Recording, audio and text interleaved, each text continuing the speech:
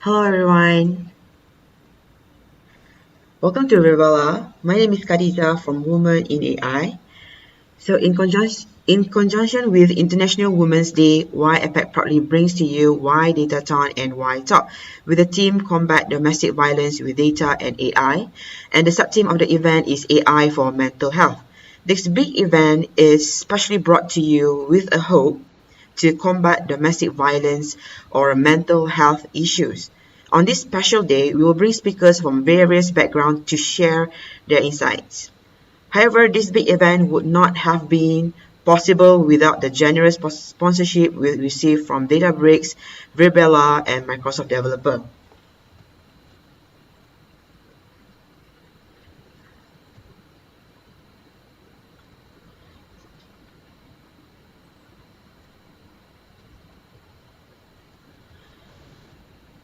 So I'll be bringing you around the event and brief on our today's tentative.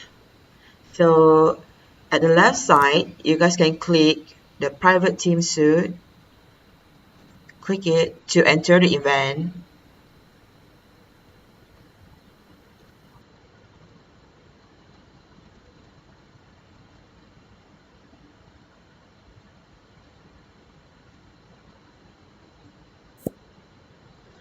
So here we are at the event.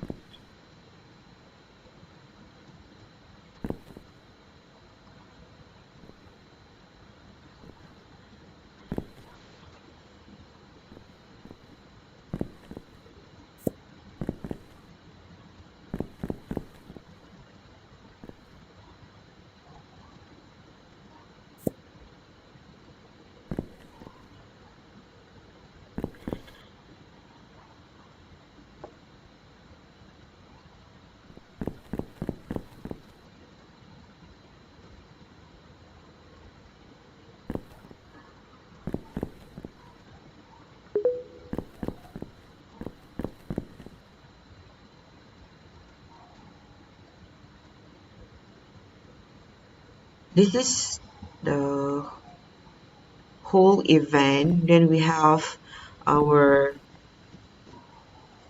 mentor room here, and then we have Microsoft booth, so you guys can check out the first booth, Microsoft Diversity Inclusion. So the event ends at start at 10 a.m. until 11:45, and then another room, which is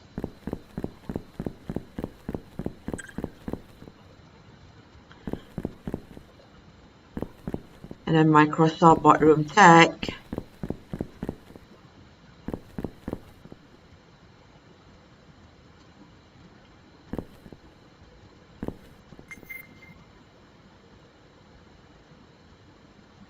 And then this is the Microsoft Tech room.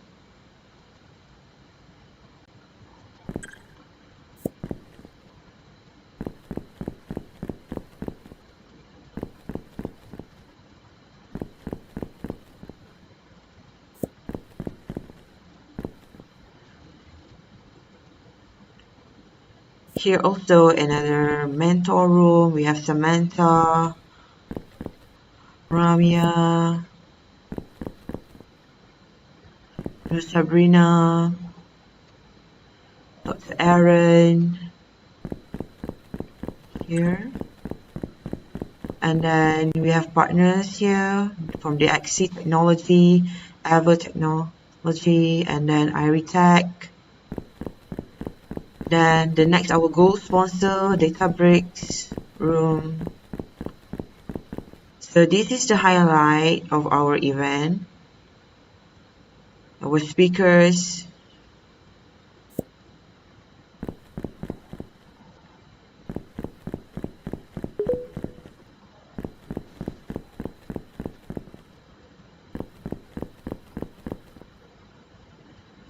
This is the networking area.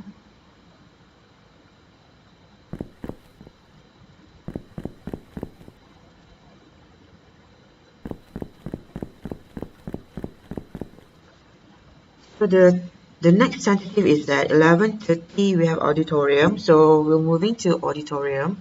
Click go to and then hit to auditorium.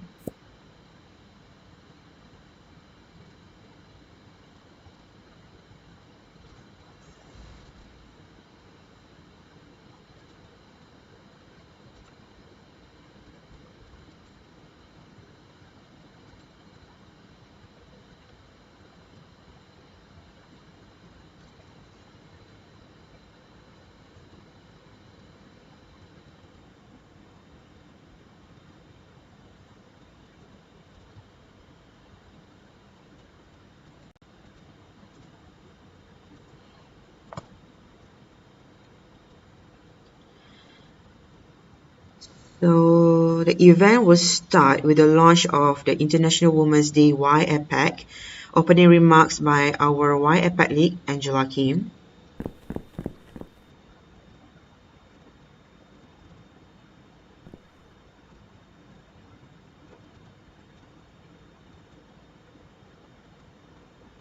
You guys can check our tentative in our Women in AI Malaysia Instagram page. We have the whole tentative from 10 a.m. till end of the event at 5, where the event end with a networking session.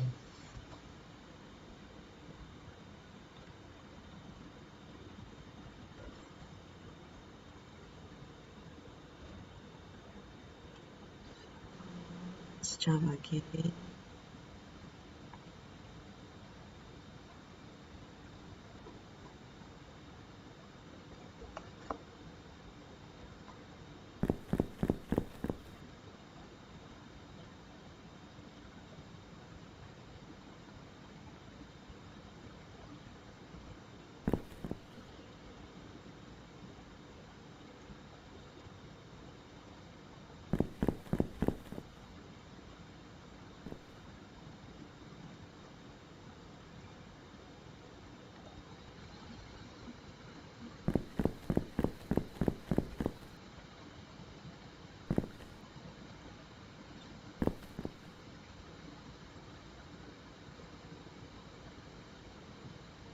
Hi, Tracy. Can you hear me now?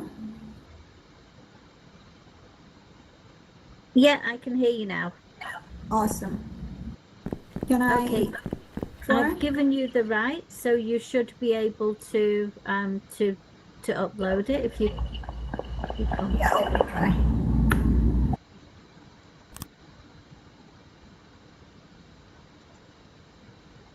Okay, I'm just going to.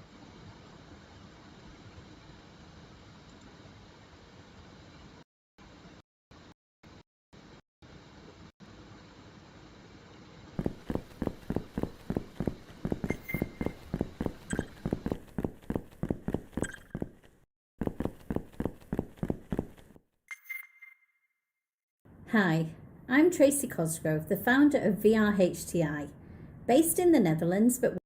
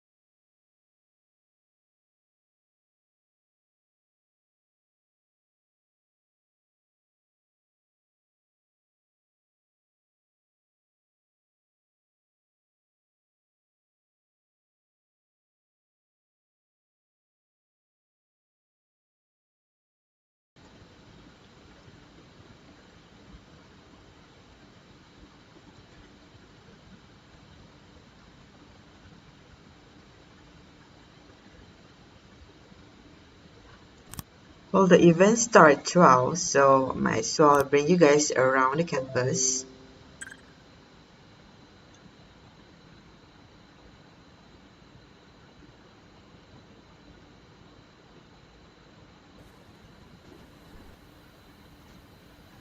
This is the campus.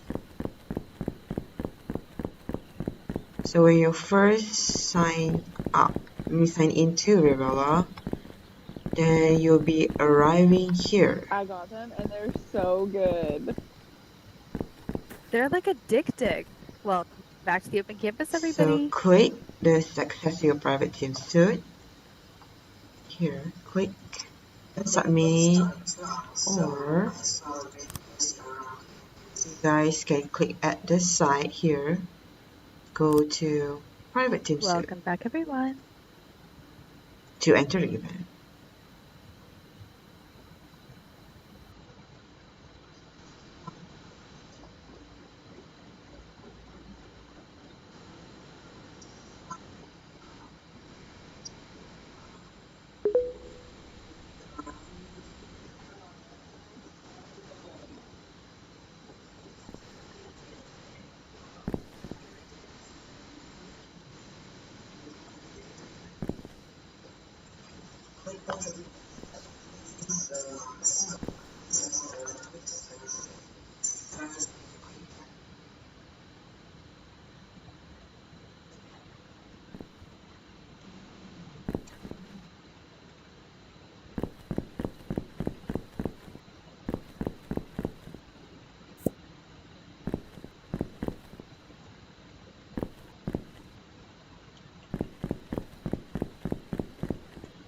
This is the whole team. So I mean, we have all our booth here.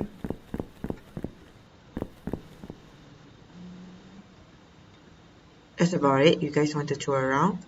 Then get back to the campus.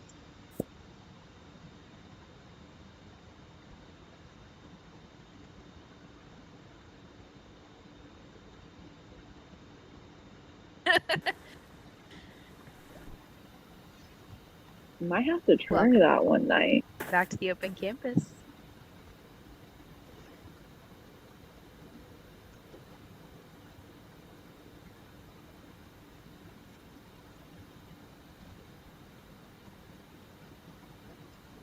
Hi, Kila.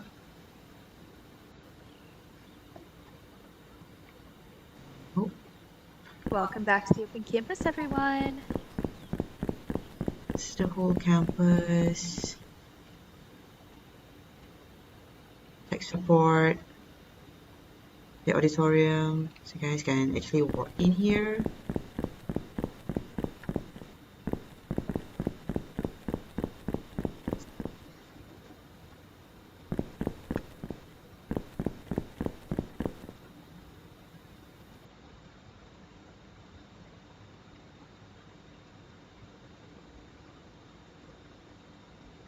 Yep, auditorium.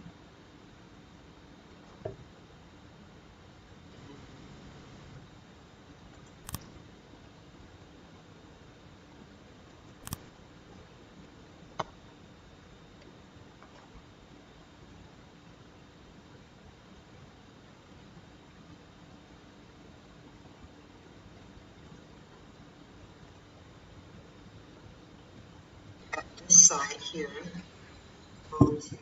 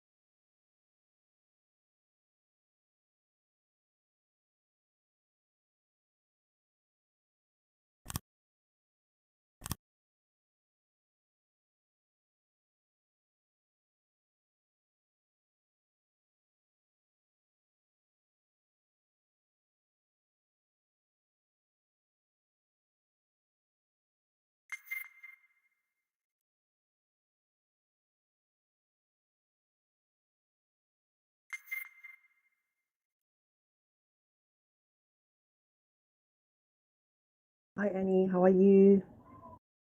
Angela, good. All right, the private volumes have been turned off by Rosa. Thank you very much. Welcome, take a seat. We have 1 minute left before the event is going to start. So please take a seat, take a very good view, because if you are very late on taking up a very good seat, then you won't see me clearly, you won't see us clearly. For your information, the first row at the center will be reserved to the judges. So six seats will be for the judges. Other than that, you are free to sit anywhere you like. Prof. Jasmine, please sit at the center of the first row.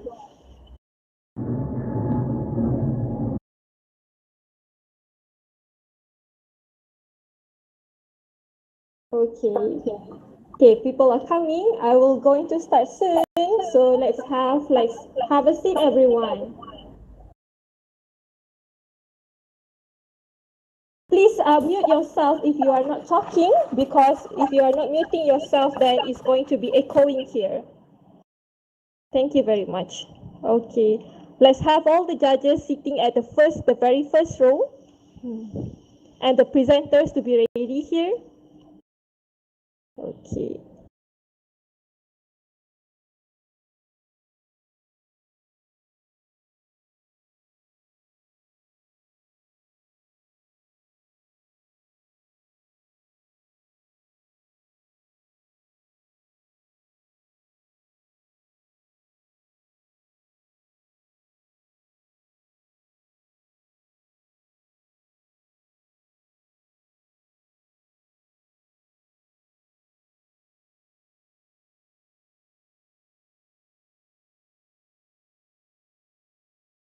I guess we have enough people now, so it's 12:01 p.m. Okay, hello everyone. Just to be a reminder, like the first row in the center will be a seat for the judges. Okay. Welcome everyone to the International Women's Day by Women in AI Asia Pacific region. Welcome.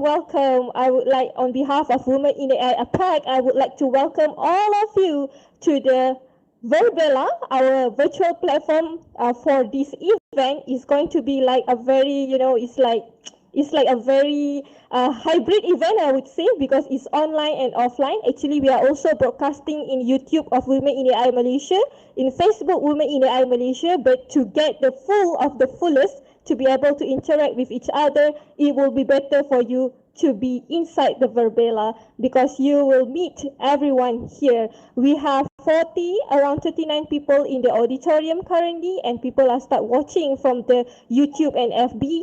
So without further delay, let me start our event. So let me introduce myself first. For those who doesn't didn't speak anything, please mute yourself, or else it's going to be echoing. So let me introduce myself first. My name is Fairoza Amira Hamzah. I'm the ambassador for Women in AI Malaysia, and also the coordinator for this program, along with our ambassadors from Japan, Taiwan, Australia, Myanmar, and also India. Okay. So how's your experience so far? How many of you have already been like mingling around the Verbella the day before the event? If you already have, you can click. You can start to, you can wave your hand and click F1 from your screen if you already be in Verbella the day before the event. Click F1.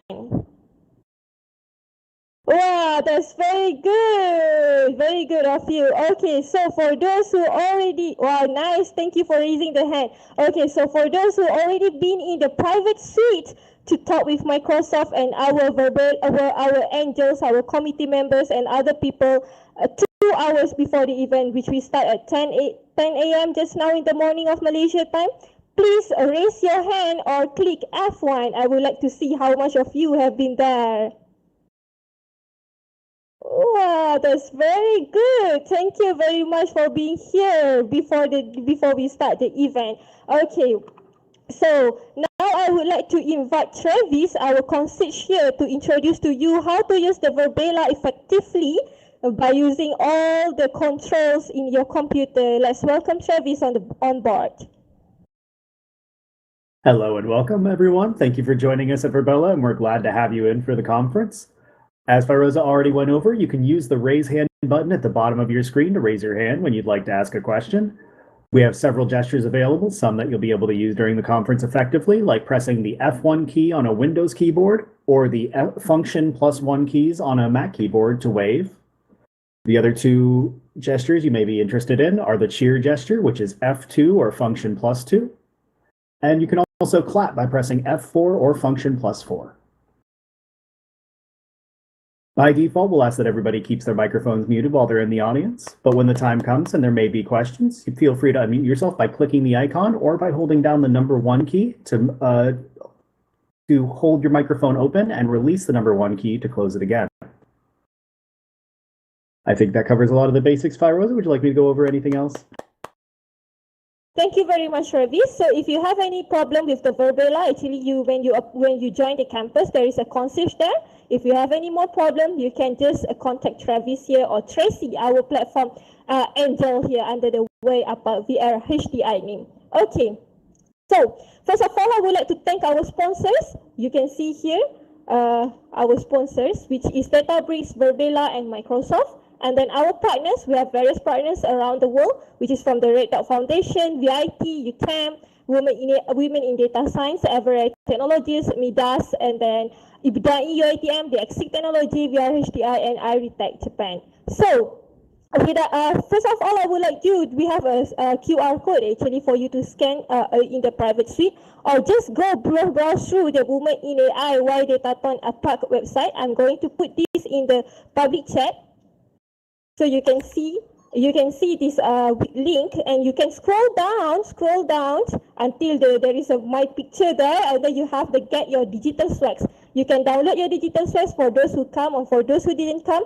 You can download the digital swags. You can put it as your desktop wallpaper. It's gonna be a very good experience to be in the Verbela actually. Okay.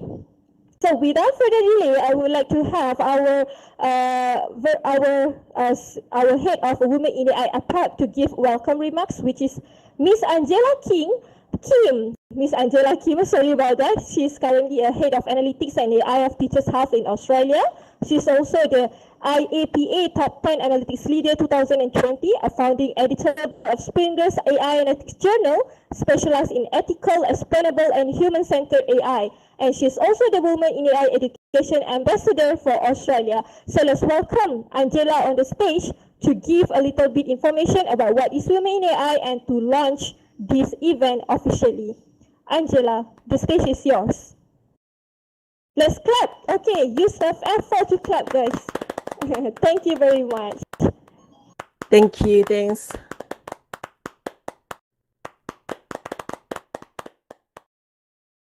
Thank you, Loza. Thank you, everyone. Good afternoon, or to some people, good morning or good evening. Hi, everyone. My name is Angela Kim, and this is my pleasure to be with you today to open up Women in AI Datathon for APAC region. This is the first APAC collective event. And we are throwing the WaiDatathon for AI for gender equality, especially domestic violence.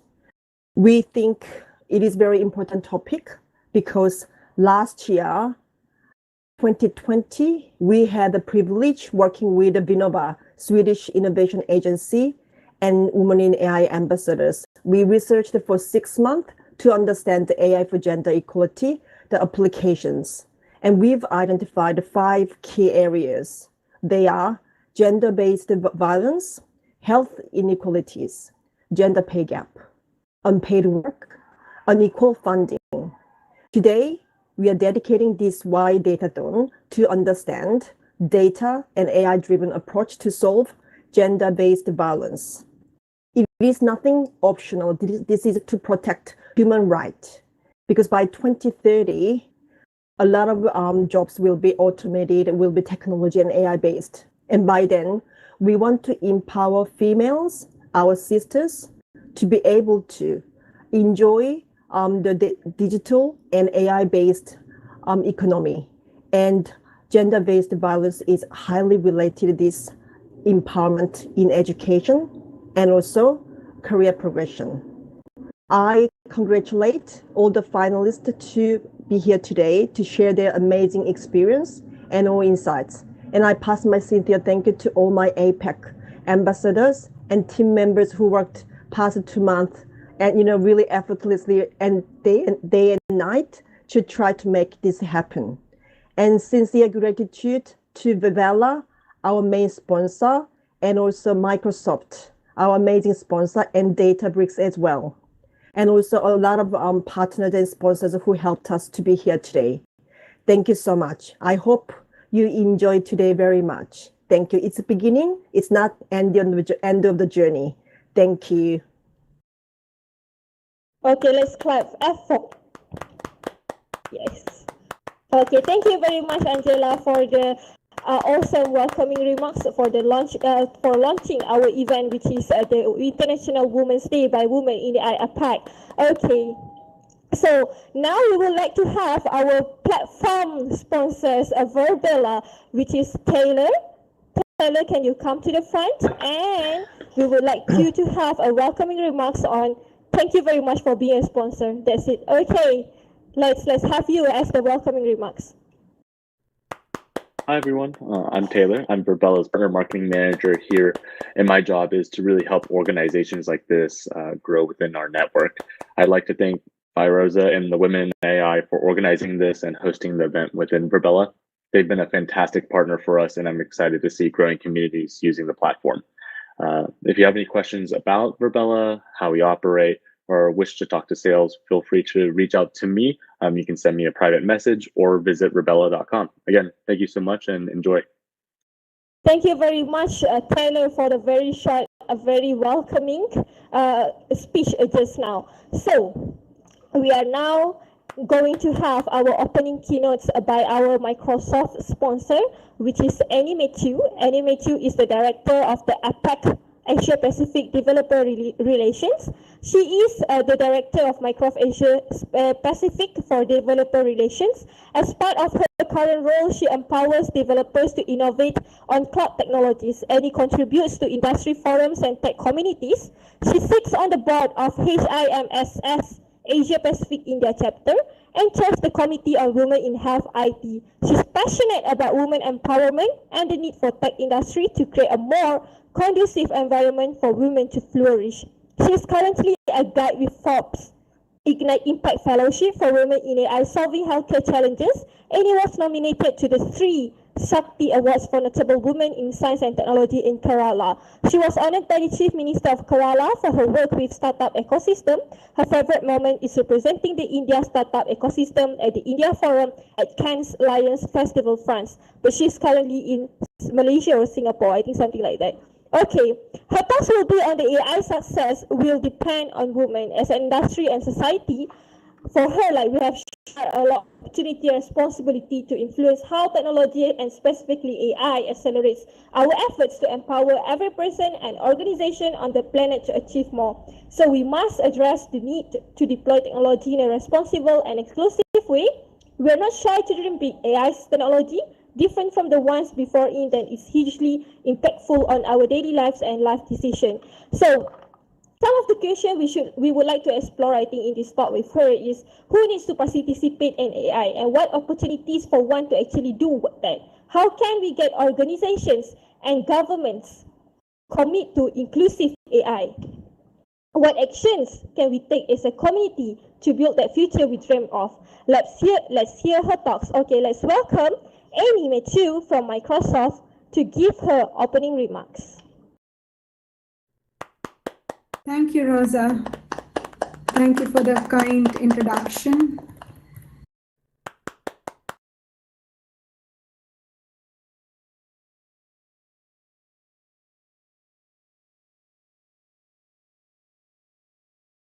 In diversity, there is beauty and there is strength.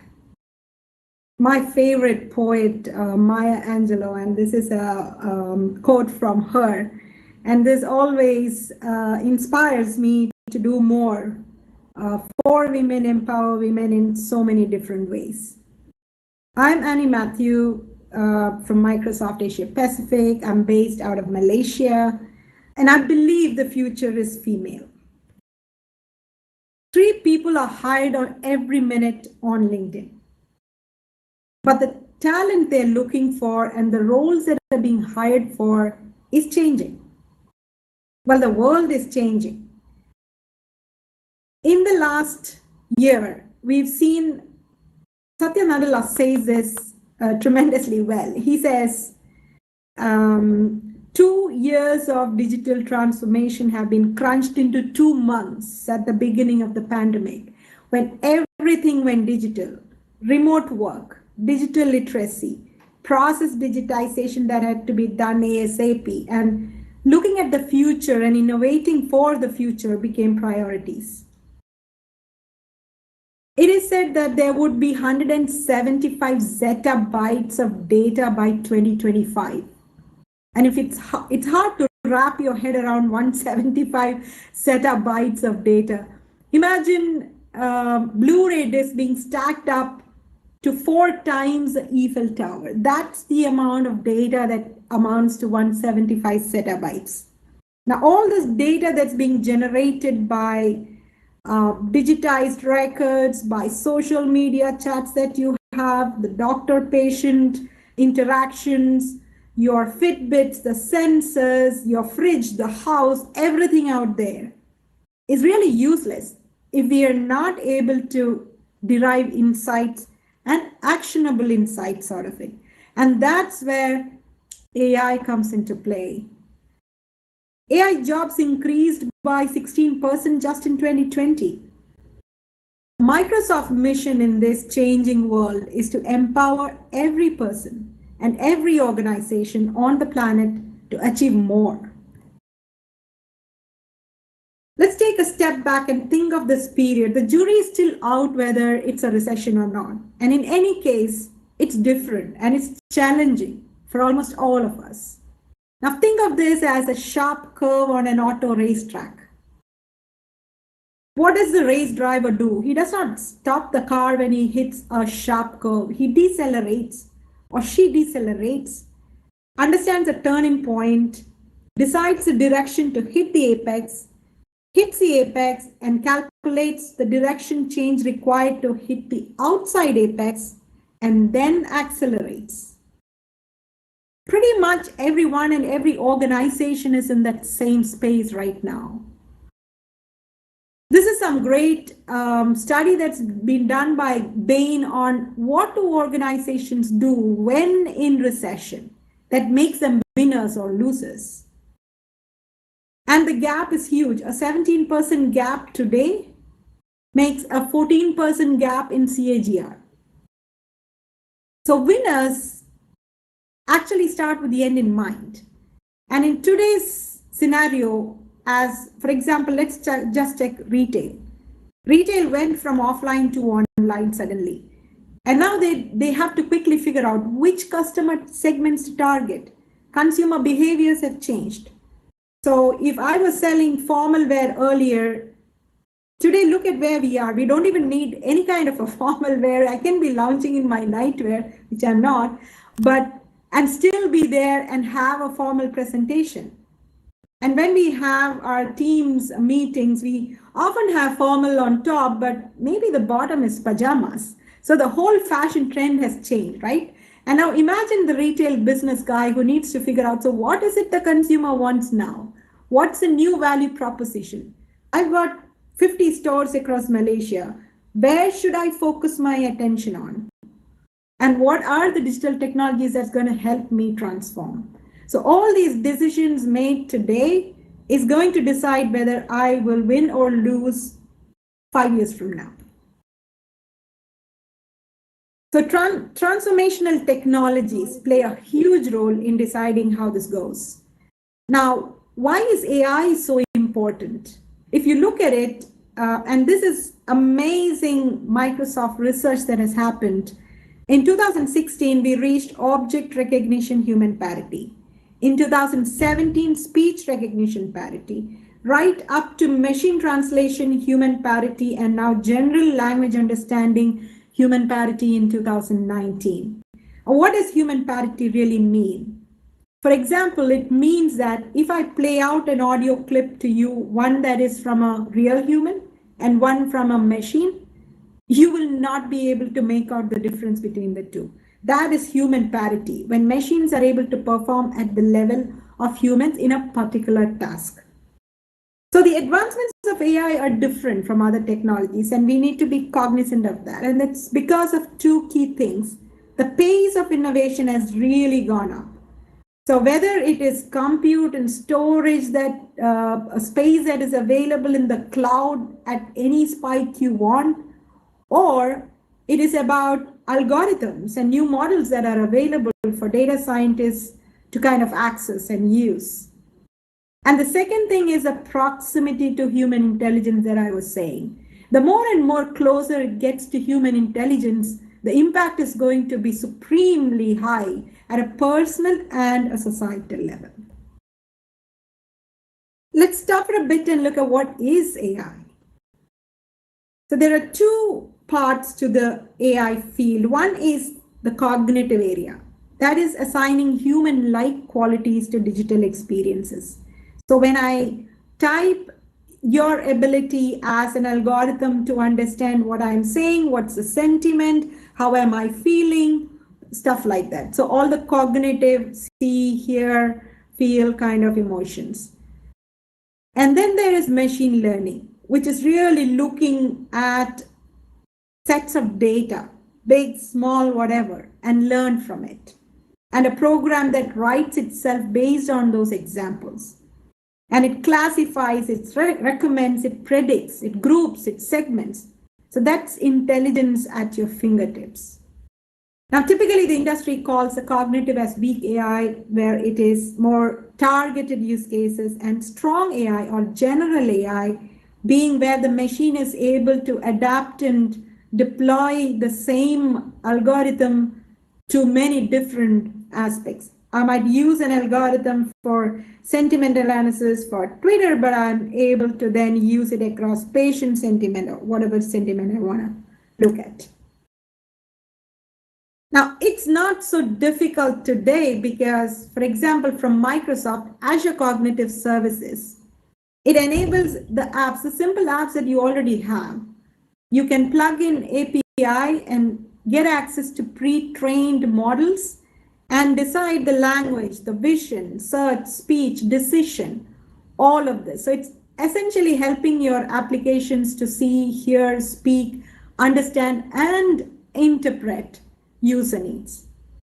So if I have made some shopping online and actually I need to buy a few more related things, it can actually, this simple use of cognitive services and machine learning can actually predict what else would I need. And this is what you normally see, right? Whether you're on Netflix and you get some additional recommendations, or you're just shopping on Shopee and you're seeing additional items. So it's all this play of cognitive services plus machine learning that's coming into place.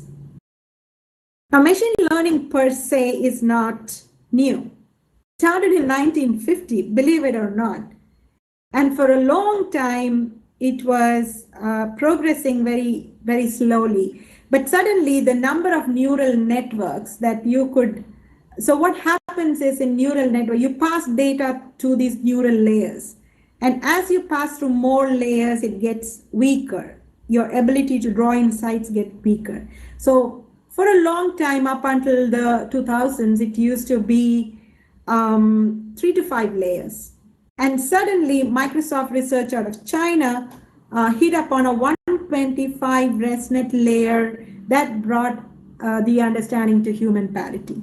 So these kind of advances have happened, which really made this more widely usable. And then came machine learning, started around 1980, and it has progressed, and now deep learning, which is, so machine learning is where the machine is able to draw insights from a set of data, but deep learning is really where the machine is learning itself. You can start with a small set of data, and as more data comes in, the machine morphs, understands, reasons, and then grows to adapt to what you need now. Microsoft believes that AI is for everyone. And we have to bring everyone along in this journey. It's super critical that we do that.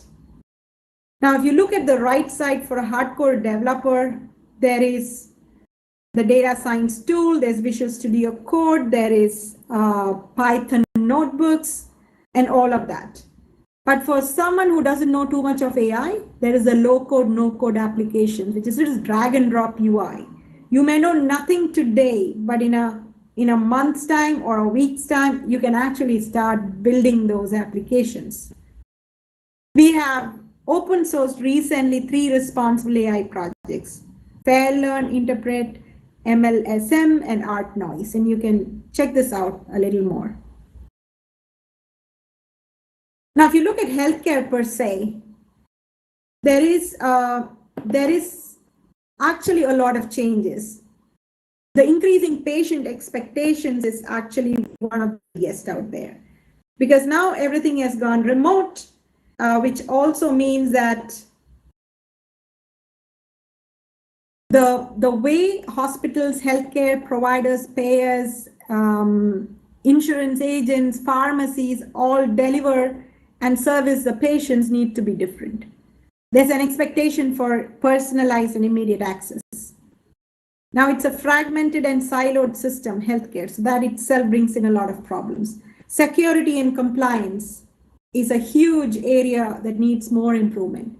There's a huge burnout among the healthcare workers, because as it is, we are short supply of physician to patient, and now with COVID, it just accelerated all of that. And in that whole space of healthcare, there are a few challenges women face. Invisible illnesses like domestic violence and mental health really are not very visible to the external world, that somebody will bring an intervention immediately. So access to care, access to shelters becomes super important. And an underlying factor that kind of exacerbates all this is economic abuse. So if you look at this, one of the key needs is like, how do I get safe and stay safe when the costs are escalating? As maybe I have no job, no savings, I have debt and little support. What can AI do for me in this situation? So AI plays a super critical role here, because when we look at it, some of the customer outcomes required is personalizing patient care. It's making sure care teams can actually reach the people in need very fast. Operational outcomes, we need to reduce cost, protecting the healthcare information, and obviously reimagining healthcare entirely, which is why the hackathon, and we'll see some amazing solutions in a while. So better experience, better insights, better care for the patient. This is just a quick view into what if, and this is today is possible. What if I could just chat that I'm in need, and there are so many apps on mental health that's available today, or maybe for domestic violence, there are call centers which get in the customer calls. It translated speech to text using cognitive services, and it does text analytics. It looks at the sentiment, key phrase, named entity recognition, and there's a real-time processing and call intervention. So these are all real and can be used. And the most important of this is probably the predictive, in my view, because before it escalates into a situation which puts us in a bad place, actually these algorithms can predict, and maybe interventions earlier can help. Now, women in particular have a few issues in this space. Big out of that is doctors don't take women's pain as seriously. And this is not just a statement, it is from serious study that has been done. And you may have experiences similar to this. So the initial response to a woman saying pain is like, oh, it may be a psychological thing. You may need to go and work on that, this. But if a man comes with a pain issue, there's immediate prescription of a pain alleviation medicine that is given. Now, this is an issue, and this is probably a bias that is baked into the healthcare system. We'll talk about what it takes to change this. Another piece is that, and one often heard response from data scientists, okay, let's expand data sets. We have to make sure that this is, a diverse set of people, and we're getting data sets from a diverse set of people. But the interesting thing is that one example is that Fitbits and other wearables are not accurately tracking heart rates in people of color. That's a study that has been done and it's come out. And there could be racial differences, there could be gender differences in how the devices that are used and the systems are actually able to address the needs of women itself. And so, World Economic Forum, I don't know why it's jumping.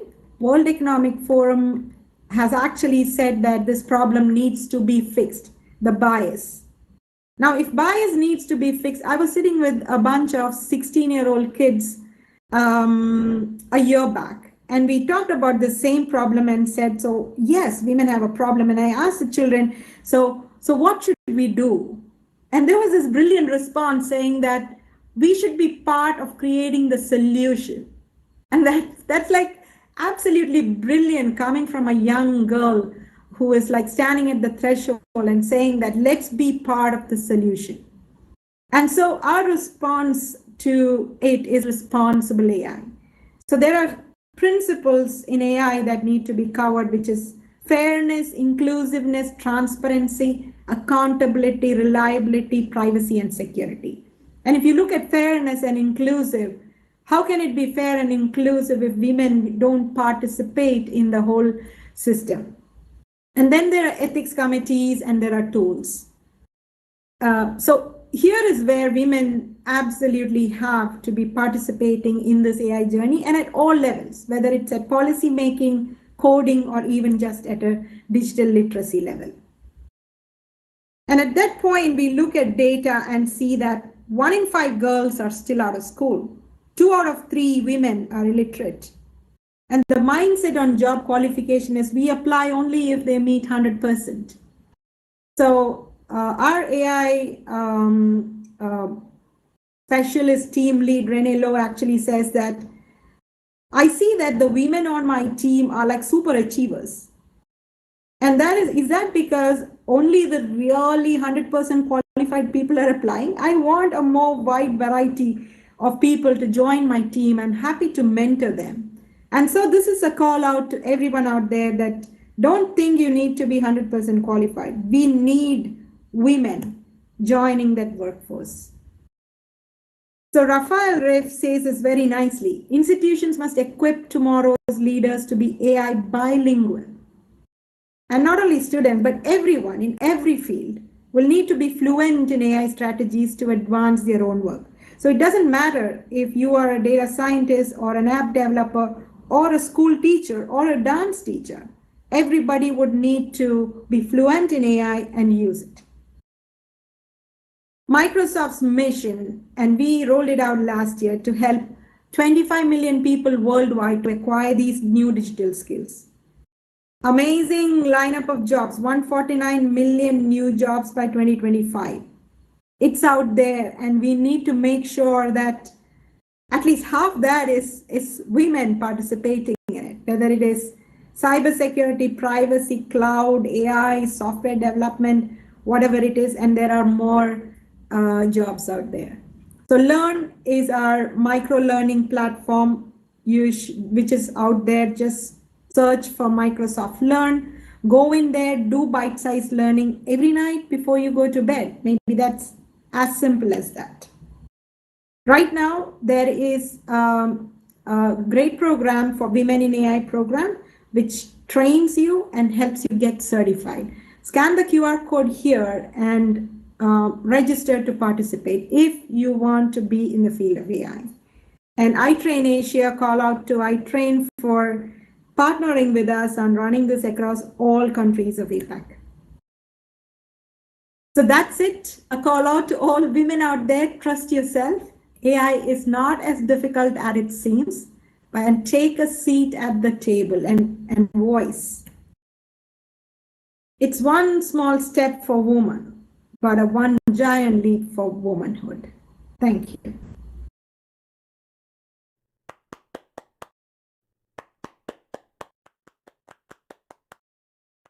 Thank you very much, Annie. Okay, let's have a very big clap for her. Okay, click F4, girls. F4, everyone. Okay, thank you very much, Annie.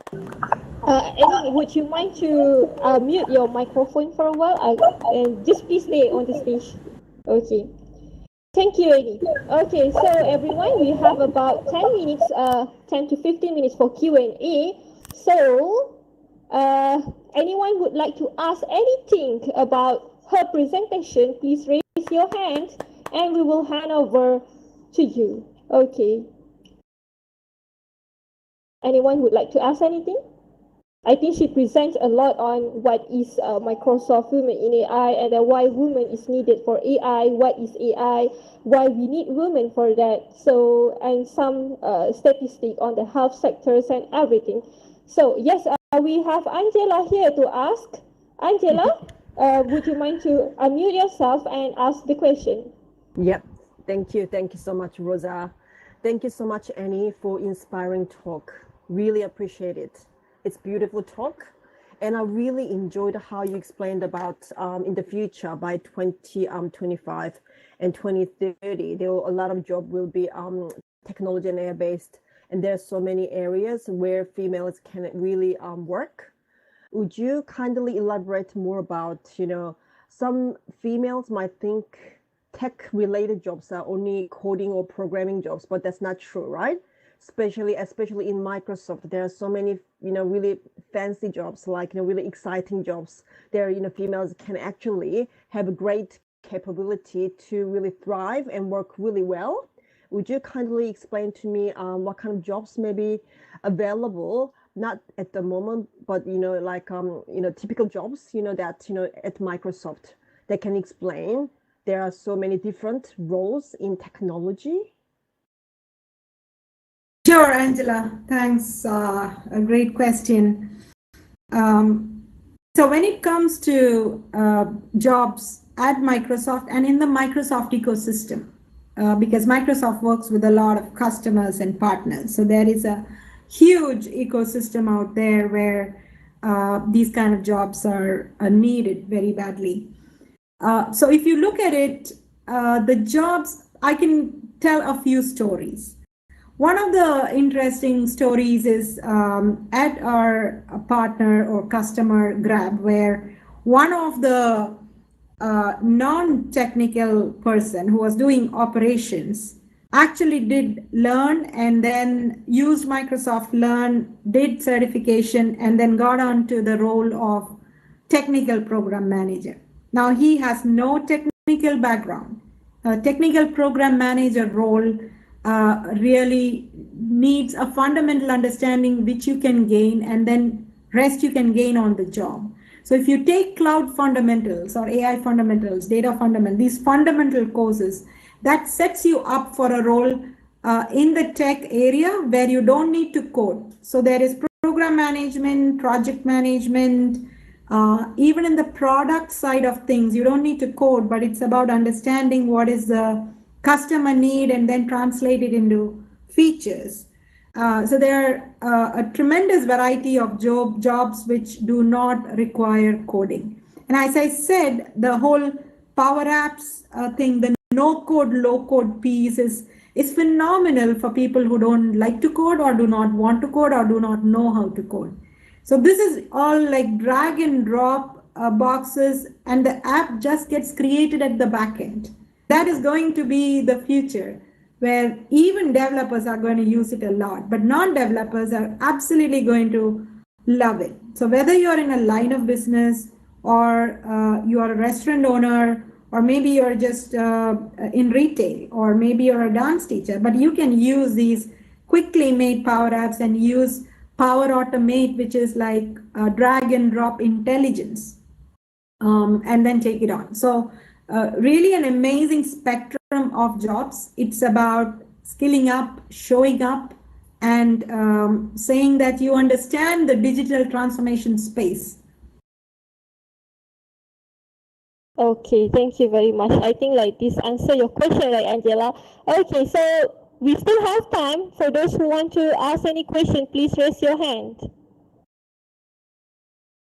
Anything about Microsoft, Women in AI in Microsoft, deep learning or whatsoever.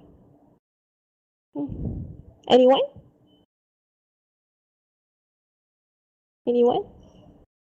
Okay, if not, then let me ask a question to Annie. I think Annie, like, how many percentage of females in the Microsoft currently, especially in the developer side, in the tech side?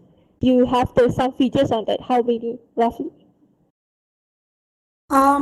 We've had a major focus on increasing diversity over the last 4 or 5 years. I've been at Microsoft for 5 years, so I know that this has been huge. We've got women at Microsoft, internal resource groups, and then we have a lot of external work that we do with the community as well. So it's never enough, right? And if you look at all layers, it's never enough. But we've made tremendous progress. I don't have the exact number of the percentage of diversity, but I can see that I'm not sitting at meetings where I'm only woman in the meeting, no longer. So yeah. That's very glad to hear, because I think like D&I, diversity and inclusion, is like all over the world currently. So do you mind to share like what is the difference between diversity and inclusion in your perspective? Well, and just to go back to the previous one, I must say at the leadership level, and which is where the women participation reduces, it's like a pyramid. As you go up, you have lesser and lesser women participation. And at a leadership level, our Chief Financial Officer, Amy Hood, is a woman. We have the Aether Committee, which has very senior women, at least 80% of that team is women. Especially for AI and things like that. So a lot of women leaders that we really look up to. Now, coming to your second question about diversity and inclusion, someone said that very interestingly. It may not be accurate, but it's very interesting to say that it's diversity when you are invited to the party, but inclusion when you are actually invited to dance.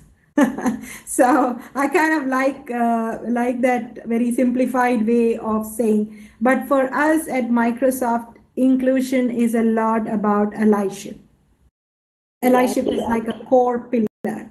And it's not just about women being allies to women. It's about the entire community of allies that you can have within the ecosystem. And then it talks further about empathy, about trying to understand more, about understanding inherent biases. But it's also about that first step of just being open to trying to understand the other person a bit more and speaking up as an ally at the right moments. So this is a very, very core initiative at Microsoft. There's a lot of attention to it right now. Both diversity and inclusion, but especially allyship. Okay, thank you very much for your answer, Annie. I think like we should pursue more on the women's sides, not only women, but underrepresented group, because we are actually, in machine learning, we have if you are the neural networks people, the tech people, to build a neural network, the equation is Y equal to WS plus B, where W is the weight, and B is to stand for the bias. So we must eliminate bias inside the neural network itself. So that's how we are going to eliminate bias in the real world. Okay, so thank you very much, Annie, for your awesome keynote speech. And we hope to have you more in the networking session at 5 p.m. so that people can talk to you about this D&I initiative and Women in AI initiative in Microsoft. Thank you very much, Annie. Let's have a very big applause to Annie by tapping the F4 in your keyboard. Thank you, Rosa. Thanks. Okay, thank you very much. So we are now going to start the WaiDatathon, but before we start, actually, there's one thing that you can do if you cannot see the front clearly. At the very top of your screen, there is screen zoom, right? In the screen zoom, you can click plus main stage, podium, right web screen, main web screen, and web main screen. So you have the main stage, you will see the main stage there. So that's how you are going to do the screen zoom. Okay. Okay, now I need to go back. Okay, so you can see the whole screen clearly, even though where you are sitting. Okay, let's start with the opening of the WaiDatathon. Can we have like open up the slides for me? Zarin? It is opening. Opening, I cannot see anything. Okay, yes, okay, thank you very much. Okay, can you click next? Okay, so we received submission for 19 submission received within, I think like we just opened for about less than 1 month. So thank you very much for the submission that you received. And then next slide. So among the submission, you can see like we have a various country that in this various country, like most of them they come from Malaysia and some from, I think this one is India and this one is Pakistan, and we have like from, where is it? I think Italy also got. And then, oh, let me go. Oh, wait, let me screen zoom. Oh no, I cannot screen zoom. wait. How to go back? Wait.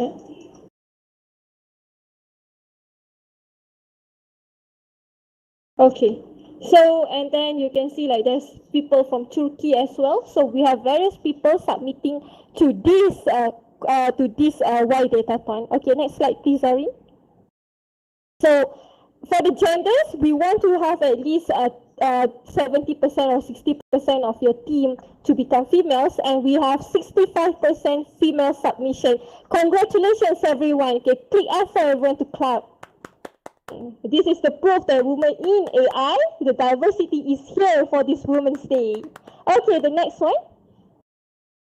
So here I would like to introduce our mentor, our judges. So we have our mentor here. This is our group of mentors like Samantha Walker, Mayan Tan, Sabrina, Aaron, Elahe Arani, Mitili Krishnan, Cho Jin Tun, Ramya Yelapakrada, Lydia Xiao Meilin, and the Basmita Das. They are managers, engineers, they are from various industries, they are academicians, they are also practitioners, they are C-level suits. So I think like you guys got a very, I think like the participants has a very awesome engagement with the mentors along the 10 days that we give to them. Okay, next slide please. So next I would like to introduce the group of jury. The group of jury, we have Associate Professor Dr. Marina Yusof, Associate Professor Dr. Haslina Slamat, Soumya Gupta, Associate Professor Dr. John Sahan, Sahayarani Alex, Aparna Kula, and Professor Dr. Tin Wai. So we have academicians and industry practitioners as the group of jury that actually choose these 10 finalists. Okay, next we would like to introduce our group of judges, and I would like to have the judge to stand and introduce yourself a little bit. We have first one, Mark Lepage. Mark, are you here? Mark, can you say hi to the audience, Mark? Yes, I mean, hi, good morning, good afternoon, everybody. It's a pleasure to be here. Yes, Mark is actually from the France, so it's good morning to him. Thank you very much for being in early morning here. He's a principal IT scientist in Asian Development Bank. Okay, let's have a clap for him. Okay, thank you very much. The next one is Elsa Maria De Silva, the founder and CEO of Red Dot Foundation. Can we have Elsa to stand and introduce herself to the public? Hi everyone, my name is Elsa. I'm based out of Mumbai, India, and I'm really thrilled to be partnering with you. We've loaned our data set to you for the Datathon, and we are very curious to see what comes out of it. So congratulations to the organizers, and thank you for having us. Thank you very much, Elsa. The next one is Professor Dr. Jasmi Muhammad Zain, the Director of Institute of Big Data and AI for UiTM Malaysia. Okay, Prof. Jasmi, please give a warm welcome speech a little bit. Introduce yourself. Hello, Assalamualaikum everyone. I am Jasni from UITM, Shah Alam, Malaysia. Thank you, Y, for inviting me to be the judge today. Thank you, Dr. Fairoza and everyone. Good luck to all participants. See you in a bit. Okay, bye. Okay, thank you very much, Prof. Jasmine. Okay, the next one will be Bruce Batman from Australia. He's the Chief Technical Advisor, Light on Technology. I'm actually in Taiwan. You are in Taiwan. Sorry, I'm very confused already. Okay, you're from Taiwan. Sorry. Okay. I've actually lived in Malaysia and India both and spent time in Australia, but I'm actually from Taiwan and in Taiwan. And I'm the technical advisor at quite a few AI startups and also at Lydon, which is a large manufacturer, and work with the women in AI ambassadors here in Taiwan. Thank you, Bruce. Okay, the next one will be Nikita Dami. She is the head of AI, ML, and Analytic Business Solutions of DXC Technology. I guess Nikita from Australia, right?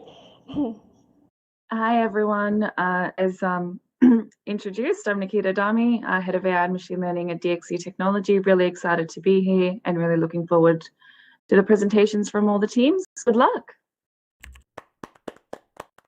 Thank you, Nikita. So the next one, the last one will be our judge, Professor Dr. Asia Hanum from Foreman Christian College. Professor Asia Hanum, are you here? Oh, she's not here, I think. She's not here yet, I think. Okay, it's okay, I think. She's not here. Is she? Oh, okay, you are here. Okay, good. Hello, everyone. I am Dr. Asia Khanum, and I head the Computer Science Department at Foreman Christian College, Lahore, Pakistan. And our campus happens to be the most diverse and inclusive campuses in Pakistan. And I'm so excited to be part of this wonderful event. It does look like a very stellar lineup of all the teams and the judges and mentors, and I really wish well to all the teams. Thank you. Thank you very much, Prof. Asia Hanum. Okay, so you are okay. So let's brief a little bit on the finalists on the presentation. You will have 5 minutes presentation and 5 minutes Q&A, and the bell will ring twice when it is 5 minutes. So the first 4 minutes, the bell will ring once. Kaiser, is Kaiser here? Kaiser, can you demo on the bell ring? Where is Kaiser? Hello? Hello? Kaiser? Yes.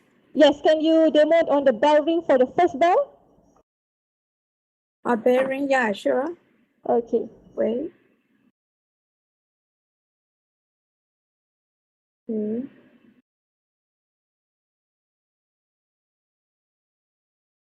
Okay.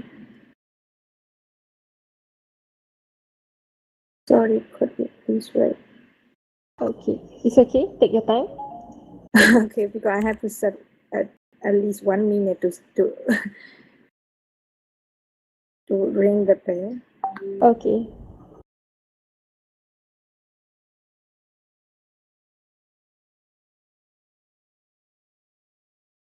Are you okay, Kaiser?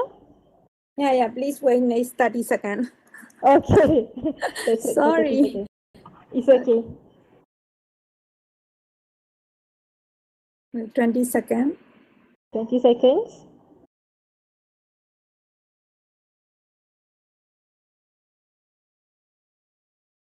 Yes, 10 seconds.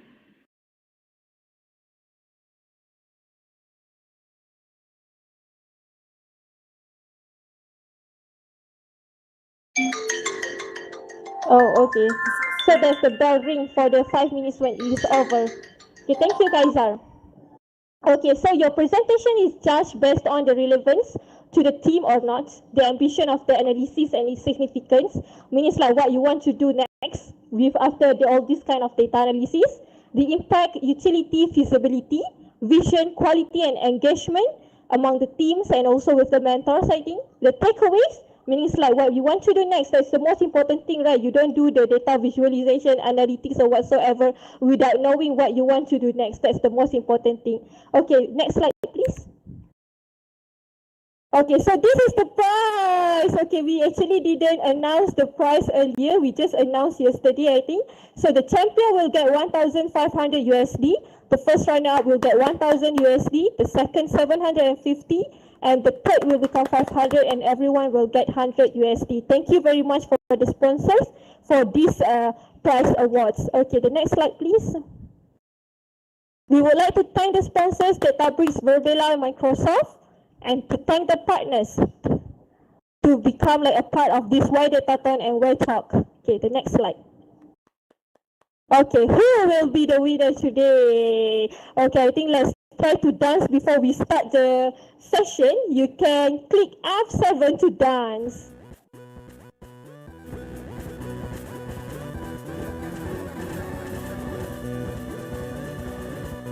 Thank you very much everyone for enjoying this with me. I think if it is a real event, I will not dance on the stage because it is Verbella, so I can dance on the stage. Thank you very much everyone. Okay, so we are going to start with our first presentation. Finalist, the first finalist, which is Saifuddin Muhammad. We would like to welcome the team one to the stage. And then most of them, I think all of them are from Malaysia. Their mentors is Mitali Krishnan. So let's welcome Saifuddin to the stage, Saifuddin's team to the stage.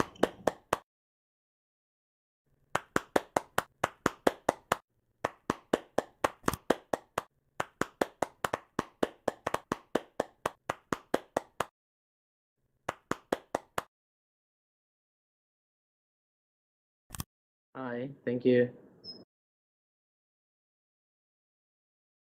Okay, I think they can, Kaiza, the clock is ticking, right? Okay, let's start now. Okay. Start from now. Okay. All right. A very good afternoon, everybody. Okay. My name is Saifuddin. This is our team, which is of we are UKM students from Malaysia. Next slide, please.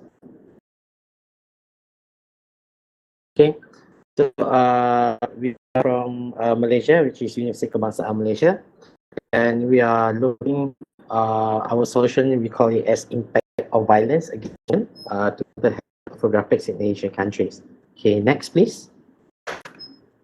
Right. So beyond the facts, okay, the United Nations defines violence against women as any act of gender-based violence that results or is likely to result in physical, sexual, or mental harm or suffering to women, includes threats such as acts, arbitrary deprivation, and so forth.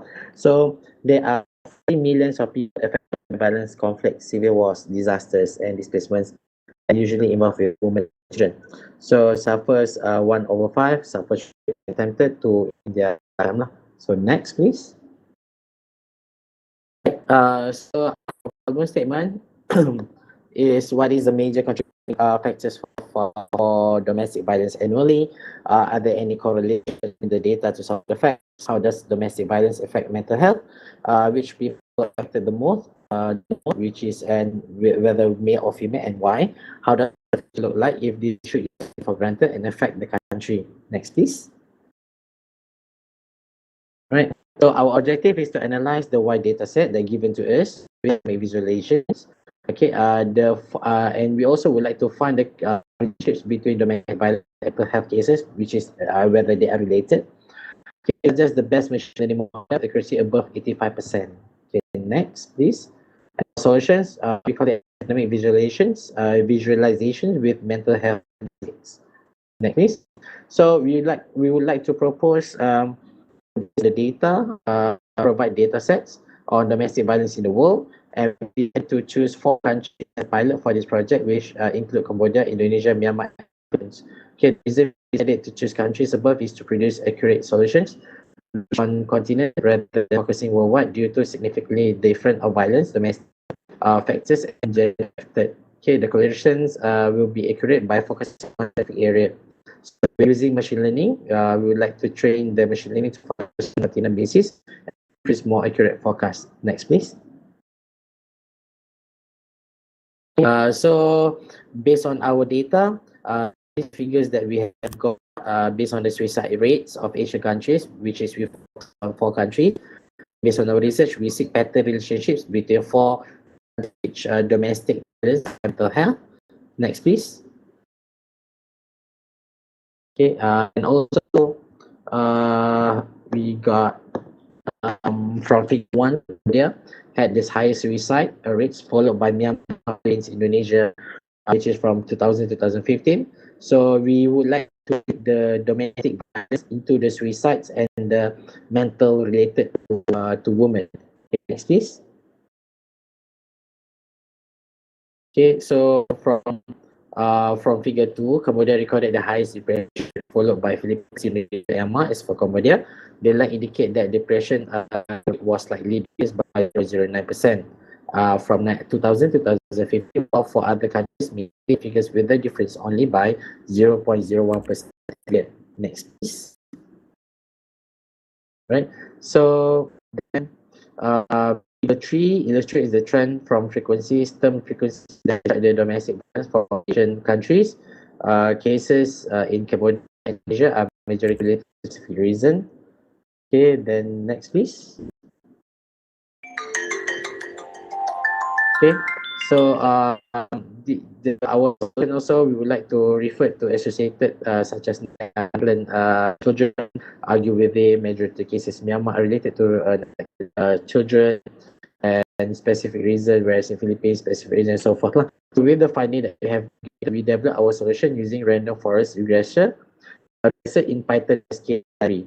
So this is our architecture, which is we get the process from WaiDatathon data and other data as well. So we use Python and Bell, and then we load the data using our own model that is random forest algorithm, and we would like to show the publish the dashboard. Okay, next one, data processing. We data acquisition, gathering the filtering, data cleansing, data expression, and data visualization. And then the last one is machine learning application. Okay, so the list of data that we use is data from wide domestic violence data, secondary data, prevalence depression data, and suicide mortality data rate.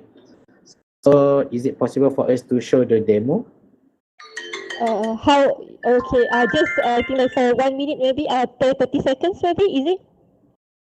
Or the demo is going to take very long?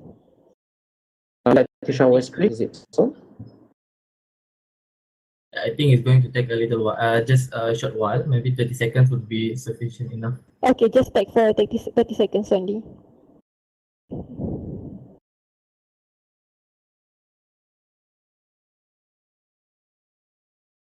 I'm sorry, but I believe I don't have the control over. Yes, you cannot do that. Oh, okay. He would have to log out and log back in. I would need 1 moment to set him up as a moderator. I think it's okay. Maybe Joshua, maybe you can put the link to your demo inside the public chat. That will be much better.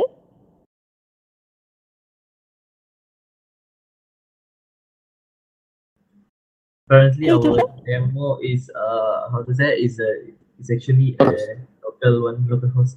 Like we don't publish it anywhere. Oh, okay. Actually, you should put in your slides for this actually. So it's like because only we can control the slides for now. It's okay. I think you can just I think like we already have your details, your presentation here. So we already like more than 5 minutes of the presentation. So next, what we're going to have like the judges to give a question to the finalists here. So we can have any of the 6 judges to give any question to the finalists. Okay, yes, Nikita. How do you think and I'm sorry, we didn't get to see the demo. Would you like to describe it for us, and how do you think the analysis can be improved?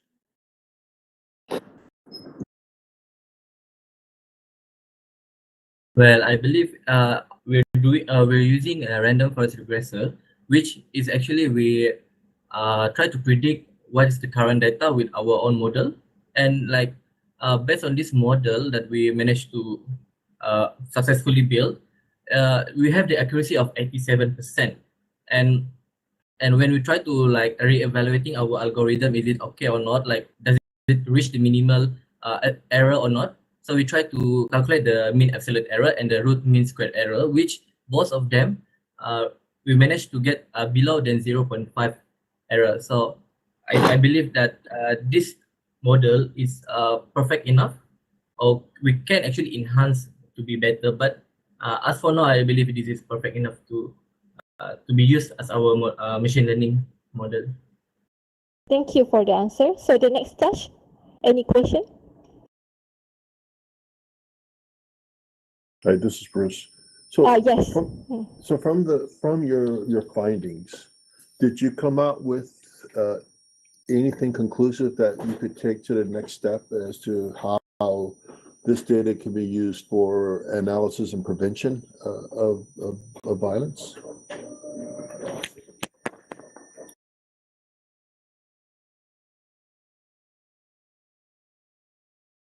Hello? Sorry, I wrong person.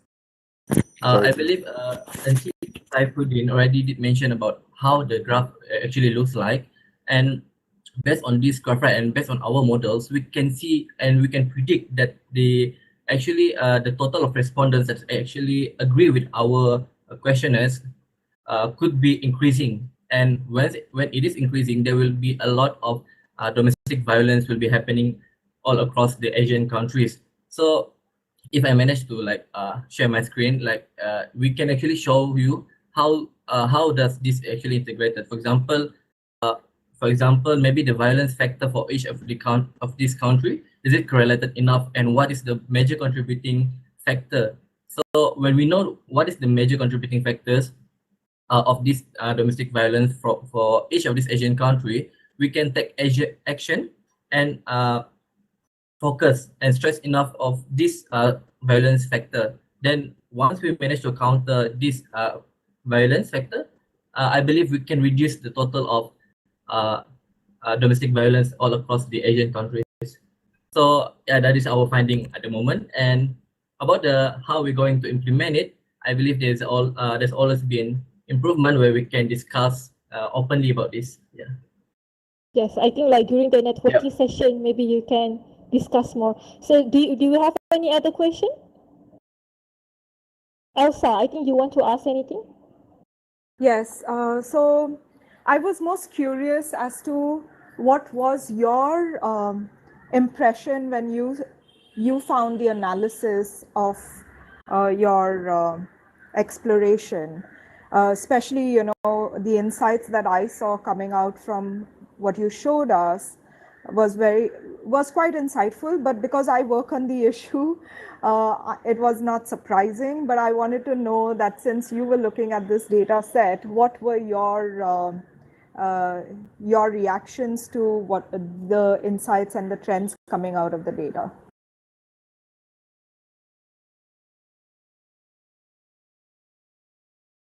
Well, I believe it's quite shocking because when we take a look at the graph, if we did some distribution for the map graph, we can see like it is very high.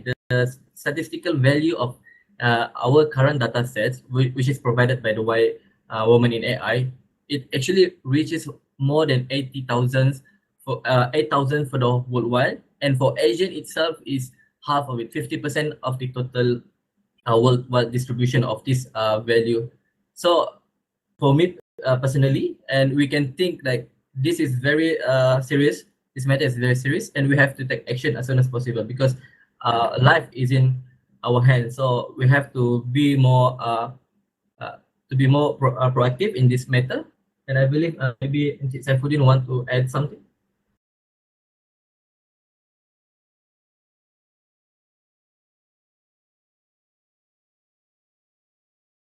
Okay. Saifuddin, are you going to add something or that's all? Oh, it's okay. Yeah, that's all. Okay, then thank you very much for the team one. It's already the time. Okay, so we will have I think 2 or 3 judges to ask questions for each round. So let's welcome the second group. Okay, the second group, which is Mehrunisa from Pakistan. Welcome Mehrunisa to the stage. Hello everyone, hope you're well.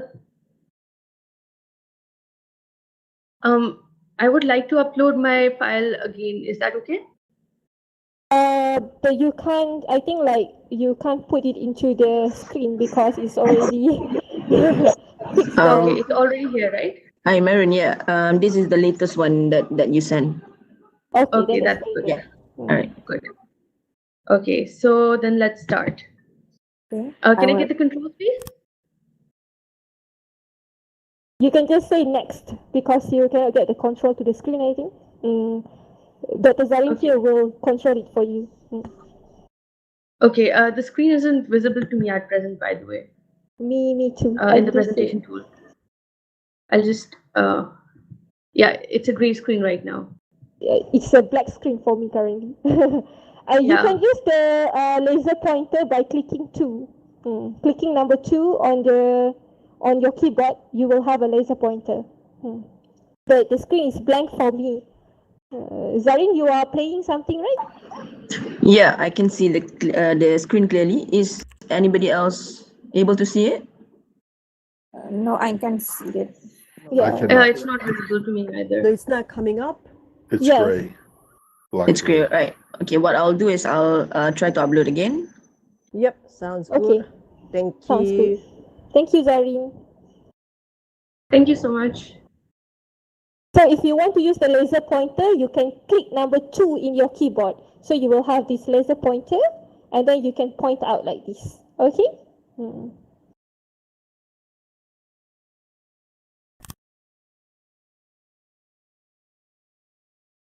Wow, it's blank. Travis and Verbal, I think like we should talk with Travis maybe. Yeah. Travis, perhaps you know what is the problem, why it's become like this black. If the presentation is larger than a certain size and it's being uploaded directly to the screen, it might not upload or it might not show properly. The alternative would be for whoever, for Nuzarine, to screen share instead of upload and have the PowerPoint presentation full screen. Okay, would it be possible for me to screen share? Because I can also do that. I think the admin only have the rights to do that. Zarin, maybe screen sharing will be much better. All right, I will try that. Okay, we see the slides already. So let's check. Sorry for this technical stuff for a while. Okay. Since we have the slide, let's just try using this first. Yes. If it happens again, then I will share my screen.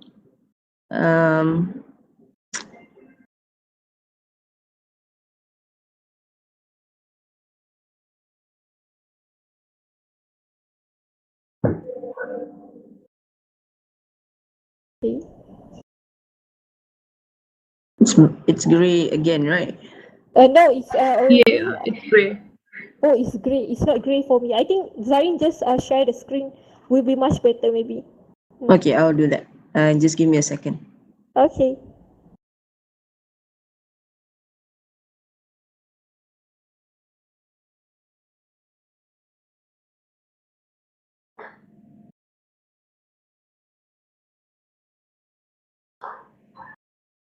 Okay, while we're waiting for Zarin to put in the slides, okay, we have like about 9 teams. So we are going to have like each judges to give maybe 2 or 3 judges to give a question during the stage.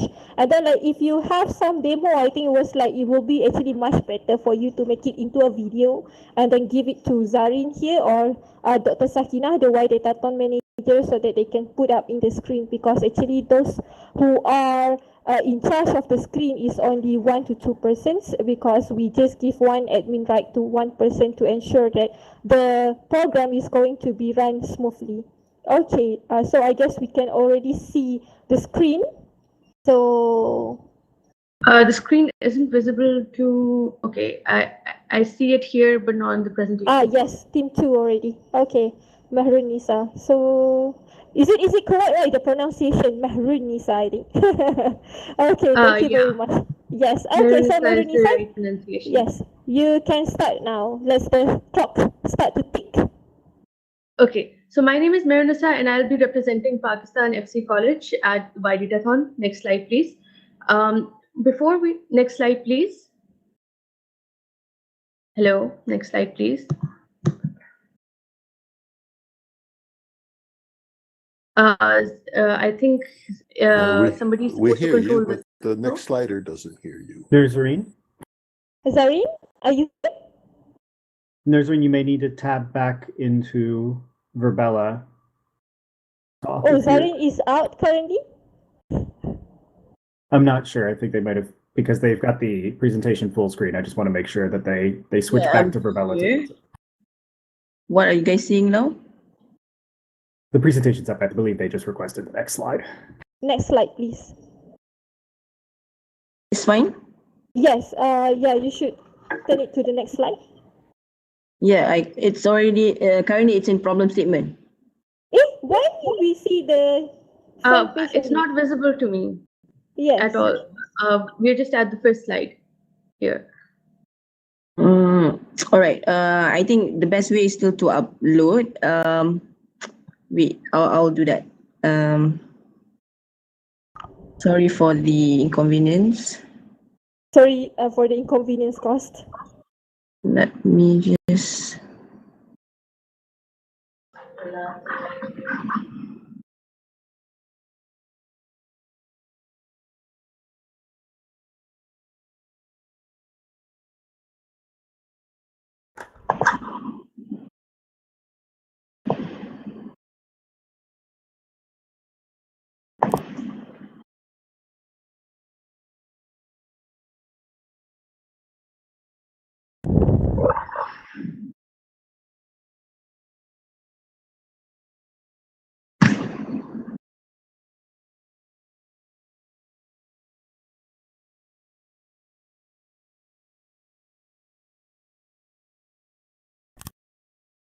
Right, can you see this?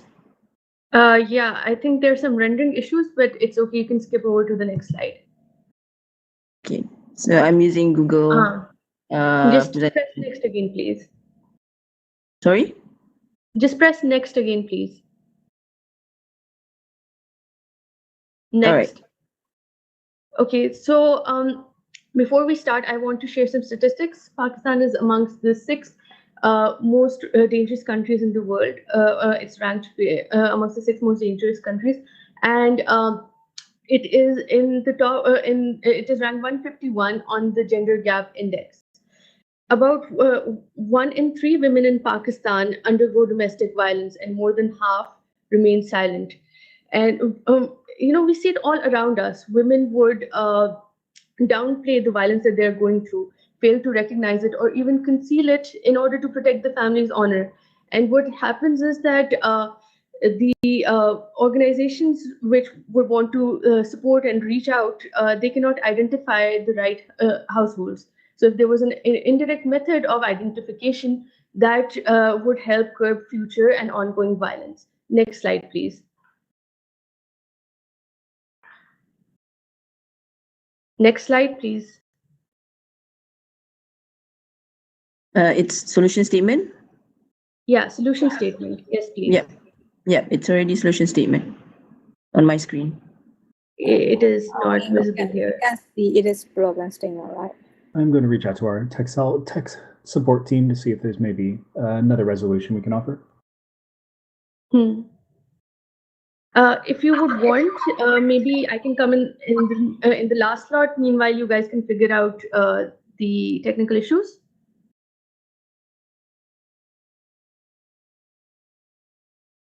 I think because if it is the last slot, also the other presenters need to present.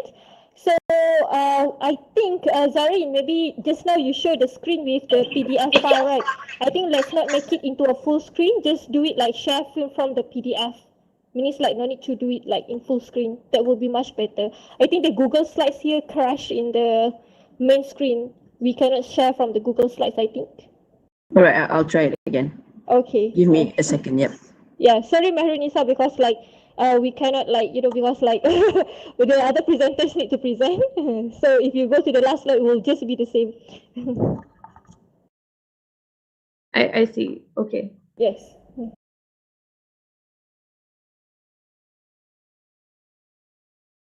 So no need to share from the Google slide, just from the PDF file, the share screen.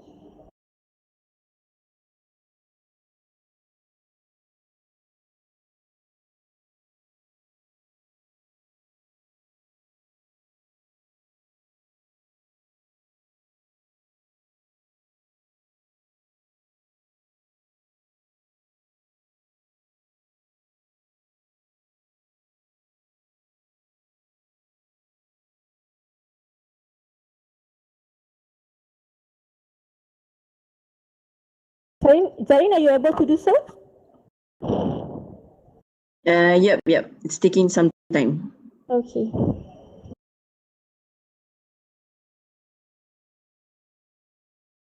Okay, don't worry so much about it, Mehrunisa. It's not affect your 5 minutes presentation. You can start all over again just now. Okay, sorry everyone for Thank this you. I kind would be of very grateful for that. this kind of technical problems.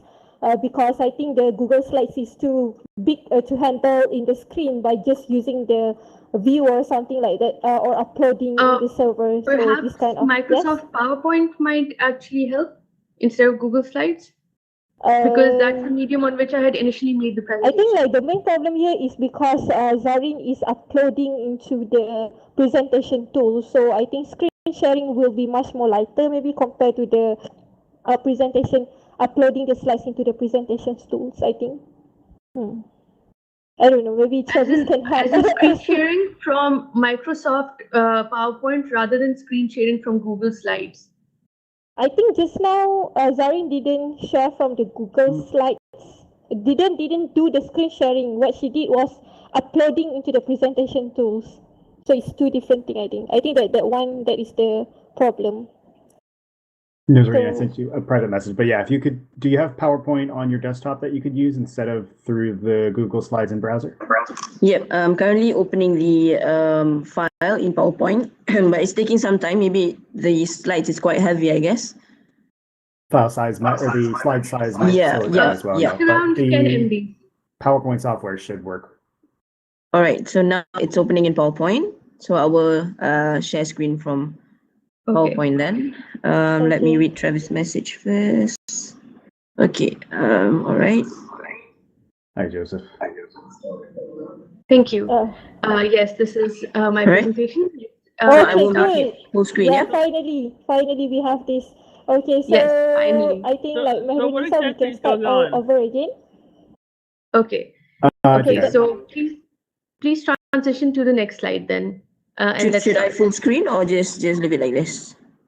This is already full It's screen, I fine. think. It's full screen, yeah? Okay. Right. Yes. Yeah, it's full Right. So screen. next one, yeah? Okay. Yeah. Next one. Yeah, just press next one and then press enter again.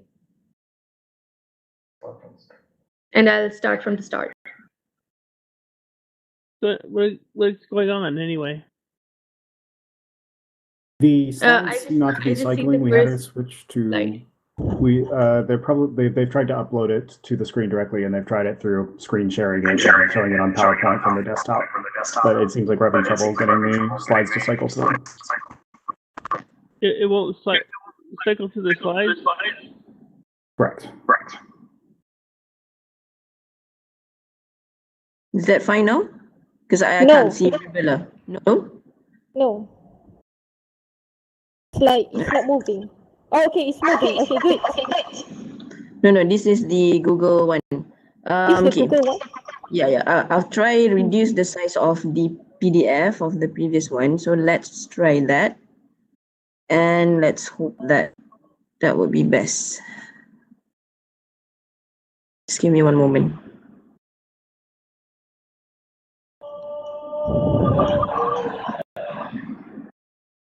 Okay, while we are waiting, I think we should do. Okay, I think like. But this one is Google Slides, right, Zarin? Yeah, but wait a second. I'm uploading the PDF file of her presentation, but I've reduced the size.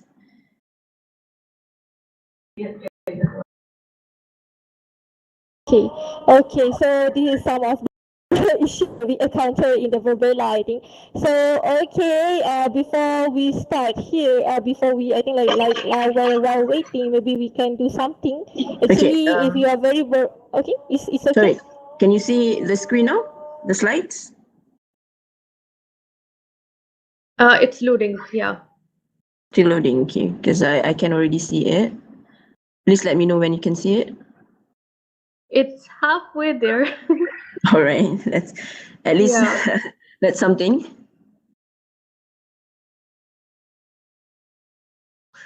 Yeah, I can see the top half of the slide at the moment. All right. I can see the slides already. Yeah? Yeah. is the, I think the slides of like honor killing, Gujranwala, man murder, something like that, I think. Okay. Okay.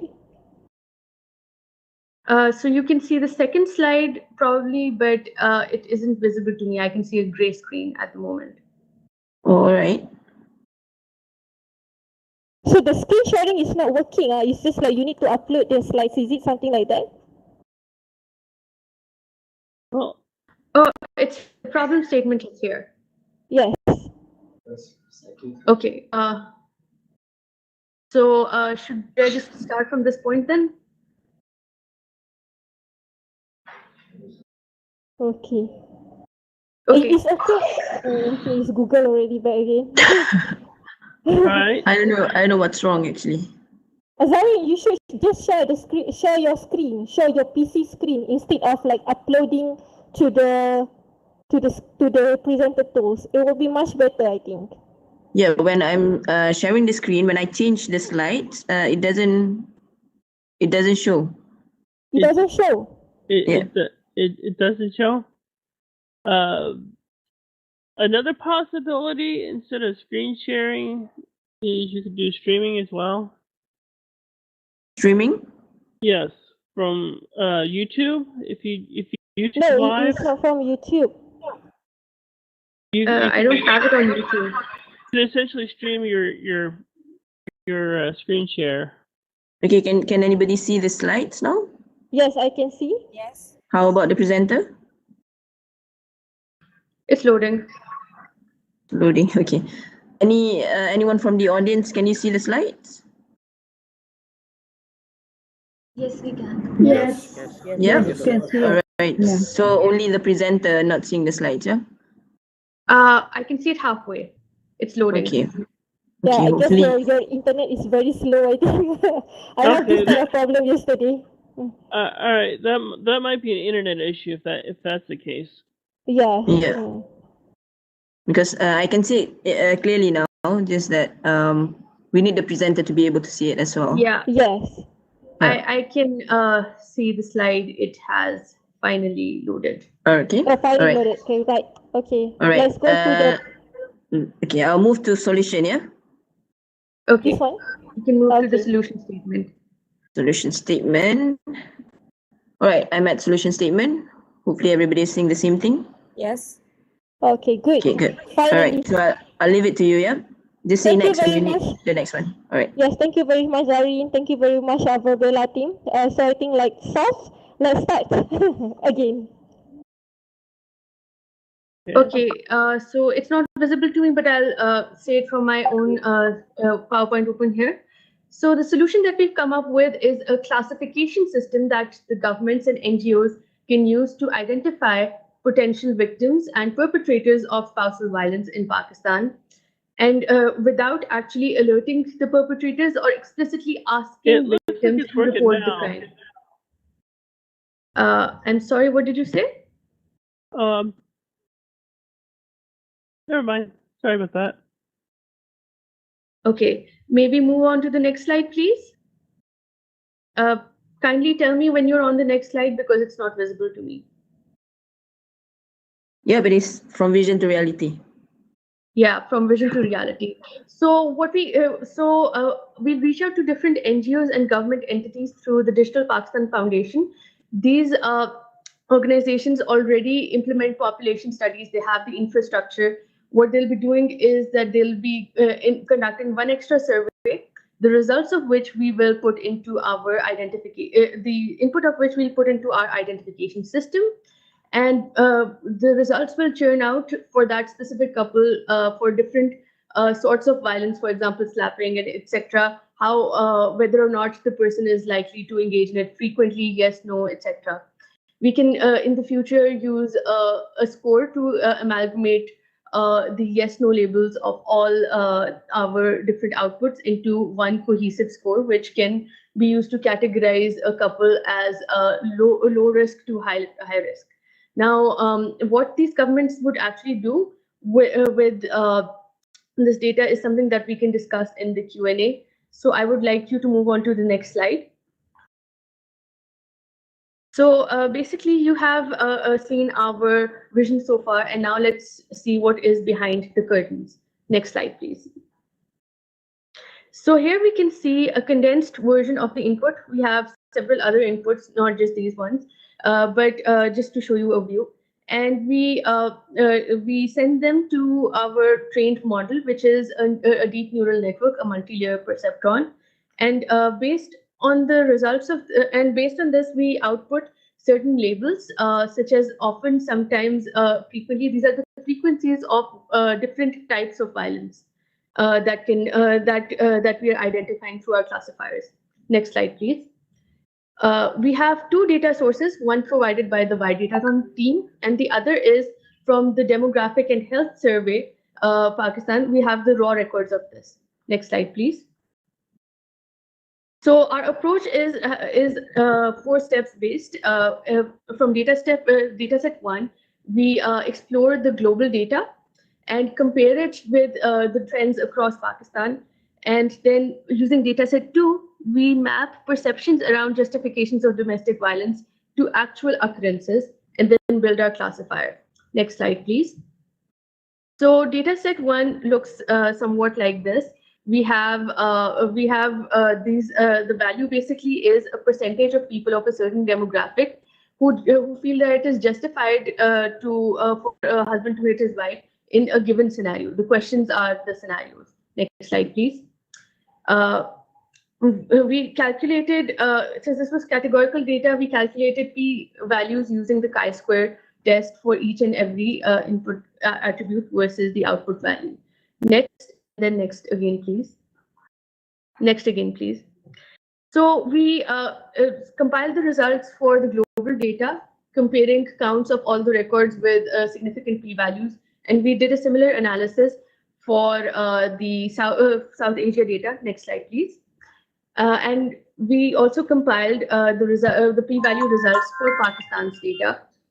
Across the board, what we saw was that education seemed to be the most significant factor, whereas age the least significant.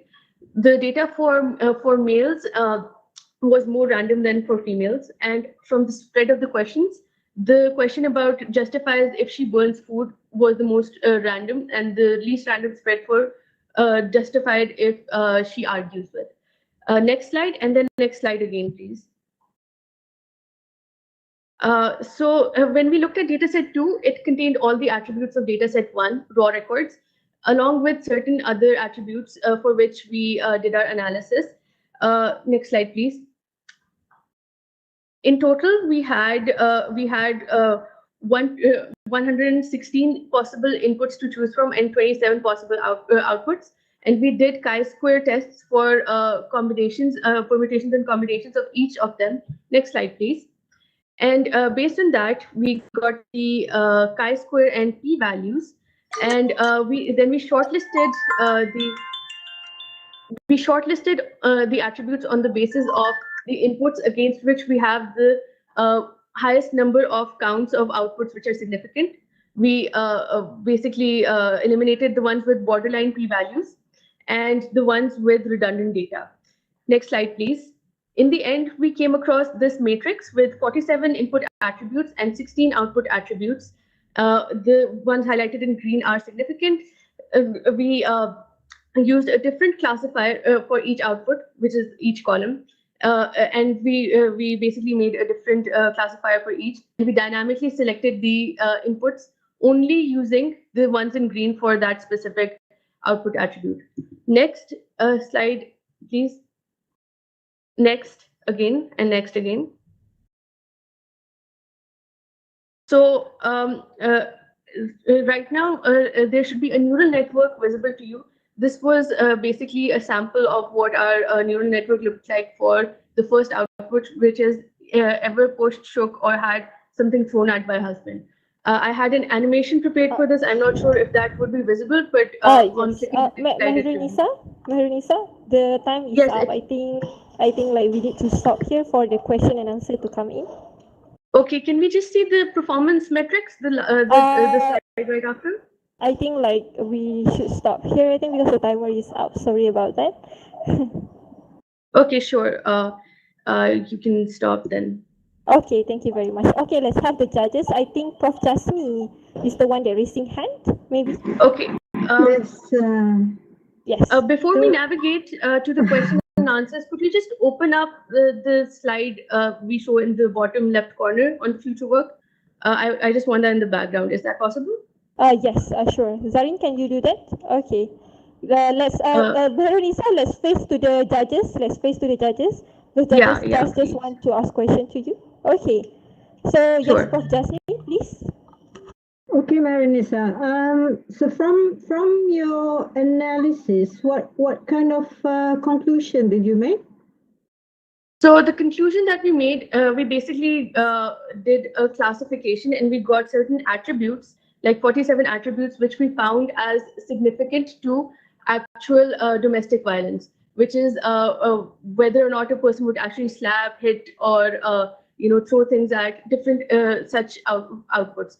And on the basis of that, we made our classifiers and we got a pretty good sort of performance evaluation on that, and it can actually be used with a little bit of refinement to apply to actual practical settings where we can actually use it to identify whether or not a couple is susceptible to violence based on certain inputs they provide for a survey, which an interviewer from an NGO can take. Thank you, Marunisa. So we have another question from another judges. Any question from other judges? No? Would you like Yes. Hello? Yes, please. Josh, I think who is speaking? Hi, this is Mark from EDB. If I may ask yes. questions to Team Merunisa, and thank you very much for this great presentation.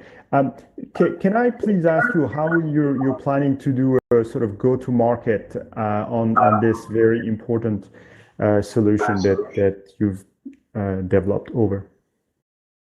Okay, so for that, we would like to engage the services of Digital Pakistan platform, which is basically a government and non-government sort of collaboration, and they basically provide platforms to new solutions, digital solutions which solve social problems. And through that, we would want to connect with different governments and NGOs such as Audit Foundation, Cust Foundation, all these entities which are already conducting population studies and other surveys to help women and to improve their lives and to give them capacity building and all such things. And we would want them to basically use our platform for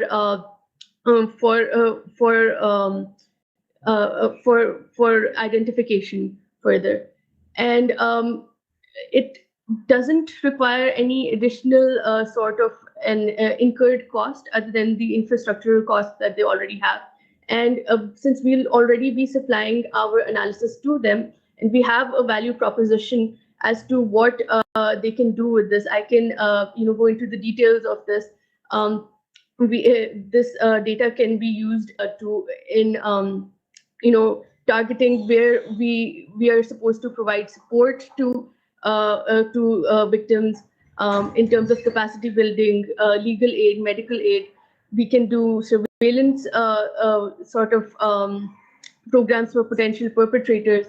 We can integrate our scores with our national CNIC system, which we already have a digital system, and that can appear with the person's citizen's profile like a credit score in a way to be used by recruiters and granting loans and things like that. So we can bring all of that into play. There's a lot of value proposition that we can offer without asking for a lot in return. So I feel that a partnership in that sense would be viable, and how we bring it to kind of like market. Okay, thank you very much, Mehrunisa. Thank you very much. So yes, thank you, Mark, for the very good Okay, I think that's all from the team too.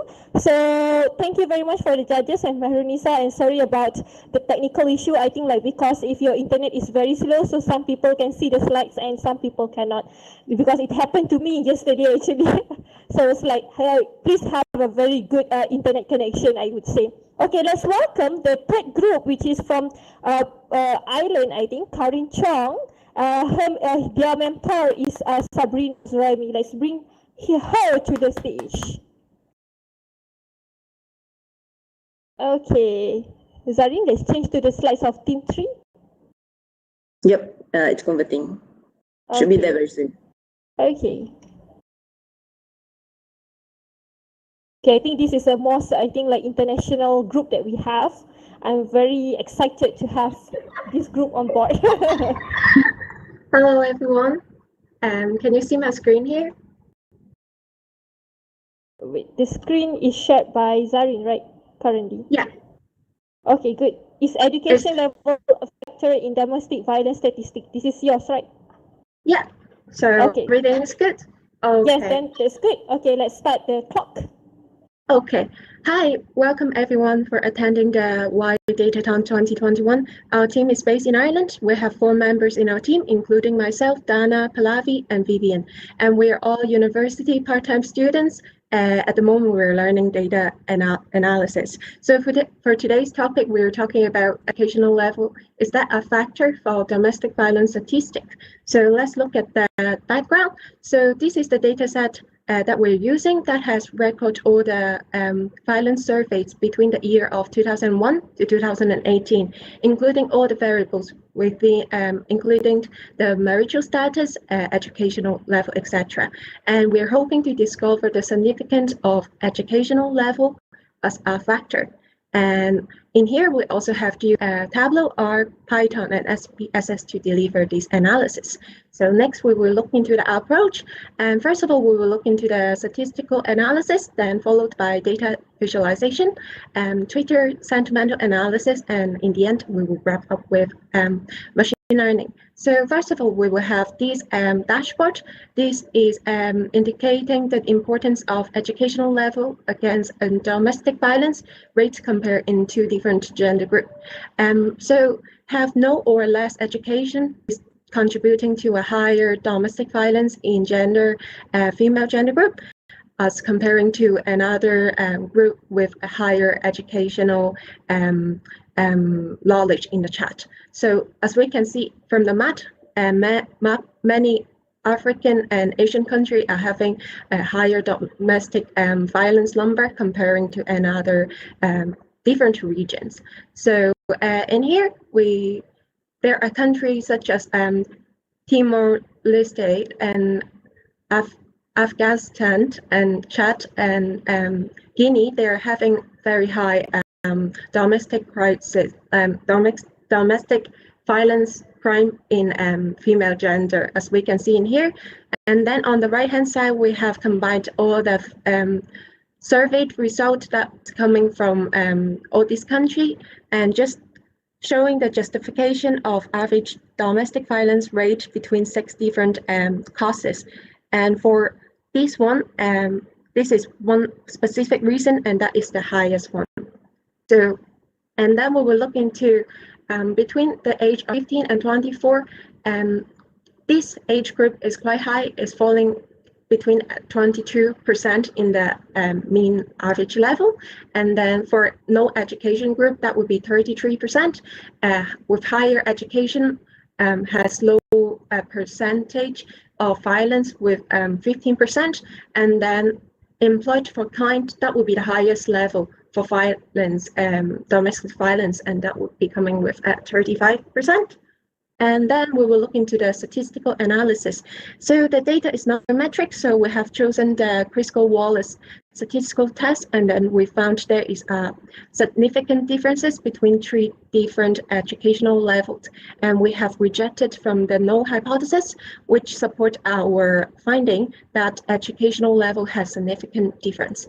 And then next, we will look into the correlation. We have performed a Speckman correlation test on the demographic responses versus value, and the correlation coefficient is minus 0.2 H2, and there is a level of statistically significant between two variables in our final findings, and two variables are negatively correlated. This if the level of education goes higher, the amount of domestic violence cases will be decreased. And then we will look into the regression model.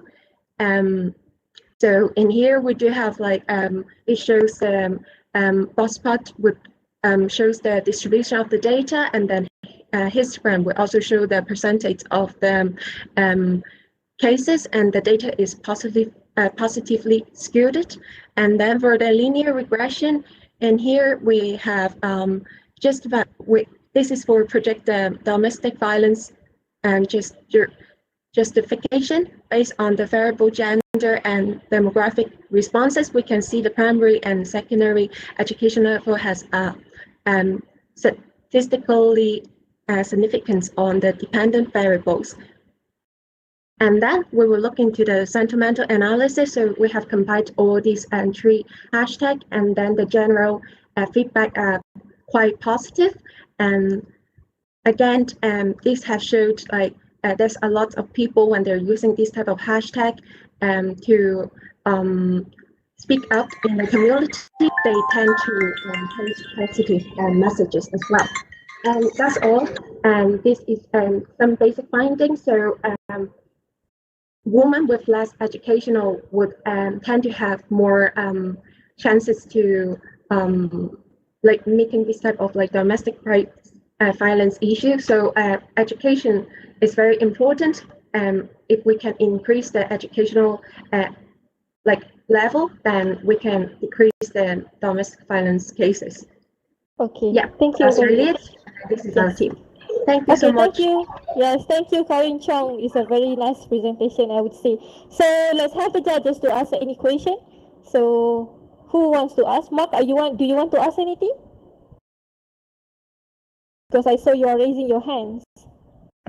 No, thanks. That was from the previous presentation, but I may as well. Thank you very much for this great presentation. Also, maybe to Karin Chong, if I may ask, in terms of technology, you didn't cover much, and I know it's a very short session, but could you talk a little bit about what sort of technology you're planning to use to implement this solution? Over. Okay, so first of all, we have used Tableau. We filter out the data, and then later on we have used R and Python, two different ways to do the EDA, because we're still a university student, and some are better in using R and other ones using Python. And then afterward, we also plugged in SPSS to do the statistical test. And then for sentimental analysis, it's R as well. So it's like combination of everything. All the tools. Yeah. Wow, that's very great. I was like, okay, thank you very much. So for another judges, do you have any other question? Yes, Prof. Jasmine. Thank you very much for the good presentation, Karin. What will be your next step to bring this result of your study to the community, to the leaders, and so on? I think that maybe we can encourage and helping the female community encourage, for example, just like Women in AI, we not only like promoting and creating this type of amazing event, but we at the meantime we can also like create like workshop, so can actually increase those type of like educational knowledge and like kind of like influence the next generation, and that education is very important. Yeah, I think that's a great idea, great approach, and we can take that idea along the way. Yeah. Thank you for the answer. So any other question? This is Bruce. I have a quick question on the Twitter data. Yeah. How the Twitter data is relevant to, because Twitter is probably not used in the demographics that was in the original data. Yeah.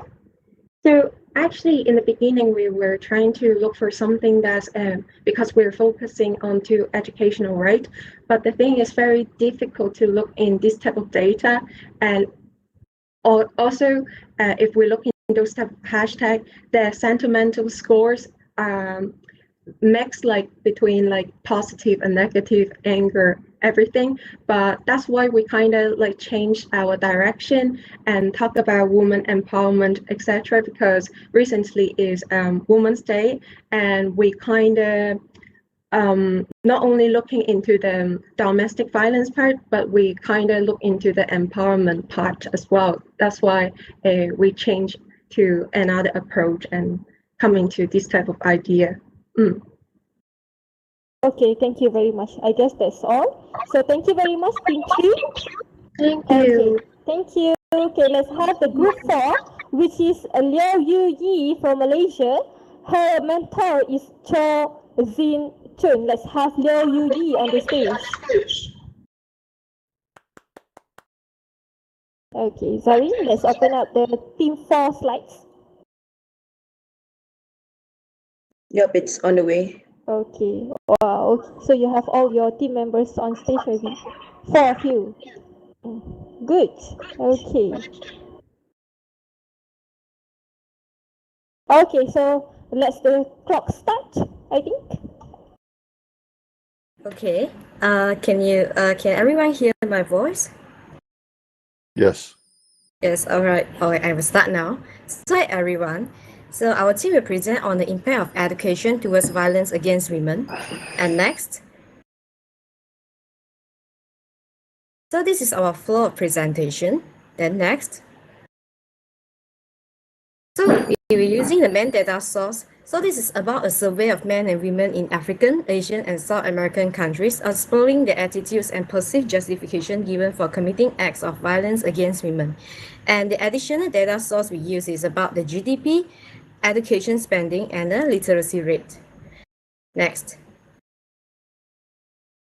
So this is our findings. So we can see how the education impacts the domestic violence, gender equality, and the perception of domestic violence. So I will leave it to Chin to present the first finding. Next. Next. So we have found that the maximum average percentage for agreement on justifying violence against women is 71%. And this value is used to determine the quota. X-axis, which is quota, and Y-axis is extra data that we can find, which is the low education spending, GDP, GDP per capita, and literacy rate. And the average value is agreement of domestic violence in survey.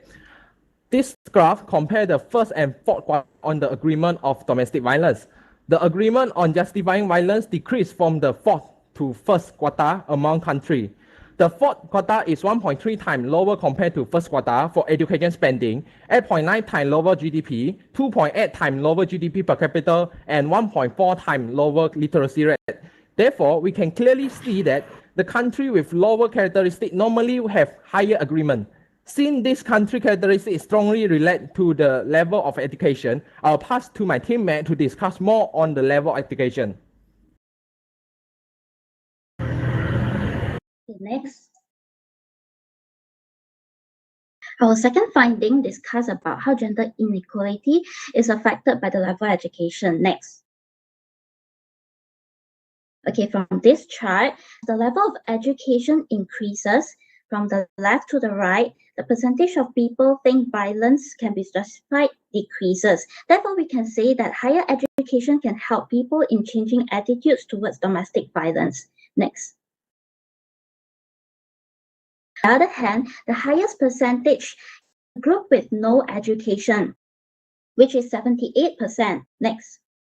Since gender inequality is a root source, it proves that gender inequality is the highest in people without education. And this chart shows that the difference between male and female in justifying violence.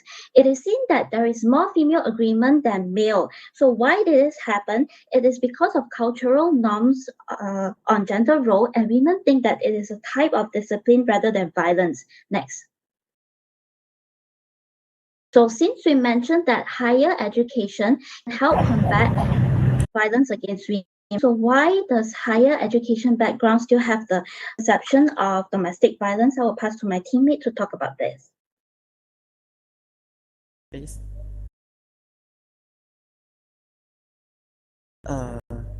Next. All right, I will answer the question left by my teammates. So next. The reason for the problem, this problem is due to the problem in implementing character building in education system. According to Tosif Rahman in his research report, that includes 1. Government failed to implement character building in education system, and 2. The changing social norms as it is now navigated by the philosophy of moral relativism. Next slide. Next. Next slide, please. All right. In addition to that, an individual mental health of inmate partners will also cause the increased risk of domestic violence. According to another research, mental health issues such as depression, anxiety, bipolar disorder, and vice versa will increase the risk of domestic violence towards women. Now I will leave it to my teammates. Okay, so based on the insight we have discussed next.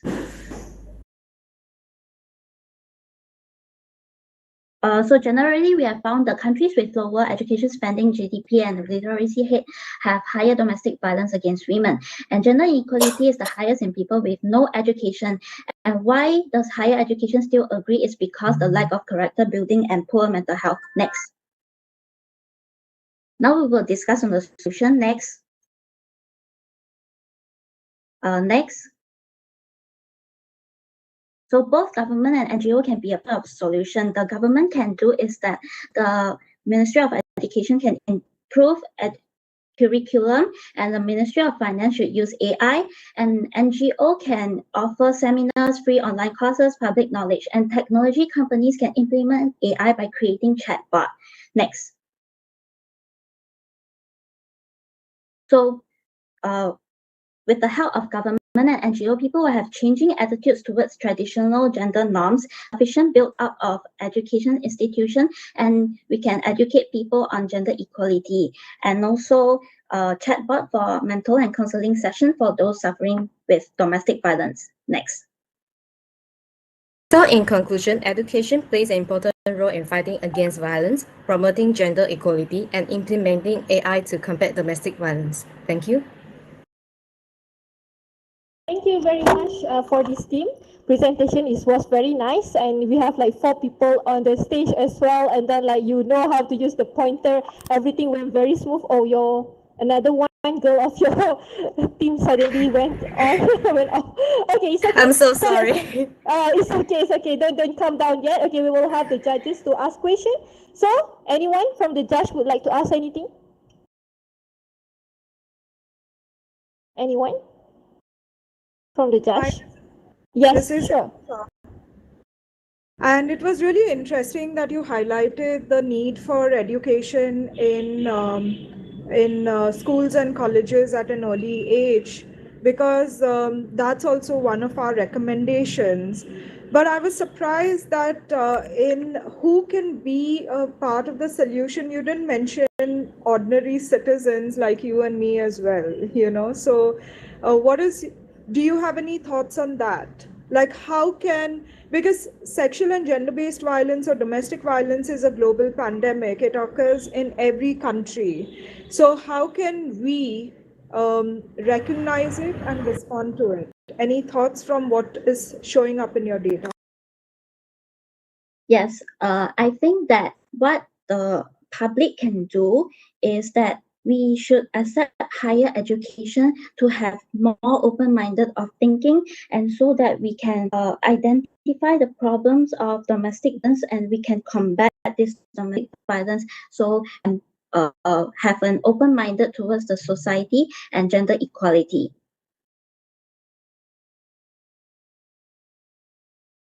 thank you. So let's have another question from the another judges. Anyone from the judge? What are some of the potential limitations in your analysis, as well as the data sources? As you know, if any piece of analysis or AI work is entirely reliant on the quality and quantity of data. What are some of the potential limitations in this?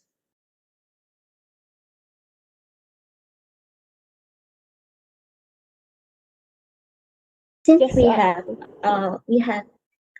we have suggested to implement AI, so the data that is we should further improve adding more data sources to the chatbot, like implementing AI chatbot by curbing the depression in women, like collecting data and monitor trend that can help the chatbot to help deal with women in domestic violence. Yes. Okay, thank you very much. So is there any more question from the judges? Okay, if there is no, then that's all from the team 4. Thank you very much. And the public chat I have shared that our dashboard, maybe you guys can take a look. Yeah, Okay. that's all for our presentation. Thank you. Thank you. Okay, now let's have the 5th group, which is from India, Soumya Bhardwaj. I hope I pronounce your name correctly. Her mentor is Dr. Aaron Sibel. Okay, let's welcome group 5 to the stage. Okay. Hi everyone. I'm not sure how to navigate back. Okay. Soumya, you need to go to the stage. Okay. Yeah, I got it. Okay, good. So, okay, let's have the slides for the team 5 on.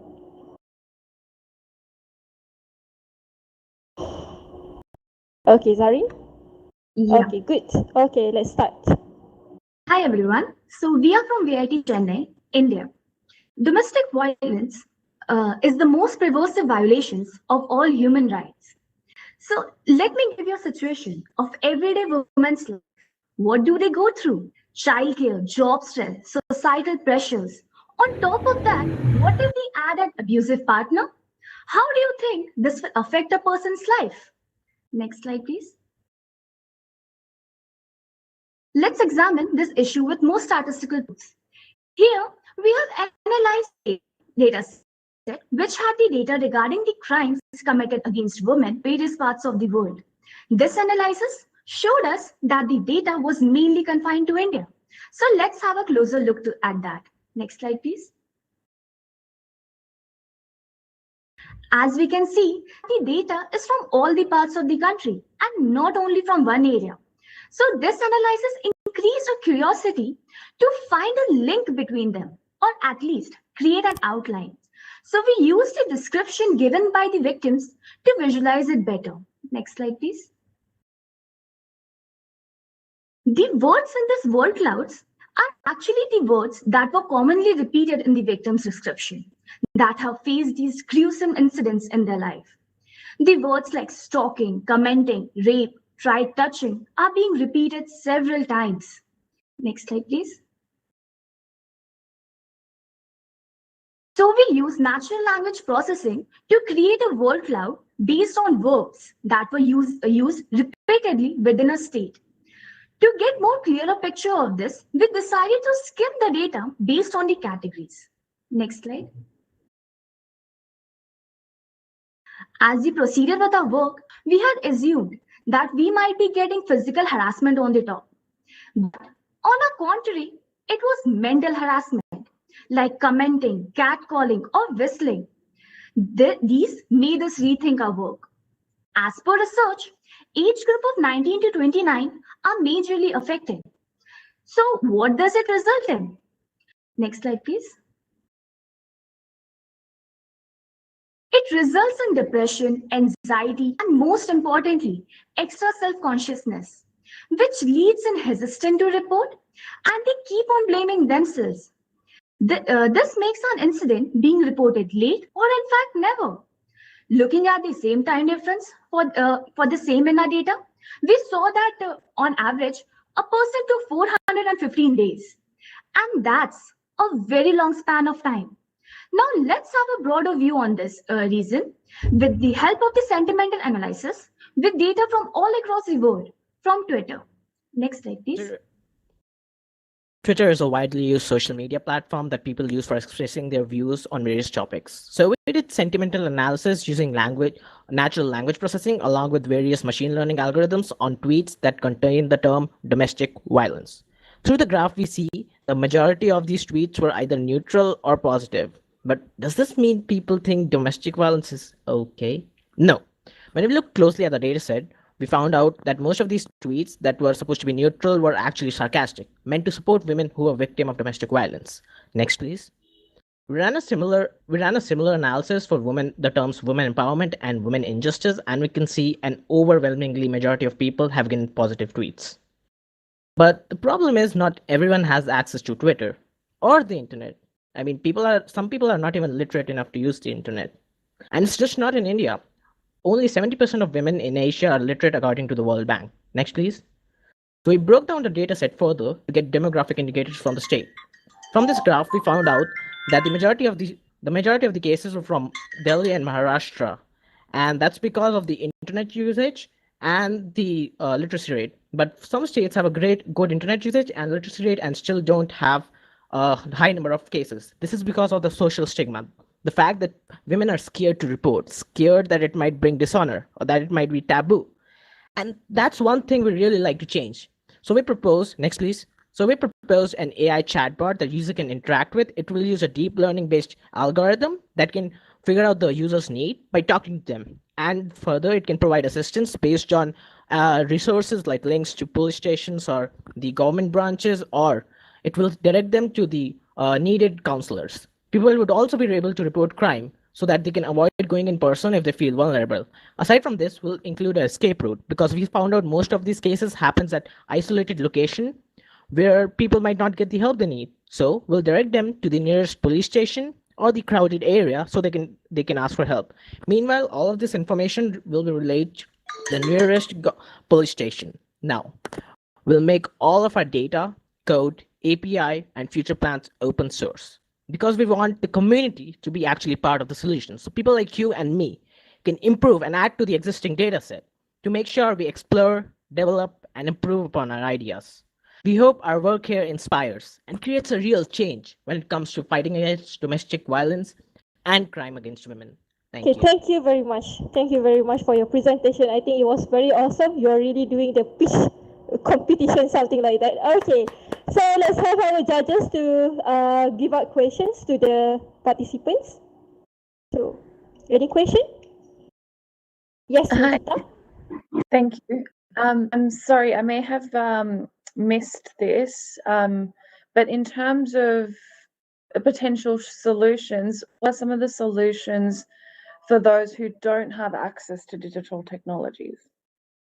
So we'll link to NGOs and government branches so that people who are not literate enough can actually go to a nearby close branch where they can report this anonymously or depends. But so in case they don't have access on their phone itself, they can go to a nearby branch and they can speak in the language that they know. They don't have to speak in English. We'll also try to add more support for different languages, different regions.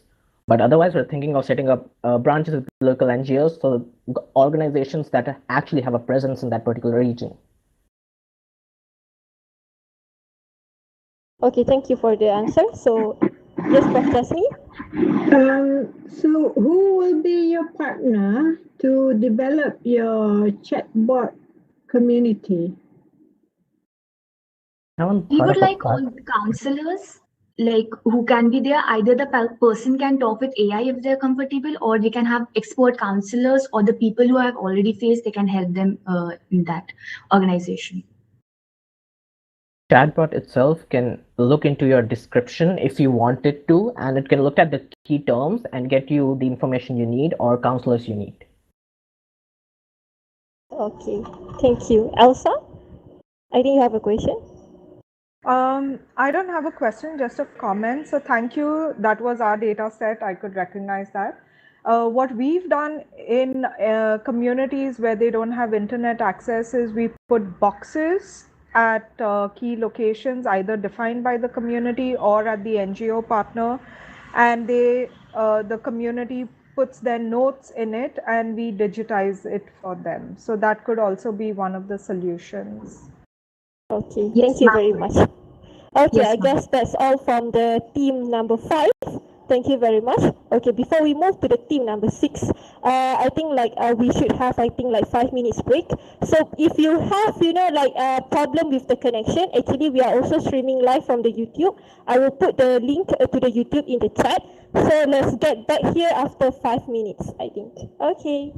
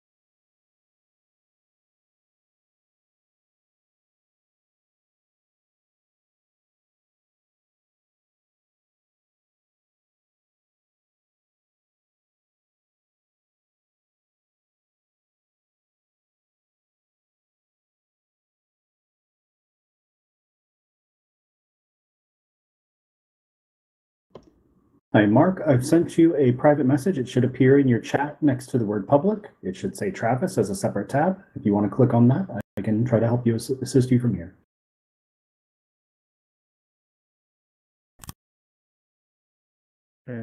Thanks, Travis.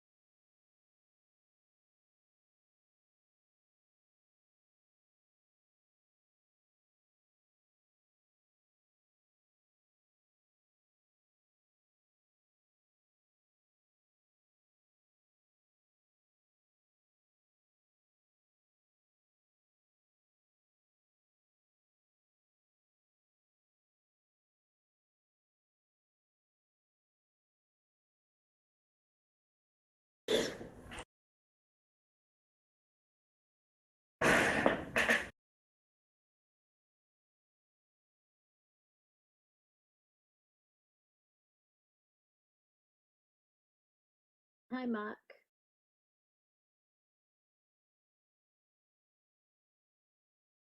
Hi, yes, Mark speaking. Hi, Travis has just sent you a message. If you can please take a look at it. Yeah, I'm seeing it. The problem I'm facing is not for the presentations per se, it's what's happening in between. Yeah, is it the Google? Yeah, it's asking like yesterday when we were in a separate room for me to sort of validate things, but I can't interact with the screen on the main stage. Okay, for I've whatever just reason. made you a presenter, so you will be okay. able to, but you need to log out and log back in again, and then that should fix the problem. Okay, let me do that. Thank you very much. Okay, thank you.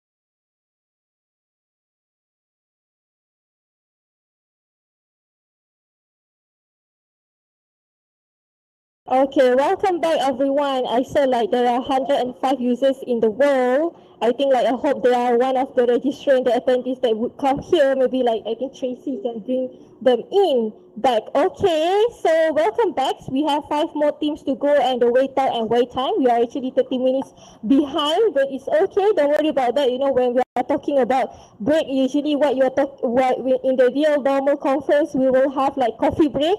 You will have some sort of cookies, coffee, and everything. Like if the lunch break, you have a very delicious food, but unfortunately we are virtually having it. So I hope when we have a break, then you guys can bring in your own snacks in front of your PC so that you can enjoy your break very well. Okay, let's. I think like I got an information from the organizers that Group 9 and Group 10 didn't send their slides until now. If you didn't send the slides to our organizer, your slides is not going to be up on the screen because we are the admin that can put up your screen to the your slides to the screen. So please send your slides as soon as possible or else you can't present anything. Okay, let's move to Group 6, which is from Malaysia by Anis Farhani Abdul Ghaffar.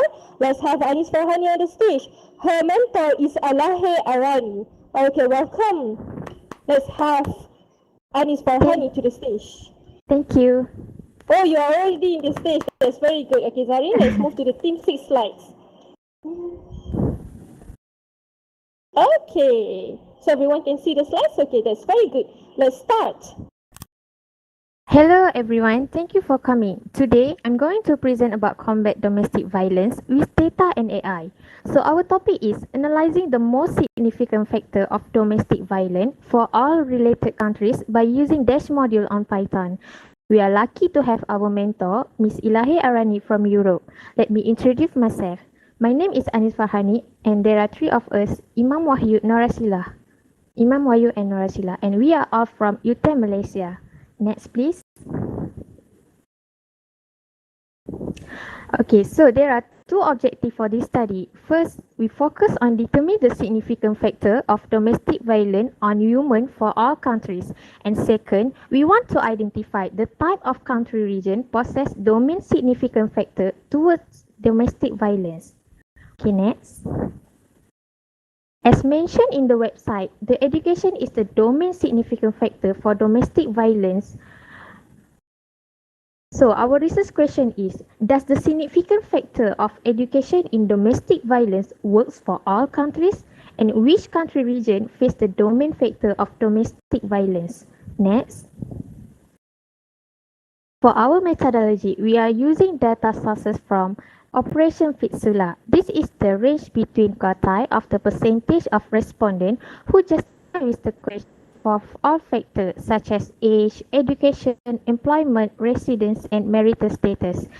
As shown in the block spot, set of data fall around 10 to 30% on the interval scale. Next. This is the step for this study. Firstly, we collect the data from Operation Fitsula dataset. Step 2, we filter the dataset by their country, gender, demographic question, and question. Then, we implement the dash module on Python to calculate the mean of the value for each demographic question. After the result is obtained, the highest mean will be chosen as the most dominant factor for each country. At this phase, step 1 until step 4 will be repeated for all countries. The process continues by organizing the data by classifying them in pivot table. As for the result, it will be displayed on map and charts. Next. Okay, this is the result for this study. The first map is for the female respondent and the second map for male respondent. For the map from male respondent, we can see that most of all countries have education as the most dominant factor.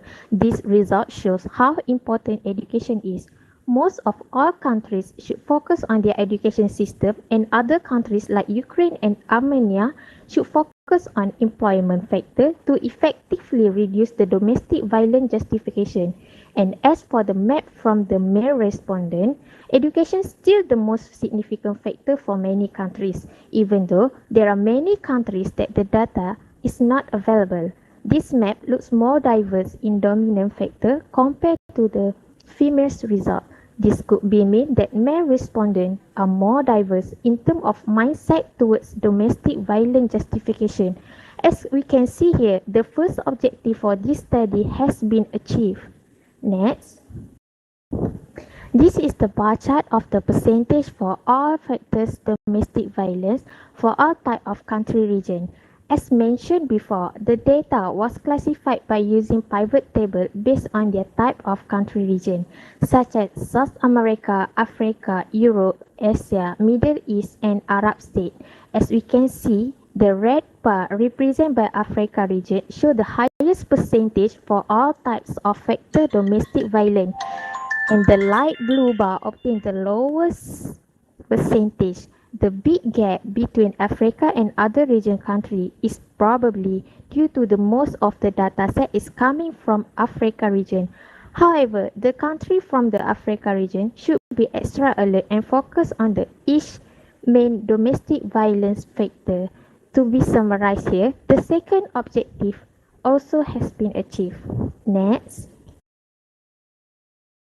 For conclusion, summarize that this study analyzed the domestic violence based on various factors. Most countries have education as the most significant factor, but due to difference in culture and countries' characteristic, there are a few countries that their significant factor is other than education.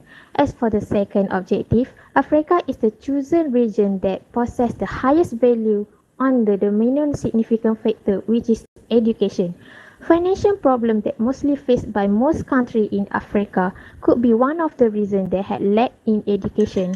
Last but not least, all countries should not focus only on education as the factor of domestic violence, but also focus on all issues related to them. An organization like Women's Aid Organization should focus more and help Africa region since they require extra effort. I think that's all from me. Thank you. Thank you very much, Anis Farhani, for a very beautiful presentation and very clear to understand. So let's have our judges to ask any question. Hi, this is Bruce. Yes. My question is in your those previous slide where you show Africa being extremely high. You didn't normalize the data, but because Africa had the largest amount of data, that is what showed. Did you think about normalizing the data instead?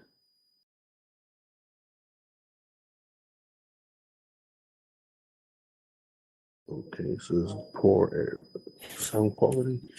I think we can hear you. So Anis Farhani, you can hear what Bruce is asking, right? It's not clear actually. Oh, it's not clear. Bruce, can you speak Okay, again? so let me try again. So the in your previous slide, you had Africa as the highest. That's because the data provided had mostly African data. So did you think about normalizing it so that compared to the amount of data received? Yeah, I think that method is actually applied for this data. So we are thinking for our further study, maybe we can apply this method on other data that will be that have more equal size of each region of country. So yes.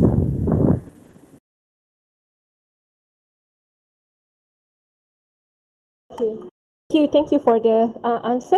So any other Bruce? I was like, I just realized you sit a very back behind. you should sit in the front of the seats, like the first row for the judges actually. But it's okay. So let's have Okay, I'll move another. up.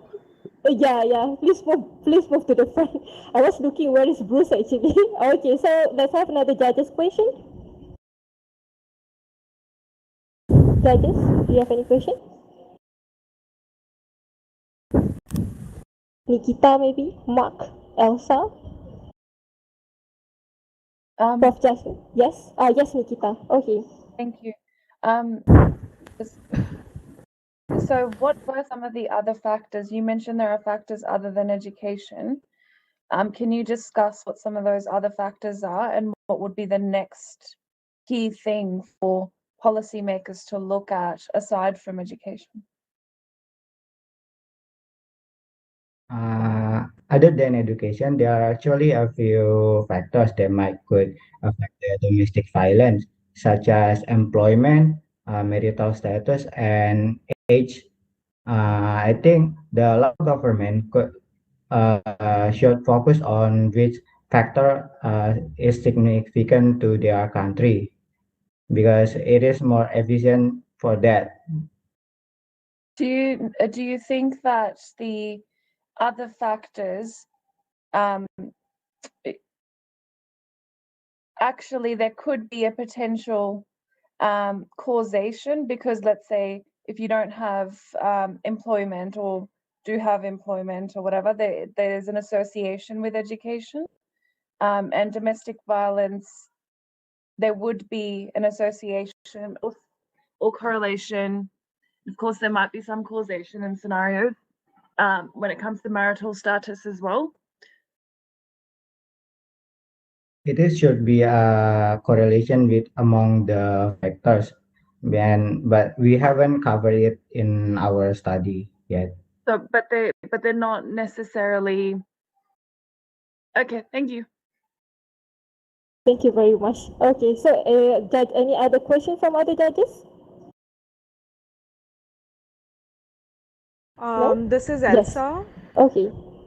Hi. So education, the lack of it keeps coming up all the time, and this is again a comment, but also if you want to explore it further, to study how much of investment is actually made in educating people on this topic, or how they can prevent it, or even what are their rights-based what are their rights and what are the formal systems to report. So for example, I run a non-profit, and it's really hard to get people to even fund these kind of programs. So one is it's an invisible problem because of the lack of data. And when you do have the data, it confirms that it's widespread and there is a need for education. So I was wondering if one of you could take that up in your future projects as well. Thank you for the advice. Okay, thank you very much. Okay, so that's all from group number 6. Okay, thank you very much. Thank you. Okay, let's have applause for them. Everything was like, okay. Next, let's welcome group number 7, Maslia Adias from Malaysia. Her mentor is the Basmita Das. Let's have her on the stage. Okay, Zari. Okay, so let's move to the group number 7 slides.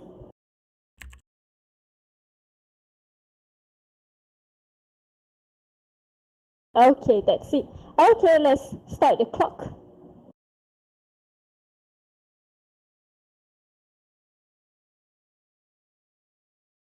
Maslia team, I think you can start now. The screen is black, by the way. The screen is black. Can you? I think like I can see the screen. Anyone? Everyone here can see the screen. It's black. I can see. It's black. Yeah, it's black. Yeah. For Nisa, Kamarudin is black. For Maslia, it's also black. I can see this current slide. Nursery, is this uploaded or screen shared? This is uploaded. Would you try screen sharing this one using PowerPoint from desktop, Google Slides and Browser? All right, I'll try that. I can see it. Oh, great. Thank you for the confirmation.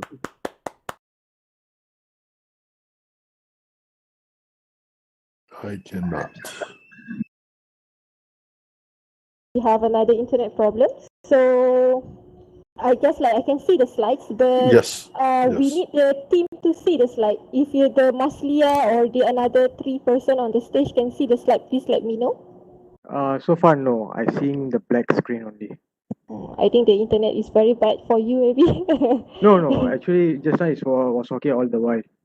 And my place, I don't have any internet connection issue. Okay. Refresh the screen can solve the problem, Kaiser said. Maybe, don't know. Zarin, you are trying to screen share, right?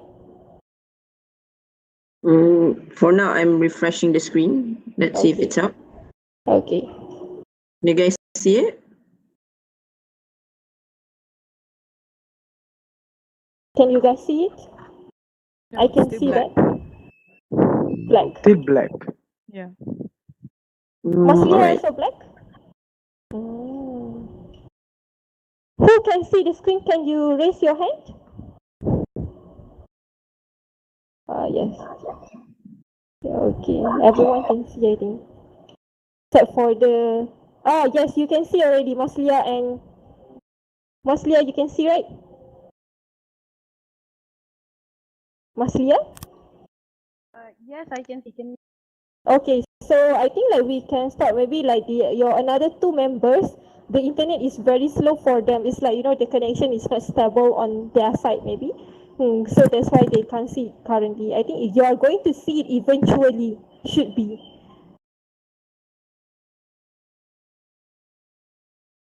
So can we start, Maslia, or you want to wait for the other 2 to be able to see that? I think can start. Can start. You can proceed. Yeah. Yes, okay, Maslia, let's proceed. Maslia, you okay? Hello, Maslia.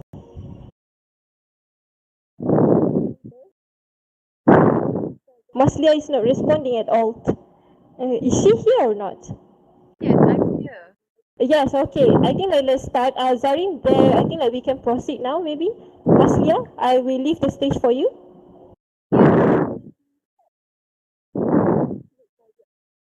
Hello. Hello. Yeah, I can proceed. Hi.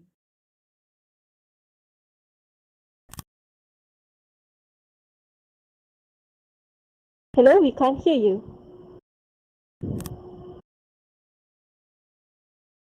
Hello. We can hear you. Okay, Maslia, can you try to speak something? Hello. Okay, good. I can hear you.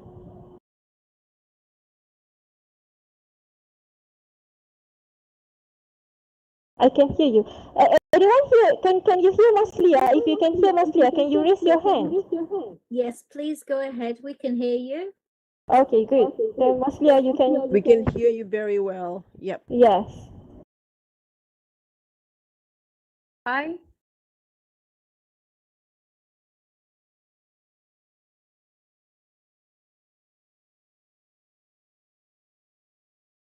Maslia, we can hear you, so you can start. Yeah, I already start. But I didn't hear anything like you should start presenting. Yeah, I already start. You. Okay, yeah. Start presenting, I think. Okay.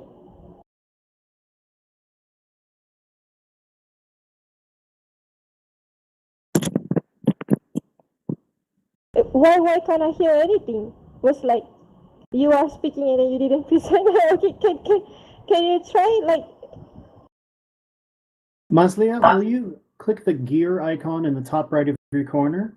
Once you've done that, it'll open a menu, and if you'll click reinitialize voice, if anyone else is having any intermittent voice issues, you can do this as well.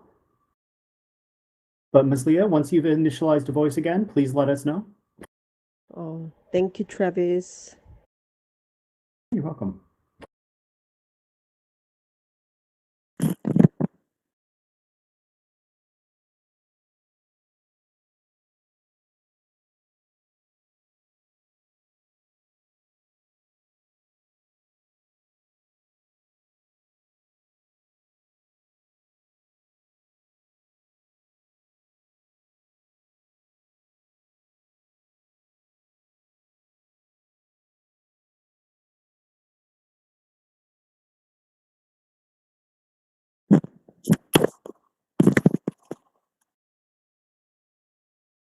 so Maslia?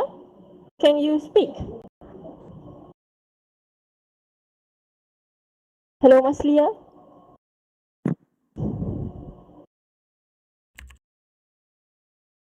For the another two team members, can you see the screen or is still black?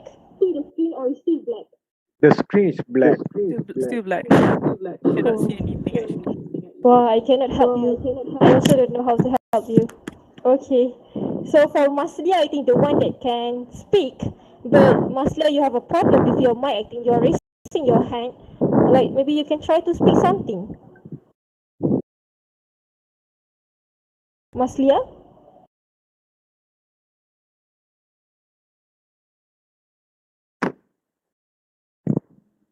Okay, what should we do now? I think like maybe we can move to the group 8 first and then have you guys like maybe I think like will be much better if Maslia and the team members log out, like close the Verbela and coming back again. That will be much better, I think. Let's move to group 8 first, I think. Sure, Miss, will do. Yes, okay. Let's have group 8, Fatiha binti Shu'aib from Malaysia. Her mentor is Samantha Walker to come to the stage.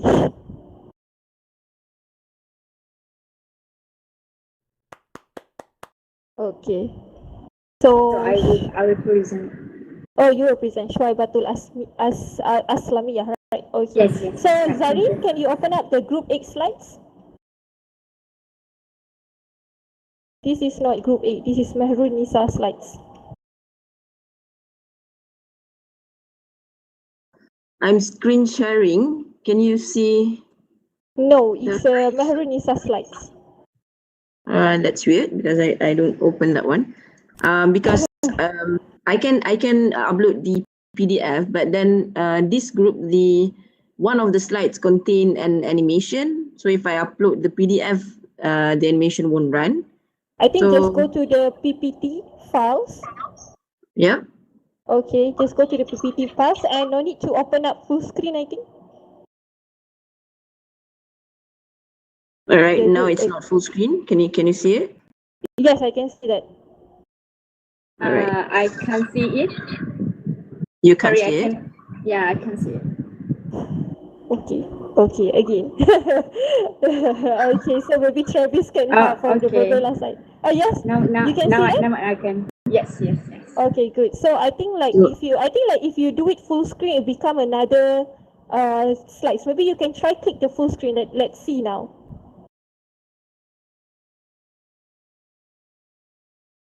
Okay, if it's full okay. screen, it's not full Yes, screen. it's still Yeah, it's I good. can. Okay, good. Let's move to Right, the so slide. I'll navigate from this, yeah? Okay. Okay. Okay, so let's start, I think. Okay. We are shocked and devastated when we get the survey data from the organizer. Screen, please. Next slide, please. So the data show the distribution of respondent of Asia countries, but where is Malaysia? Next slide, please. So domestic violence is a crime that happens worldwide every day, every hour, every minute, or every second. Anybody can be a victim or the abuser. It might be our friends, our family, it could be me, or it could be you. And maybe we are not the one that facing it, but maybe we the one that commit it. So our main goal in this project is to bring awareness of domestic violence in Malaysia. As I mentioned earlier, there have no Malaysian respondent from current sample. So we would like to propose a platform to educate Malaysian citizens and minimize domestic violence in Malaysia. So why this is very important to Malaysia? So as we can see, the cases of domestic violence reported in Malaysia, according to Royal Malaysia Police, so the graph shows the number of cases and the trend of the data unsurprisingly worrying. Next slide, please. So we would like to present to you our approach to bring awareness by using predictive modeling and through visualizing data from a survey. Our main focus is Malaysia. However, because of a limitation of the dataset, we will show to you our finding using the dataset given by the organizer, and we leverage the pattern for recreate the Malaysia dataset in future. For your information, we use Asia continent dataset because there are some similarities between these countries with Malaysia. Next, please. So here is the dashboard that we are invented. So the dashboard visualize the data of a certain factor associates the domestic violence and the number of respondents that justify the act. So from here, we can pick our demographic factors such as age, education, and so on. And next, we can pick the country that we want. And it will show the graph plots how many respondents justify the domestic violent action, with a blue for female and red for male. Next slide, please.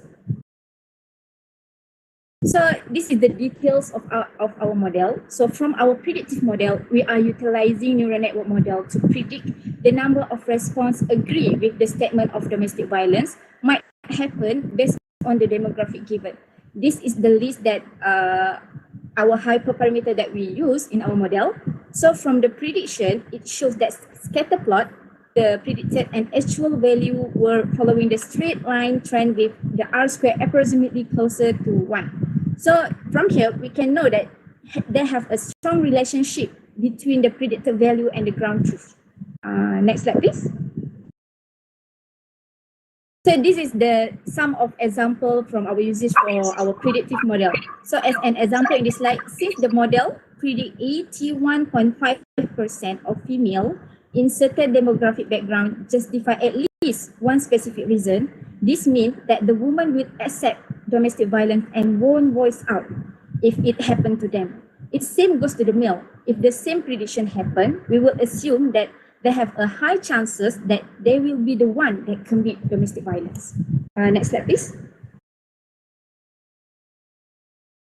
So our target in this model is to help some organizers such as government or non-government organization to predict which area or demographic that they should focus more for the awareness move. Our motive is to recreate the survey and train it with Malaysia dataset, which will cover more of the Malaysia behavior such as states and races, as Malaysia is multiracial country. From this dataset, we can produce our own dashboard and our own predictive model, which can help government or NGO to do microscopic targeting in Malaysia.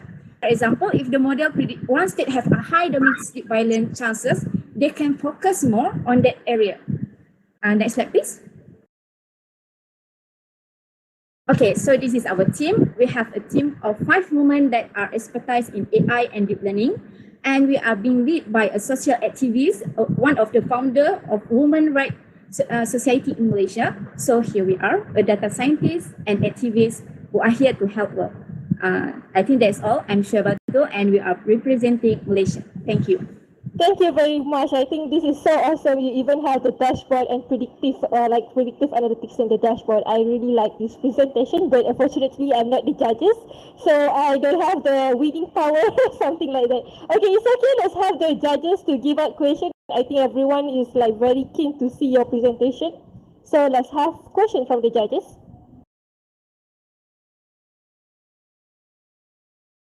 Any question from the judges? Yes, please.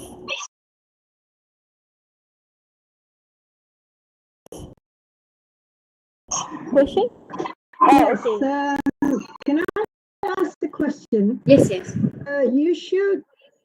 You showed some data from the PDRM. Yeah, right? that's right. So did you not get the full data, and you didn't get to analyze that one?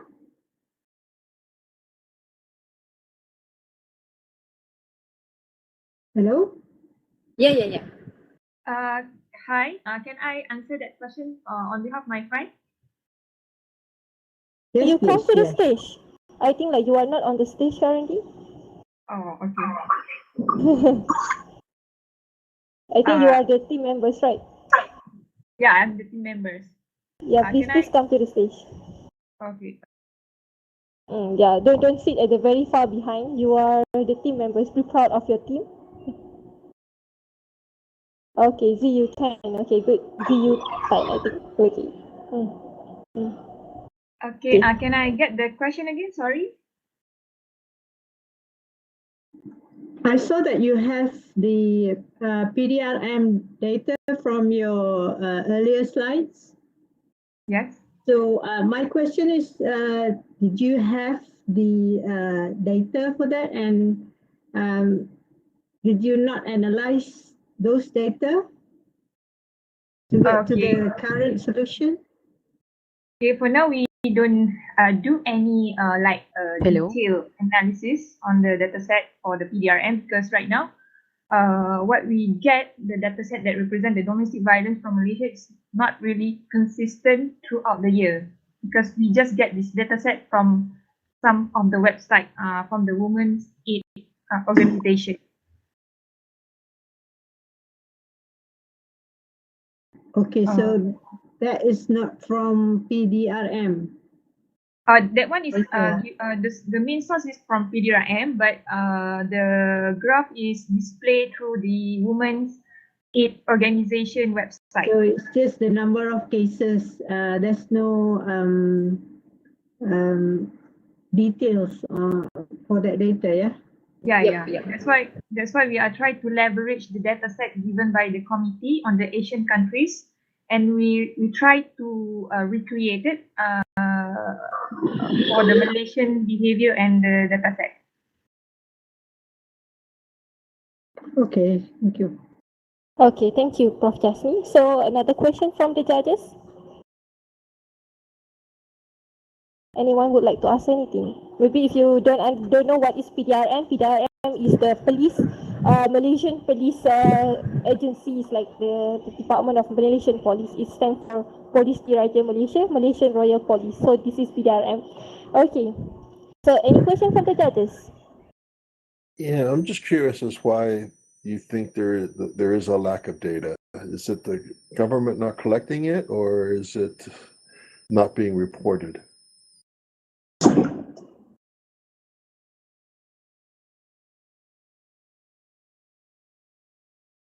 Yes, anyone can answer from your team?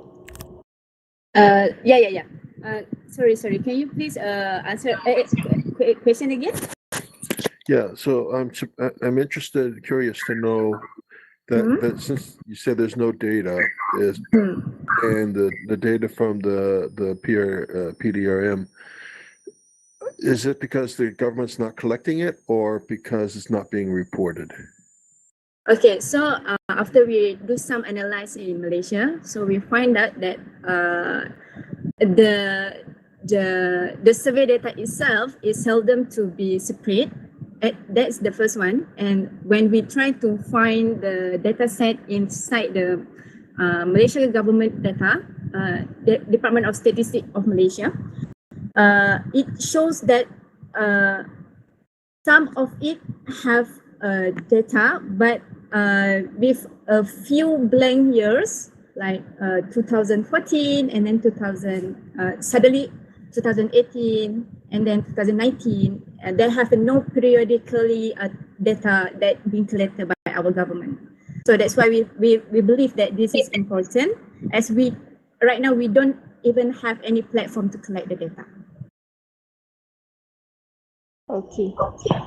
So yeah, thank you. Okay, I think like Prof. Asia Hanum didn't ask any question from just now until now. I think maybe Prof. Asia Hanum, do you want to ask anything, Dr. Asia Hanum? Are you here, Dr. Asia Hanum? Yes, thank you. Thank you. I would like to ask a question. Did you encounter any missing data while you were collecting it, and how did you make up for that? Sorry, your voice is slightly echo. Can you repeat again? Yes, sure. I was just curious. Did you encounter any missing values in your data while you were gathering the data, and how did you make up for the missing values? Since we are using the Asian continents data from the Women AI Datathon, so based on Asian continent data, there's no any null entities for every single features.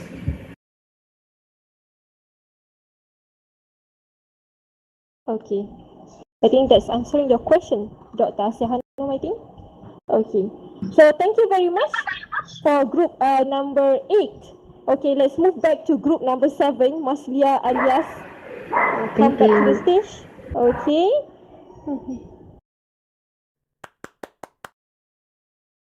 Okay. Shuaibatul, I think you can move down to the stage, I think.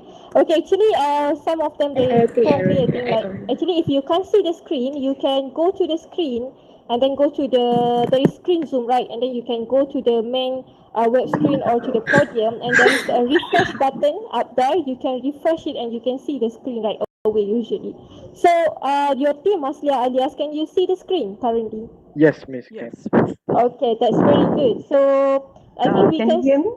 Yeah, I can hear you. Okay. Thank you. Okay, let's start. Okay, hi all. Feminism isn't about making women stronger. Women are already strong. It's about changing the way the world perceives that strength. With that quote, we will start our WaiDatathon Combat Domestic Violence with Data and AI presentation. Next. According to WHO article dated on 26 May 2020, it is stated that the majority, 55% to 95% of women survivors of intimate partner violence or sexual violence do not disclose or seek any type of help or service. So we have taken this data to have a glimpse of why we are having such situation. The data is the result of survey on 70 countries, 6 questions which is categorized into 5 types of demographic, which is location, education level, marital status, employment, location, and age. Next. We started with performing data distribution based on acceptance on domestic violence by country according to percentage. Next. And we have performed comparison of domestic violence acceptance based on top 5 versus bottom 5 country based on percentage. Next. Then we perform an analysis to check whether this is related to gender. The pink one is actually for women, is a percentage from women respondent, and the other color is actually the percentage from male respondent. Based on analysis, we can see that male respondent have lower percentage that agree to domestic violence compared to the female respondent. Next. We continue to analyze the impact of education level upon the agreement on domestic violence, and that we found out that each level of education has significant percentage on agreement on abuse against women. Next. And when we perform comparison between respondent with higher level of education in Timor-Leste versus respondent with no education from Peru, it shows that respondent with no education from Peru have much lower percentage to agree on abusive compared to high level of education from Timor-Leste for all of the questions. Next. Next again. We continue to analyze the pattern on the rest of demographic by performing correlation tests. Based on the matrix spot and correlation test, it is shown that there is a strong positive linear relationship between the variables. Next. We also perform hypothesis testing using chi-square test on education to see its influence on the result of the survey. And we found, based on the hypothesis testing, we found that there's no association between the outcome and the level of education. Next. And we have performed similar tests to the rest of the variables, and we found that statistically the outcome is not affected by the variable. In layman terms, regardless what background they came from, it doesn't affect how they perceive the domestic violence. It is all about mindset. Next. In order to combat this, we propose this solution. Next. We need to create a robust system to monitor, intervene, and improve high-risk personnel. The conceptual flow is as attacker image via live streaming video and audio. AI facial expression measures muscle point on the attacker face via the camera and identifies emotion. Second is electric shock generator. Pop up within 3 to 5 seconds when victim discreetly presses the trigger touch. A mini teaser which affects the attacker by produce triboelectric generator. The third one is inbuilt warning bell speaker. User talking to voice assistant like Siri, Google Now, and Alexa automatically achieve activated screaming alarm and out for people for help. Intelligent safety system send alert to emergency contact and local police station which the GPS coordinate victim location using preferred IP address. Last one is mobile application. Once notified, the emergency contact open the message to see the victim exact location via GPS in addition to receiving the live streaming audio and video from the scene. Okay, thank you everyone for listening, and we wrap up our presentation. We open for Q&A. Okay, thank you very much. I think, wow, it's a very nice solution. AR, right? Yes. Thank you very much for thinking about this. Oh, yeah, Mark, you have a question. Good. Thank you very much, team. This is a very interesting presentation. I'd like to ask you a little bit about privacy. You're planning to use inbuilt HD camera, etc. Can you speak a little bit about how you cover a privacy-related issue? Over, please.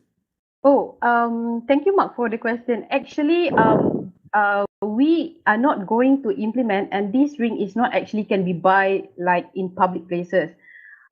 We have actually the first phase is actually our the first phase whereby we have identified a certain group of people that is proceed for the during the identification phase. For example, the domestic violence survivor, the woman with high risk, and identification using social media. And actually this AI thing is only going to be given to these people if they have any indicator that they are having this issue. Okay, thank you. So is it answering your question, Mark? Okay, thank you. Okay, Sure. next, can we have any other judges to ask? Other judges? Hi, this is Bruce. Okay.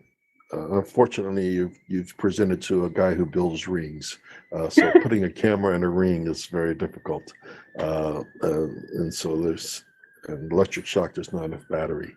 But the concept is understandable. So probably a bracelet would be better. bracelets are acceptable in many cultures. But my question is back to your, the awareness. How do you build much more awareness than wearing a wearable? Through all these presentations, I'm just trying to figure out this one problem of awareness. And whereas I see in most countries we don't have awareness, or we don't have that ability. How do you think of solving that problem?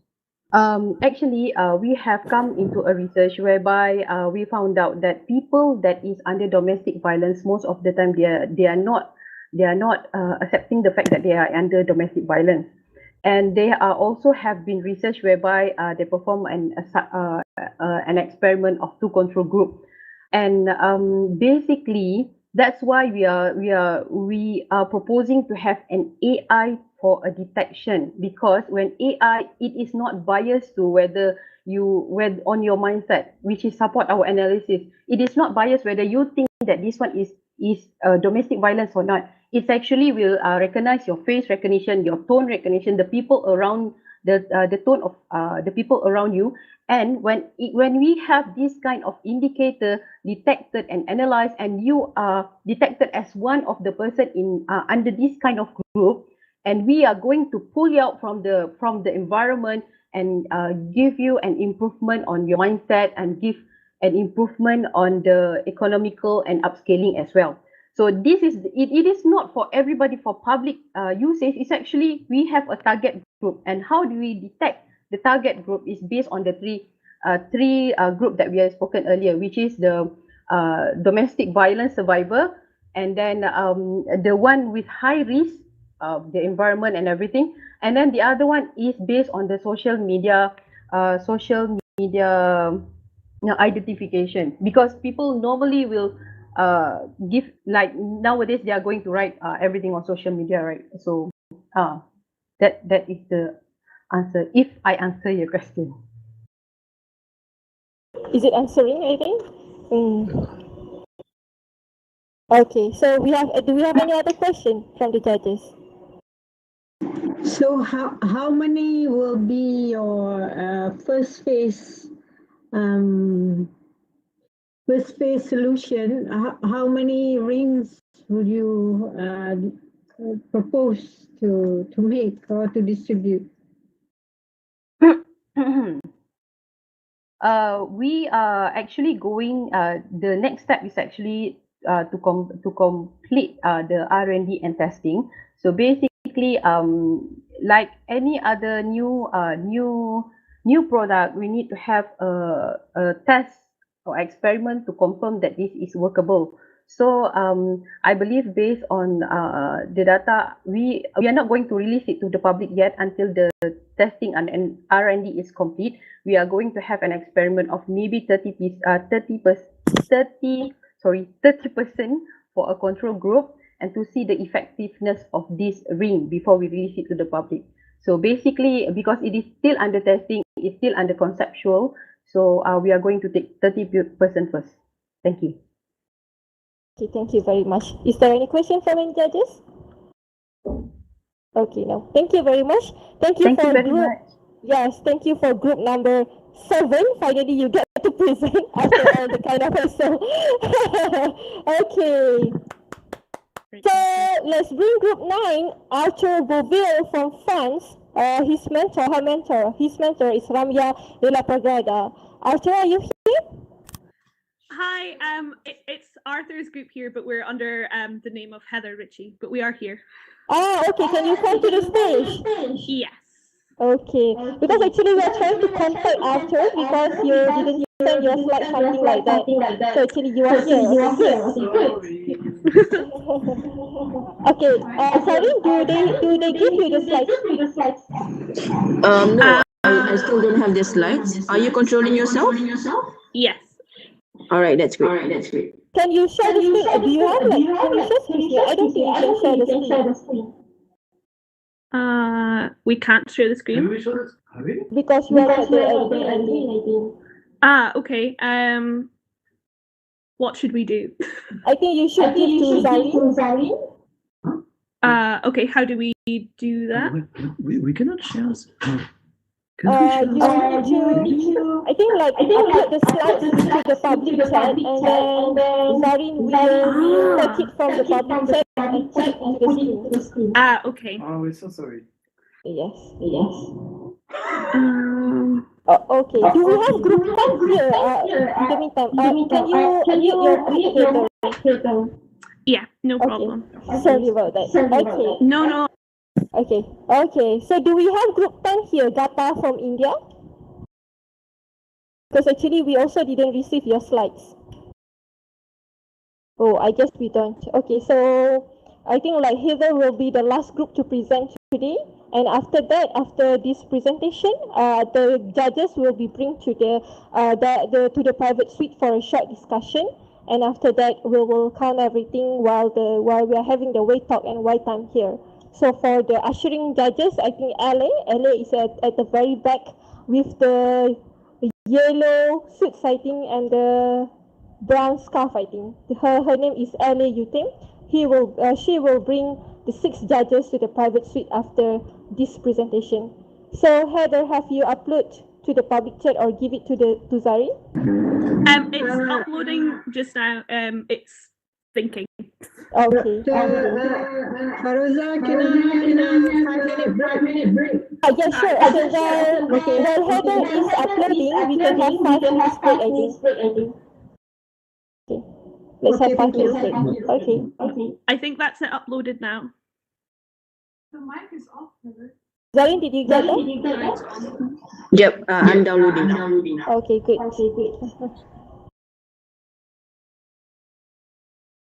Okay, we will have 5 minutes break. We will be back at 3:10 p.m. Malaysia time. GMT plus 8. Oh, it's very difficult to have this kind, a conference with different time zone. I hope, Mark, you are still not sleepy. You already wake up. I think it's already 10 a.m. in the morning, I think. We are very sorry to have you very early in the morning. I really appreciate for those who are coming from the European continents like Tracy, Tracy is currently in the UK, but she's here since the morning. So I was very impressed with all the supports that the persons from out of the time zone that coming into these events. We are currently have 55 users in the auditorium. We are very happy to have you. I think the European already wake up, that's why. And then we are actually having live in the FB, Facebook, and also YouTube for another solution if you can't even see anything in the slides, or even you can't log into the Verbella, because we have this kind of issue, I think, because you need to download the Verbella usually 1 day before and make sure everything installed, then you are able to do this.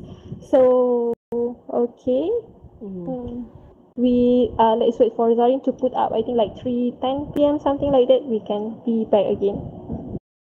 Actually, if you are away, you can do something like lenient. If you can see there is a lenient yen here, you will see this kind of clock on top of her head. If you can see her, lenient is actually because she set the status from you can click the status of your name, and then you can set it as away. Actually, if you can connect with every other people here, for example, you can connect with other people's name. You can click their profile and you can see who is these people. If you click to my profile, you will see who am I. I'm from Malaysia, so I'm also a data scientist in a multinational company. It's a semicon company, and I'm also the COO of Ever AI Technologies, one of the partners for this program. I'm also the Women in AI ambassador. So you can see my details if you click to my profile. And then if you click to other people's profile, you can see who is that person. Like Tracy. Tracy is the founder for VRHDI. She's the virtual trainer. So you can see her avatar, 3 avatar in this place. One in the private suite, in the campus, and also in the auditorium, so that she can help you right away. So if you click on the Angela Kim profile, I think Angela just put she is as the AI scientist, something like that. So that is how you can connect with each other, because I think during the networking session, it will be a very great time for you to talk with other people, to have a very good networking session despite of the virtual event that we have here. And Heather, I think you I know you want to see the slides. Maybe you can stand at the very, very corner place instead of doing. You can see like maybe Heather cannot see herself as like currently being, a normal human cannot do that, but our avatar can do that. That's a very interesting thing. I would say Verbella is a very nice platform. It's a very nice thing because you get to be in the, like in a real session, even though it's not really real. You need to find a very good seat spot so that you can get a very good view of the stage.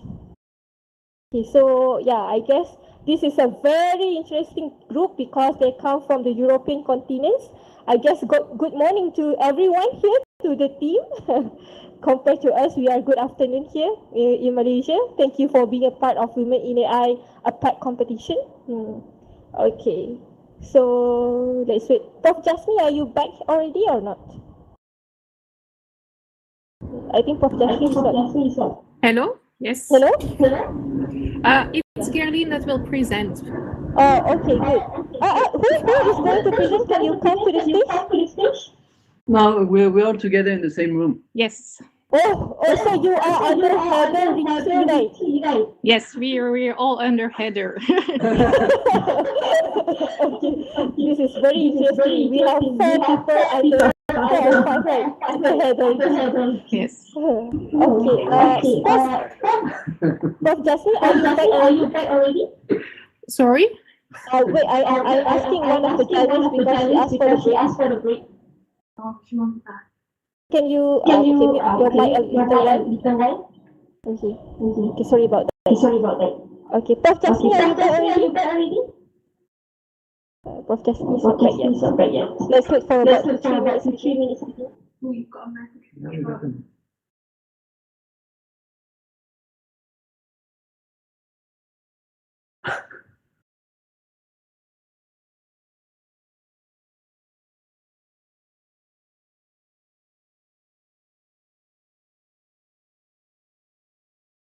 Sorry, okay, I'm here. Okay, thank you, Prof. Jasmine. Okay, so I think, Kaisar, we can have the clock start. Okay, I can start? Yeah, sure. Okay. Good afternoon. We are an international team of scientists working at Jamstack, currently located in Japan. And my name is Gerlin, and I'm very happy to present you the results of my team. Next slide. So the goal of our team was using the dataset of the demographic health survey in order to investigate the acceptance versus experience of domestic violence in the investigated countries. We also wanted to look into the controlling factors of domestic violence, and our ultimate goal was to build a tool in order to quickly and efficiently identify women who are at risk of domestic violence. Next slide. Just for the definition, but another slide before, please. Yes. Our definition of acceptance is the percentage of people that thought it was justified, that domestic violence is justified for at least one reason. And by experience, we mean the percentage of women that experience physical or sexual violence. Next slide. So a lot of people have presented this data already. When you look at the plot on the right, we found that, well, the experienced domestic violence is significantly higher than it is accepted, and women accepted domestic violence more than men. And when looking at the different countries, we saw also a dichotomy between acceptance and experience. For example, in South America, domestic violence is usually not accepted, but the experience domestic violence is still very high. We were also shocked by the high numbers, like 1 woman out of 4 experienced domestic violence. And so we wanted to look more, next slide, please. We first wanted to look more into the demographic of the respondents. And here is an example for Congo. In Congo, the domestic violence experience is 50%. And we found out that most of the respondents came from rural and agricultural background. However, it's in small cities that we encountered the most domestic violence. Next, please. This is Arthur. I will continue. So next, we wanted to know from which information can we predict answers to the question, have you experienced physical or domestic violence in the last 12 months? On this slide, you can see a graph of the mutual information scores for the countries of Benin and Congo. And you can see that the most informative features in our data sets are linked to emotional violence, control issues of the husband, alcohol consumption, acceptance of violence, and family history. Then later come some demographics, including literacy level and education level. Next slide, please. So in order to build a predictive model, we needed to know if our top feature, emotional violence, is actually predictive of physical or sexual violence. Here are statistics for the countries of Benin and Congo. And we can see that in Benin, 63% of women who are experiencing physical violence also experience emotional violence. On the other hand, only 29% of women experiencing emotional violence also experience physical violence.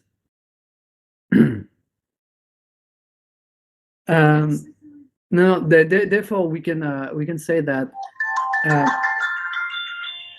emotional violence seems to be predictive of physical violence in the case of Benin, but we have to be more careful when analyzing data for Congo. Next slide, please.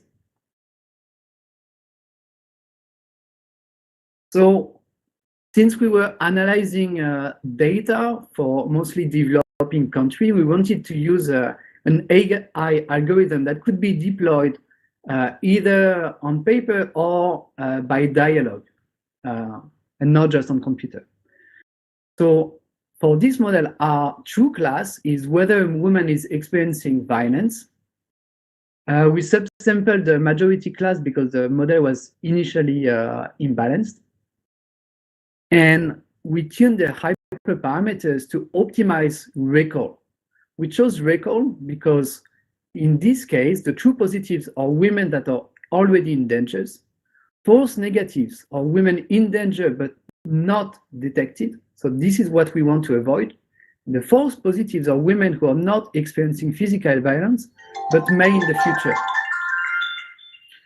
So on the right is an example of the question that are asked in the questionnaire, like, have you ever been humiliated, insulted, or threatened by your husband? Then come questions about control issues and some demographics. The model can be used to design a personalized questionnaire or to quantitatively interpret the results of a more general questionnaire, or finally to raise awareness in the general public. Thank you very much for your attention. Okay, thank you very much. So can you mute your mic when you're not chatting? Okay. Okay. Okay, I guess because you have 4 people in one user, that's why it happens something like this. Okay, thank you very much. Okay, let's have a question from the judges. So, any question from the judges? Dr. Asya Hanum, do you have anything?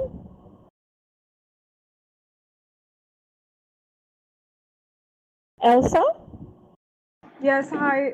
I found it very interesting about the correlation between emotional violence and physical violence. And in my work, there's very low understanding of the entire spectrum of abuse. So I think, designing this questionnaire and also breaking it down further in what constitutes emotional violence and physical violence might also help. So thank you for this.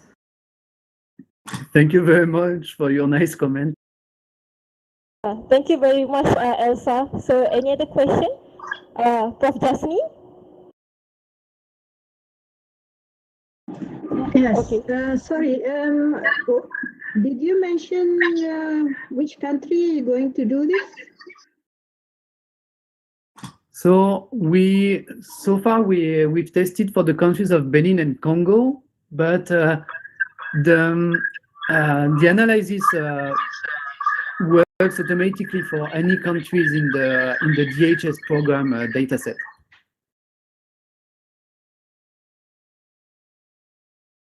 Okay. Is answering your question, right, Prof. Jasmine? Okay. Any other question? Mark, do you have any question? No, I think this is interesting, and for someone like me who's worked in Africa for many years, I think I would be very keen to follow up and to see to what extent what the team is proposing could be applicable in other geography. Over. Okay, thank you very much. I think like during the networking session, you can have a session with Mark. I think Mark also have a room in the private suite. You can come to him during the networking session. Okay, next, Nikita, do you have anything? No, I thought it was a very well done piece of analysis. Nicely done. Yeah. Okay, thank you. Bruce, do you have anything, Bruce?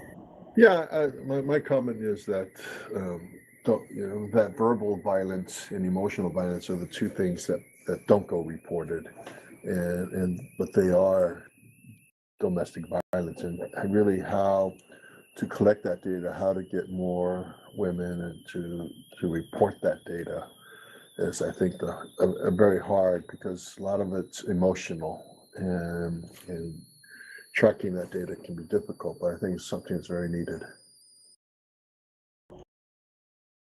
Yes, thank you very much. Any comment from the presenters? No, thank you very much for your positive feedback. Okay, thank you very much. Thank you for the group number 9. I think like you are from France, but actually all of you are physically in Japan. So it's good afternoon to you also. I'm actually working in Japan until last year. So arigatou gozaimashita. That's all I think. Okay, so thank you very much. Last call for the group 10. Gata from India. Are you here? If you are here, please come to the stage. Let's give a big applause to the group 9 first. Okay, thank you. So last call for Gata.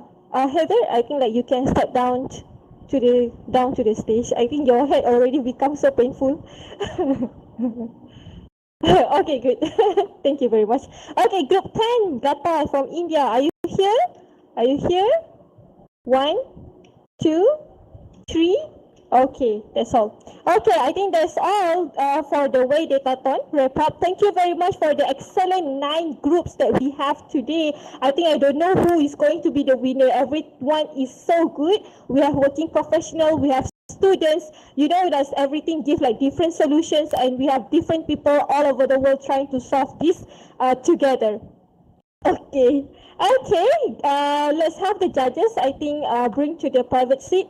Ellie and Tracy can bring them to the private suite. Actually, to go to the private suite for the judges, you should go to the very right hand side, go to, and then click on the private team suite. There is a lock button, and click, and then put the passcode soft skills 2020 S capital letter OFTSKILLS 202020. Okay, we will meet all of you there. I think I will meet all of you there. In the meantime, in this auditorium, we are going to go with the WaiTalk. So I'm going to give this stage to Devika Verma, our WaiTalk moderator. Okay, Devika, the stage is yours.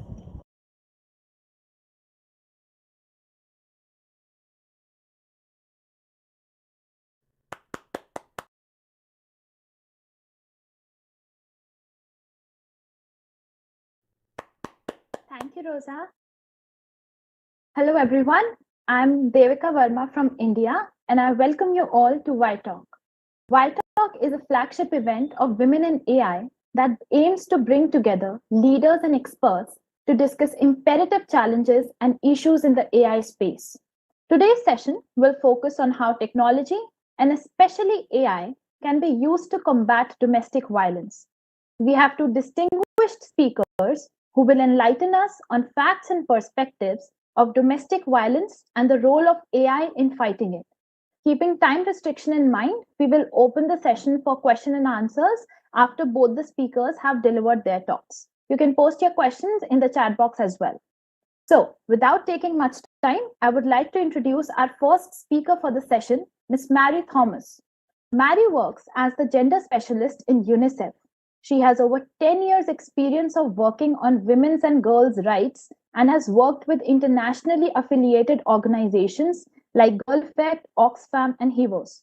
She has experience in managing behavior change programs and campaigns on child marriage, domestic violence, and life skills for young girls.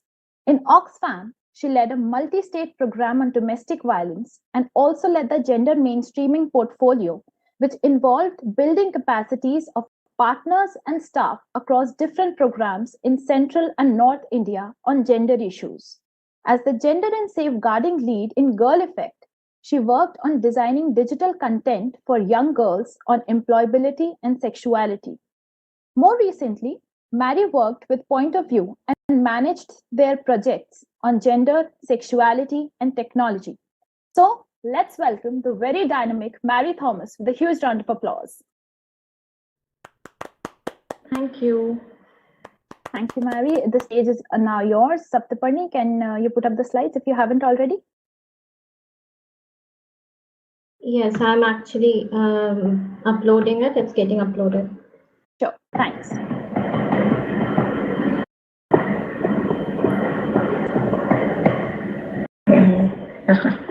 Sorry, I'm just navigating this for the first time, I guess, with many of you all as well. Yeah, I hope that's fine. Sure. Yeah, it's taking a little bit of time to upload the file. No worries. Maybe I'll start by then and just let me know, Saptaparni, once you've uploaded the slide, because I can't see the deck. I can see the presentation tool at my end. Good afternoon, everybody. A very good afternoon from India. I'm Mary, and I work as a gender specialist in UNICEF. UNICEF, as you might know, is a child's rights agency. And when we work on child rights issues, be it around health, protection, water and sanitation, child protection, health, education, and many other such issues. Today, as you know, that I'm going to be talking a bit around domestic violence and just treat my session more in terms of a perspective building around this issue. I will be coming in from the programming that we have done in India, but as we hear from the presentations and also know otherwise, a lot around domestic violence and the norms around it are pretty much cuts across regions as well. So maybe I'll start with a question, and if you all can raise your hand, will be good. Just want to check with all of you, how many of you all have heard, known of a case of domestic violence around you? Can you just raise your hand? See one, two, okay, 3 hands. So otherwise, I'm guessing the audience, we've never heard of domestic violence cases around you. You've not heard of a friend, a worker, a co-worker, or anybody, a friend's friend who's faced domestic violence. Any more hands? Or if you've read it in the newspapers? Okay, I see one more fresh hand. Yeah, more on the newspapers, but less about hearing it from your own friends, families. Yeah? Well, that's the reality of domestic violence. Domestic violence is so much of a taboo issue that we speak so less about. It's such a private issue that becomes so uncomfortable to talk about, and hence the solutions around it also have to be survivor-centric. When I say survivor-centric, it is about the women, the girls, the families who are going through domestic violence. Hence, solutions have to be able to look at what will help them the most. If you see the slide over here, this is an illustration we did during the 16 Days of Activism campaign. This is about a reality of how a woman in a low-income housing community goes through violence. I should start with the very onset that domestic violence cuts across class, caste, regions, educational backgrounds. It's everywhere. If we know that the statistics tells us that 1 in 3 women face violence, and out of that, about 30% globally face domestic violence. I feel that's still a very underreported number. Now, coming back to this picture, if you see the woman here, the experience of violence she's going through, it's not just domestic violence. She's navigating a cluttered space. She's navigating her responsibilities, her household chores, her childcare responsibilities. She's staying with her perpetrator. She does not have access to be able to go out and report violence. And you can see a child over there who's trying to call for her mother. So the image here clearly states that it's a complex issue. You're dealing with somebody you know, you live with, you have an intimate relationship with. Secondly, domestic violence affects everybody in the family. You see that the children are also as much as affected as the mother, even men. I'll take it to the next slide. If you can move to the next slide. Yeah. Now, in terms of understanding the issue itself in terms of domestic violence, this is a cycle that we clearly use more around intimate partner violence. So intimate partner violence, that is violence, between partners, and often we use it more in terms of straight relationships, but it can be in any relationship, is about the fact that, in intimate partners, what is the cycle of violence that we often see? So this approach that you see over here, it starts with where there's a build-up phase, that you see that, there are certain tensions that are being built up in the relationship. Women often feel a sense of control and fear. And then there is a sense of a violence that happened. It may not just be physical, it could be emotional, it could be sexual violence. Violence could be in different forms, but there is a clear distinction of violence happening, and that's the whole explosion phase. Then there's a remorse phase, and I'm very vigilant, I'm using the word women here, but this could be any gender who's going through it. But often when we're talking about domestic violence, we see that women and girls are the ones who face it highest, hence I'm using women and girls. Then you see the remorse phase where the partner is, much more is apologetic and, kind of justifies the violence. And then you see a honeymoon phase where there's the denial of violence, and you feel like the women feels, everything is fine and it's okay and I let go of it. And then again, the build-up phase comes where you see tension and fear building up, this control, and then violence happening. This is a little more traditional understanding of violence, but also indicates that it is not a linear approach. It's multifaceted, it happens, and there are different ways of how domestic violence, an experience of women and girls of violence happens. Hence, it is very difficult often to call out what really is domestic violence. Is a slap enough as a domestic violence? Is shouting at her justifies domestic violence? Every context has a different justification of what really domestic violence is. Often when women come to the police stations, and they often come at the end of their ability to kind of survive or to be able to manage the violence, they come to a police station or they come to a hospital or they call a helpline when they realize that there's no way that they're getting out of it. So they've gone through a lot of violence already. And often the question asked is, why have you come now? Why didn't you come earlier? And they often say that, we really didn't realize that this is violence. It took us a while to be able to process that. So for women themselves and for their families, to understand what is domestic violence, because it is so normalized and it is so, on your face every day you see that you don't think it is domestic violence. You don't think it is, it's okay for your husband, to shout at you if the food is not hot. It's okay for your husband to keep asking you, where are you going? And for you to give him updates, and that's not domestic violence. So just in terms of how you categorize and identify domestic violence, it starts from there. It starts from actually our own beliefs. We might have young people or men, women thinking that they're very progressive. Often it comes with your own attitudes of equality. How do you really think about your partner? How do you think about your mother? How do you think about the roles that they play? You might have a woman who is a homemaker by choice. How do you really value the role that she plays at home? You might have a man who is working at home. Do you really value that? So it also comes in terms of what are the normative beliefs around gender that we hold. And that's very important for us to understand, because that's what triggers domestic violence. Domestic violence is often just what we see at the surface. There's so much more. It's just the tip of the iceberg in that sense. So as I said, it does not impact just the women alone. It also impacts children and other family members. I'll go down that bit in the next slide. It also has intergenerational impact. So, domestic violence is not in the here and now.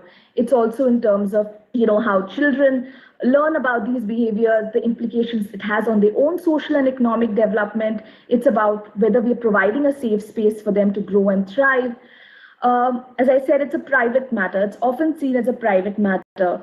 And hence, we find it very difficult to intervene.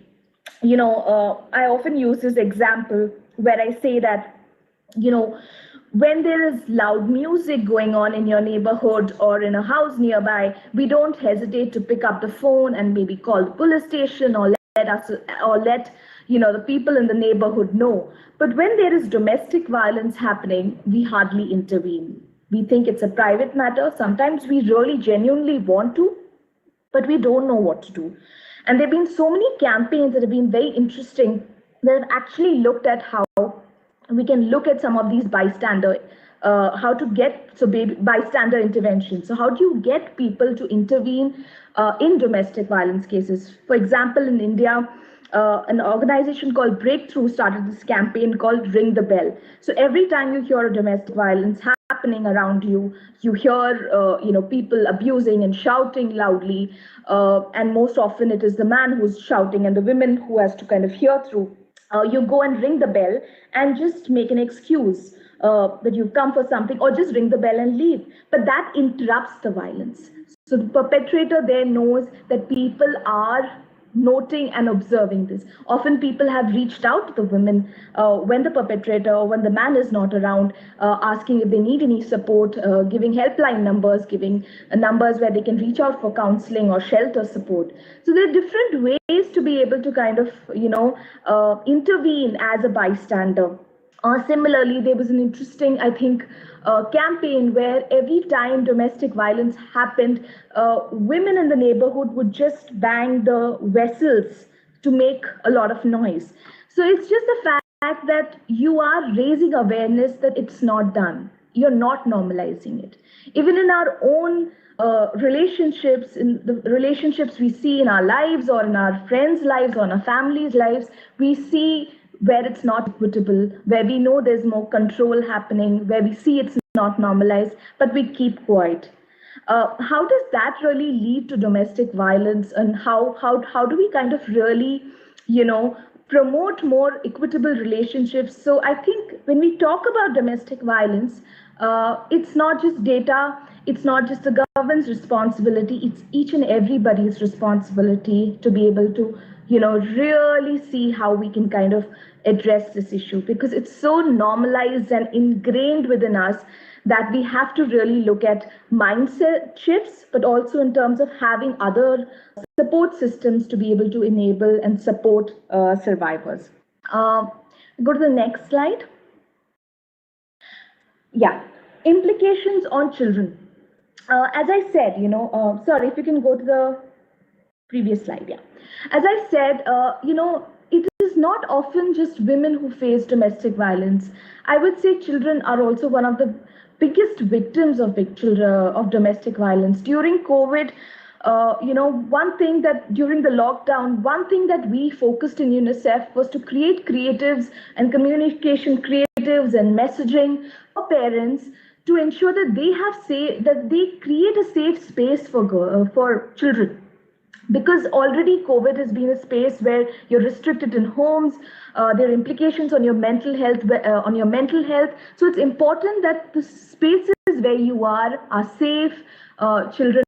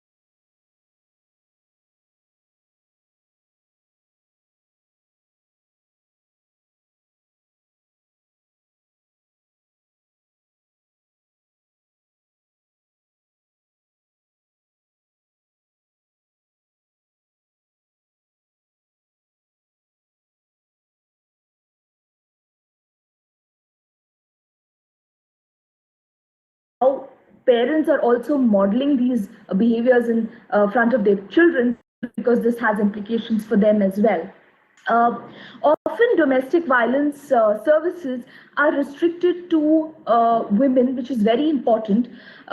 And we think that the byproduct is children, because the women are getting services, so the children will also get. But often you need support services which are very targeted towards children, for them to understand what's happening. Often children also assume shame or acceptance that this might be happening because of me, or I could not prevent it, or in terms of trauma of the fact of what they're going through, or the fact that they can't protect them, protect in quotes their mother. So I think in terms of just having counseling and support services for children, safe spaces for them to talk about these issues. Like in UNICEF, we have school clubs called Meena Munch. We use an entertainment series called Meena, and we have Meena and Raju Munches. So basically, these are collectives in schools where children can openly discuss a lot about issues which are otherwise taboo issues. Also, that even children need to understand as much as adults that domestic violence is not acceptable. They are different non-violent ways of being able to resolve conflicts. Often when conflicts happen, domestic violence is seen as the easiest way to be able to end violence. It's seen as a coping mechanism. But how do you treat, how do you engage with children of different genders to be able to understand and how to have healthy relationships among genders, and to be able to have healthy ways of communicating with each other. Go to the next slide, please.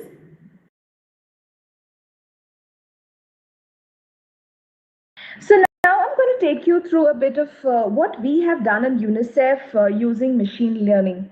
This is a bit of a different example, but I thought it was a very interesting one because I know all of you've been interested in and doing a lot of tech innovations yourself, or been in this space. This is a model that we used around looking at violence in public spaces. So as much as domestic violence is often in a private issue, or in private spaces, this is about public spaces and how can you make public spaces more gender friendly. So if you see this, this is a machine learning app that is using different safety parameters. So in terms of seeing, how pedestrian paths are made, how is it used by different genders? So are you seeing men, women, other genders really using these spaces? Are there presence of vehicles in these routes? how is the lighting in these spaces, especially at night. So using these different parameters, seeing how safe or unsafe these spaces are. These data sets are then analyzed, as I said, using this machine learning app, and then an audit is done to be able to then help support urban planning bodies and the state and the government to be able to plan much more gender friendly infrastructure. So for example, this model is right now is being piloted through a machine learning app, but otherwise was being used through volunteers, and data was crowdsourced manually. So volunteers would go and really assess these spaces, and then that data would be kind of crowdsourced and put in this app. And that data has been used by the government in India and different state governments, like in Delhi. About say 1,500 dark spots were rectified, so lighting was improved, parks and functional toilets were made. So using this data has been very helpful to work with the government in terms of what are the infrastructure changes that are needed, and hence improving the mobility of women in public spaces. The safety pin has used this approach in 16 countries, and I think you should just really check them out to know a little more of their work. I put in their details of the website here. Next. Mary, 1 second, just sorry to interrupt, but could you please wrap up in the next 1 to 2 minutes? We are actually out of time. Sure. This is my last slide, in fact. So I think I'm good. Thank you. Yeah. So in terms of key considerations around designing tech solutions on domestic violence, I think the first big one is that this is a known perpetrator, and it's often difficult to see your own partner, your own father being that perpetrator. So how much more difficult would it be to be able to report domestic violence? How much more difficult it is for a woman, a girl, for a child, for anyone to be able to report domestic violence. So any tech solution has to understand that just a panic button approach or a trigger approach will really not work, because often it's not said that women don't need those. Women need helpline numbers. They need distress approaches where they can call and they can get support, or where they can seek help and they are able to kind of get it. But that's just one aspect of help that they need. Often the help is much more long term. It is often to be able to see what are the different kinds of support systems women would need to be able to get out of that relationship or get out of that home, or sometimes even just stop the violence. Often women come not looking to separate from their partners. They're looking to end the violence. You have to go from what the woman or the person facing domestic violence wants. Often you might have different ways of how you want to engage with them or what might be best for them, but you have to go with what works for them. Also, in terms of as I said, a comprehensive support package. I did see some of the presentations looking at, economic support, skilling. Yes, they need all of this, but they're also coming at a space when they are, when they are exhausted, when they're not going to be making decisions immediately. They need legal support. They need counseling support. They need their families also to understand. You have to be working on all these aspects as well if you want real impact. Privacy, transparency, and confidentiality is non-negotiable when you're looking at AI around domestic violence. It's absolutely non-negotiable. This is it's an issue that is so personal. It has so many taboos. You have to be able to see that whatever your app does, it's more centric, and it is made for, sometimes often, for the survivor, for the woman who wants to use it. It should not be a space where you are able to kind of see how you can maybe where the woman is not part of it. She's a subject. So it's very important to see how she is part of that journey. In fact, making AI or any apps should involve the inputs and of women who've gone through violence, so that their inputs and their how their considerations are taken in the design. As I said, again, tech solutions, not just for survivors, but for their families. Promote bystander intervention. I think that's something AI can do very well. When you see it, how can you stop it? And yeah, I think that two last points I would say is that, you need multiple touch points on this issue. You cannot work on this from a single issue. As much as AI is important, you need to have policies, you need to be able to have community programs. You would see AI or tech as one approach, but you'd have to build that with other approaches and other programs that are going on to have much more of a long-term and holistic impact. I'll stop at that, and thank you so much. It was really nice to come here and present this. Thank you.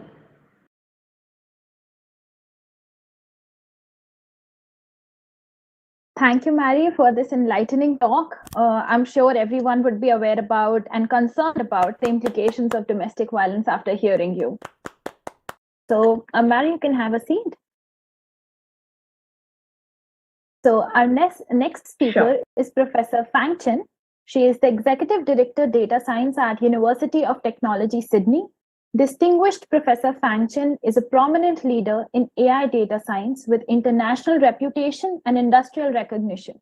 She is the winner of the Oscars of Australian Science, 2018 Australian Museum Eureka Prize for Excellence in Data Science. Through impactful successes, she gained many recognitions such as the ITS Australia National Award 2014, 15, and 18, NSWI Awards 2017, and VICI Awards 2020. She also received the Brian Shackle Award 2017 for the most outstanding contribution with international impact in the field of human interaction with computers and information technology. Professor Chen has extensive global experience through her work with more than 100 different entities across North America, Europe, and many parts of Asia under extremely varied circumstances, from early stage R&D to product development and deployment. She has done exceptional work to bridge customer requirements and innovative technological solutions, creating value in research and business. In science and engineering, Professor Chen has 300 plus refereed publications, including several books. She has filed 30 plus patents in Australia, US, Canada, Europe, Japan, Korea, Mexico, and China. So let's welcome very intellectual Professor Fang Chen with a huge round of applause. So the stage is all yours now. Thank you. Thank you very much for the nice introduction. It's a very interesting environment. To be honest, this is my first time to play this one. And if I'm looking a bit awkward, just ignore that. I have heard a majority of the sessions today. It's very, very encouraging. Previous pitch and the Mary's talk have touched upon on many approaches to address domestic violence.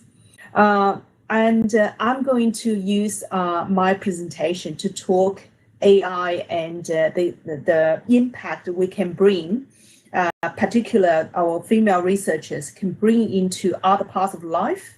And also I want to touch upon on how to deal with the fairness in AI. And eventually we can conclude at the diversity and inclusion in AI will have significant impact, societal impact, and brings outcomes, including how to deal with domestic violence better. I can't see my slides. Can you guys see my slides? I have already uploaded it. Is it visible? Oh, okay. So, okay, I can't see myself. How I'm going to see myself? So just turn around so that I can. Yeah, just turn around. Yeah. Okay. Sorry. Yeah, it's funny enough. I can't see myself. Oh, it's slides here. Sorry. Can you bring the first slide on? I can't see from my screen. So there is a button on top. It's called screen zoom. You can click on that and it will zoom the screen which you want to see in case you want to have a bigger one. Okay, screen zoom. Yeah, I saw various different screen zoom. I didn't see mine anyway. Doesn't matter. So please just move to the next slide. I think the first one is the title slide. move to the next slide, please, which is AI and our life. So I want to quickly touch upon that over last 10, 15 years, AI has been boomed so much, and that we've seen so many various different applications applied to the areas such as finance, health, water, transport, education, and even entertainment, many of them. Next slide, please. During COVID, we see significant application around AI and data science and trying to using data to understand the spread of the disease, to mitigate the risk to the community. Look at the examples we have. The left-hand side is actually interactive data visualization dashboard using some of the movement data to surface the key relationship between the government measures and the context for when they were deployed and retired, basically exit, and the emergent community and disease trend that follows those measures within a country. So if you look at the different dots are the when the measures start, different restriction lockdown measures start, and then you see the color is various different countries and the measures as well. And the right-hand side is particularly looking at mental health, depression, and we haven't got the split into the domestic violence, but we're working on that.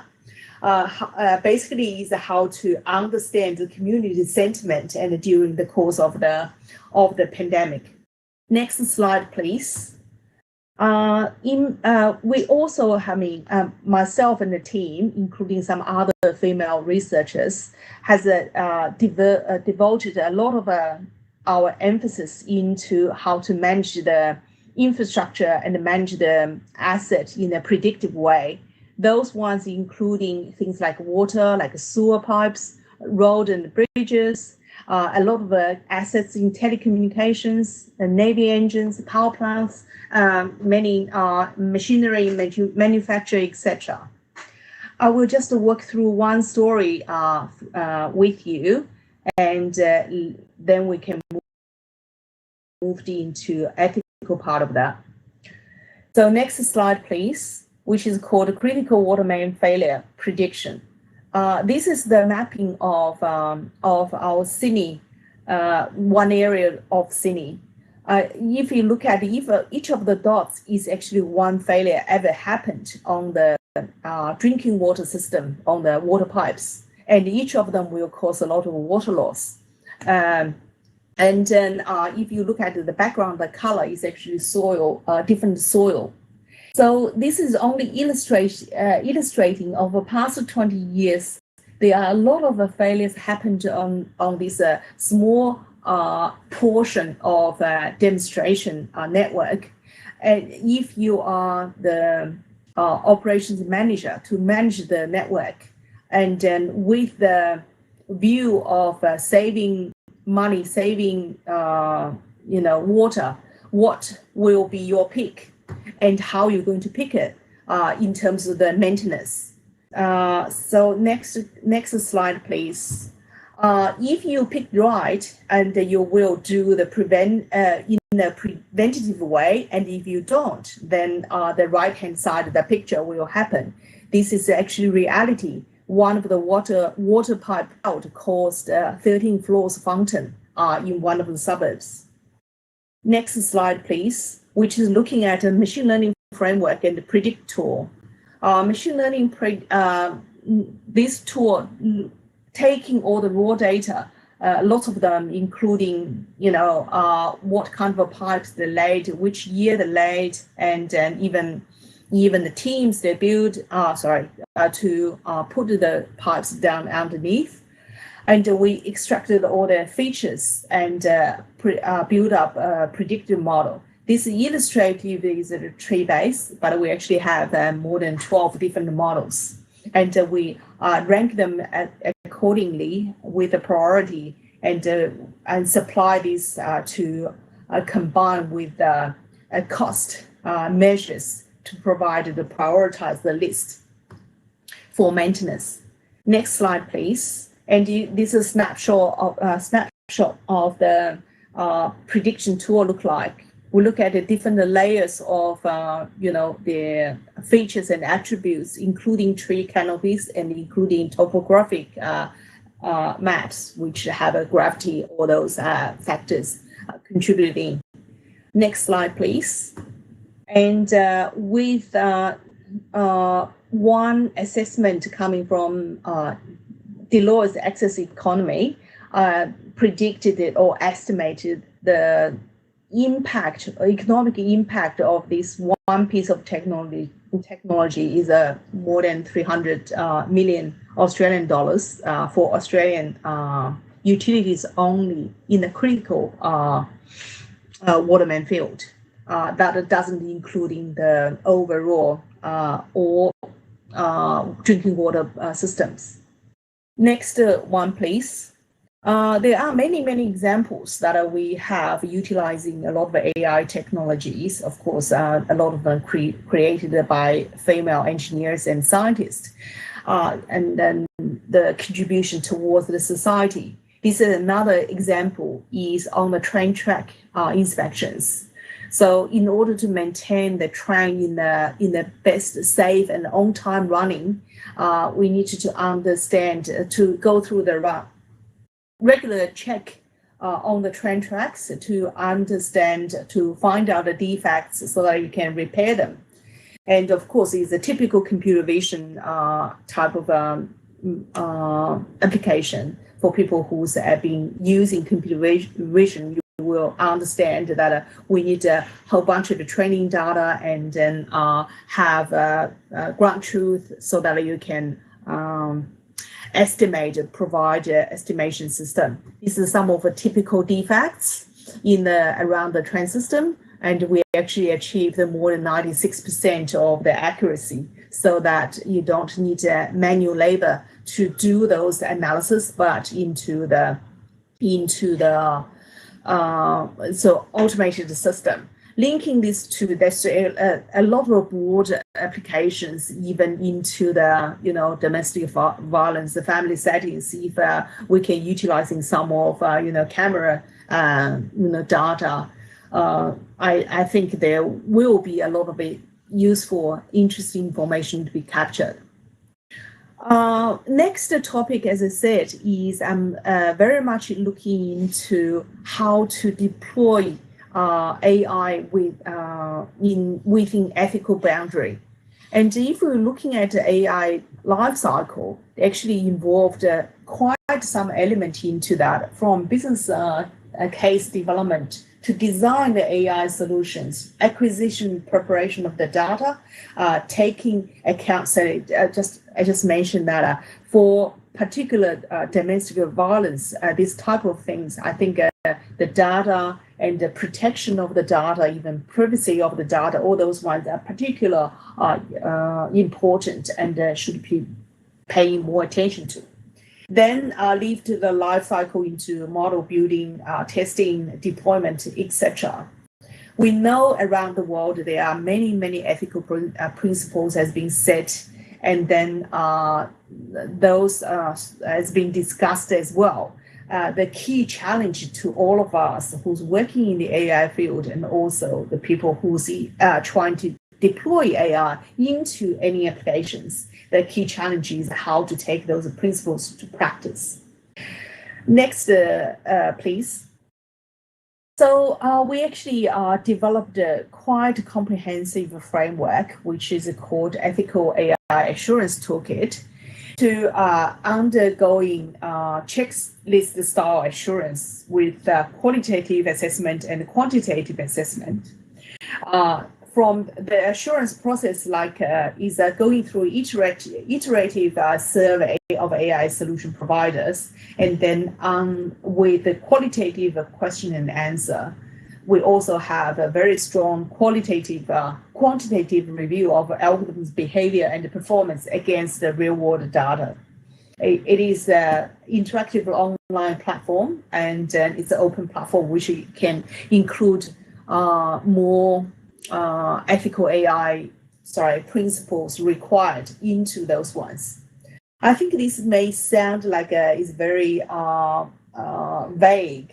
I will give you one example to link to how to use this toolkit and also how to interpret the result. Next slide, please. We take a case which is recruitment and gender balance in recruitment. This is as important in all the industry, particularly important in STEM, and of course AI is within the STEM kind of related area. We all know that it's very hard to find qualified candidates in order to keep the balance, the gender balance, and a lot of the areas we very short of female representations in there. So the particular application we're dealing with is one company who have developed the AI solution for recruitment to pick up the talent to recommend to be recruited. And we use this framework to understand first is data fairness. For example, we defined a frame of between 0 and 1 as a value, and a particular example shows that the data fairness is 0.93. That means is reasonable fair. The range is that if we use gender balance or gender distribution as a particular example to say, that means roughly 93% of the female are observed as recruited comparing to the males in the recruiting example in their training data. The model fairness is a similar concept, which is, of course, have a value. You can define any value. We use the -1 to 1. And then the model ranked as a 0.01 sort of the value for this instance, which shows the model corrects data bias and reduces discrimination. Next slides, I don't need to talk anymore. It's all in the CV and talked extensively.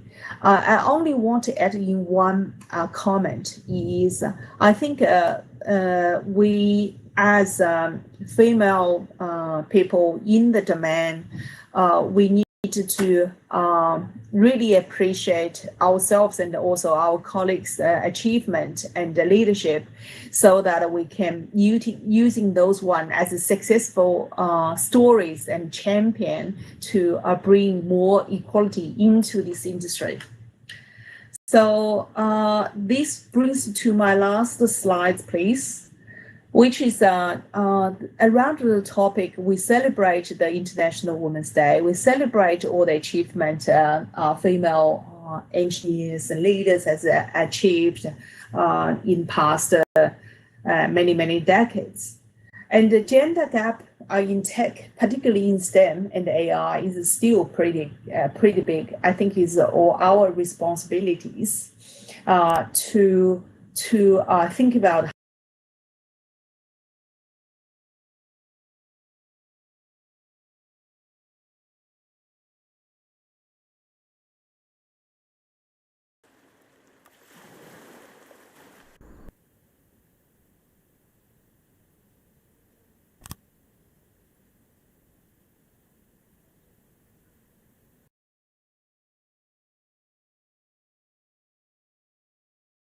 cannot be exclusive. We have to be inclusive, and women should be at the forefront.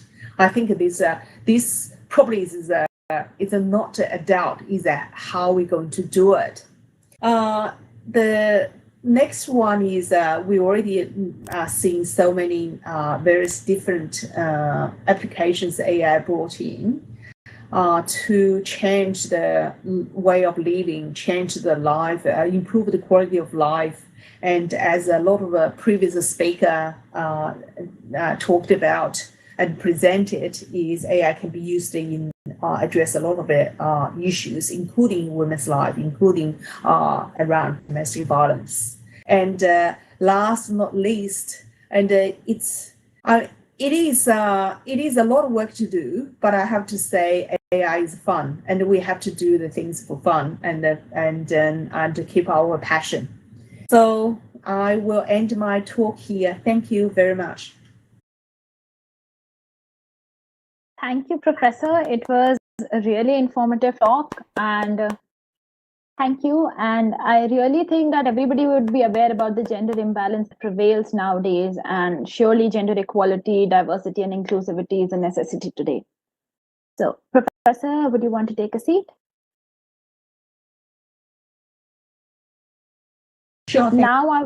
Thank you. Now I would like to open the session for questions from the audience. If anybody has any questions, please feel free to unmute yourself and ask your questions.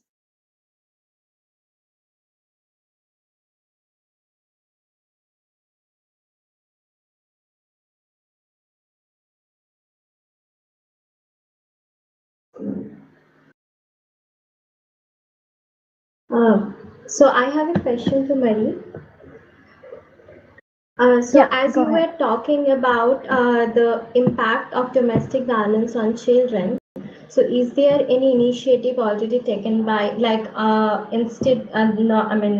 than availing the parents, like, are there any initiative already taken by UNICEF for this, or do you have like something like that is going to happen soon, like where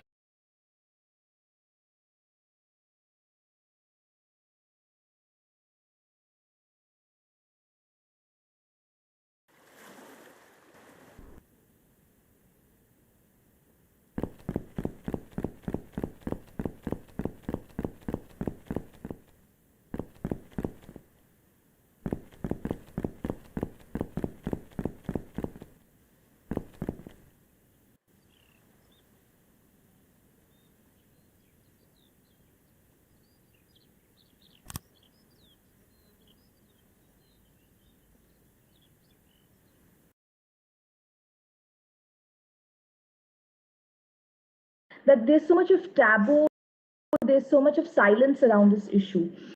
So we use different approaches around it. One is to be able to have a lot of sensitization within schools about these issues, not just about domestic violence, but about gender norms in its entirety, in terms of how do we see gender, how do we understand it, how do we engage around issues, what are the roles that we see women, men, and other genders playing, what value do we attach to this. So just in terms of having conversations and open conversations about these in schools have seen a lot of changes. For example, when we've had these sessions in schools and had open conversations about gender equality, we've seen that especially boys and even their families, especially fathers, we've seen a change in terms of the attitude towards girls, valuing girls, education, seeing girls, aspirations just beyond marriage. Often the fact that, why domestic violence is normalized is because the only aspiration for a girl is seen in terms of marriage. She gets married, she is settled, and she's fine. And then, that aspect should not be disturbed. Violence can be tolerated, but that should not be disturbed. So how do you break that cycle is important. How do you build upon the life skills of both children, of boys, girls, and all genders, to be able to have different aspirations, choose their future pathways? How do you work around parenting? So we have a lot of communication, as I said, around parenting. How do you create safe spaces? How do you work? We also work with the government and provide technical support to the government to be able to implement better policies, better on-ground programs, better campaigns on these issues. So our work around it is multifaceted. We see violence, as I said, as a symptomatic issue, but you have to work young. You have to start with children young, because a lot of these norms are imbibed at a young age. Thank you, Mary. Are there any other questions? I have a question to Professor Fang. I just wanted to understand, like, as she was talking about, like, using the development of the platform to reduce the gender disparity in the recruitment. So I want to understand what is her thought regarding like why do we actually see this? Like how do we tackle that main thing? Like how do we deal with that mindset that there will be a gender disparity during the recruitment also, or about the equal pay, this kind of thing. So what do your thought? What is your thought regarding this?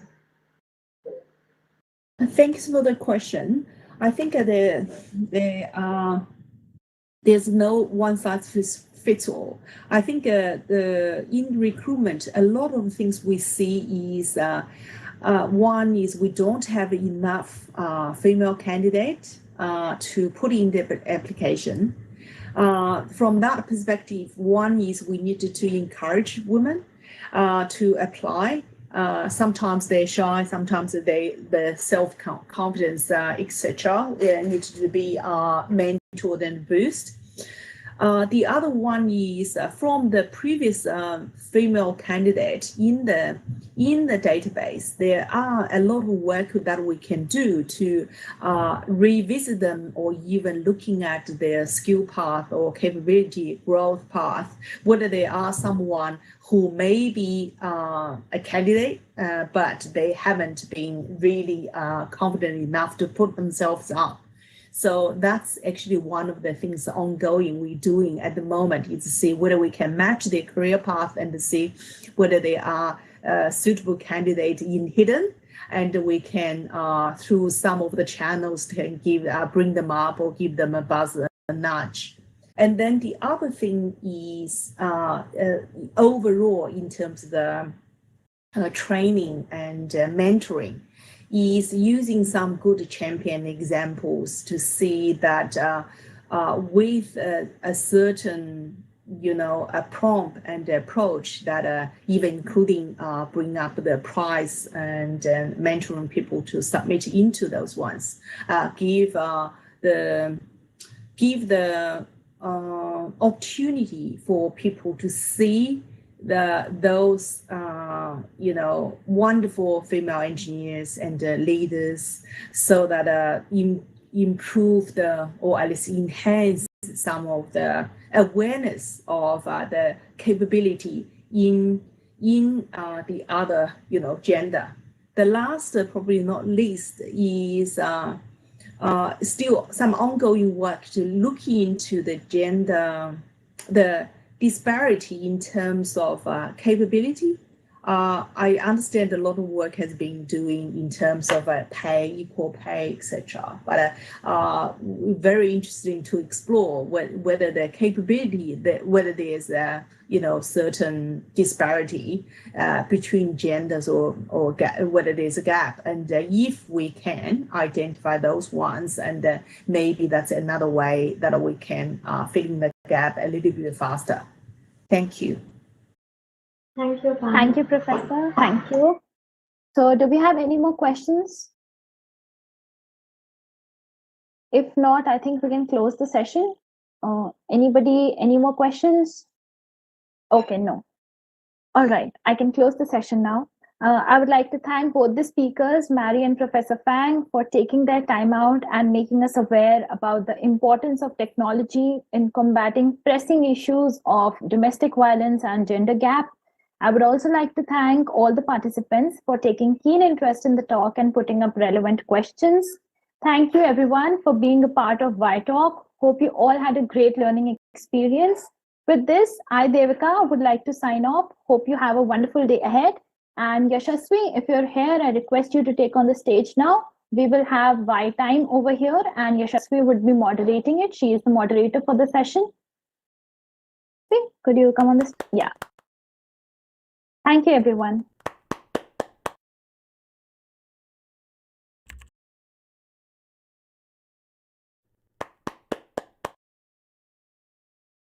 Thank you, Devika. Hello, everyone. Welcome to Wai Time panel discussion. I am Yashasvi Mishra, Microsoft Learn Student Ambassador, currently in my junior year of my bachelor's in computer science engineering.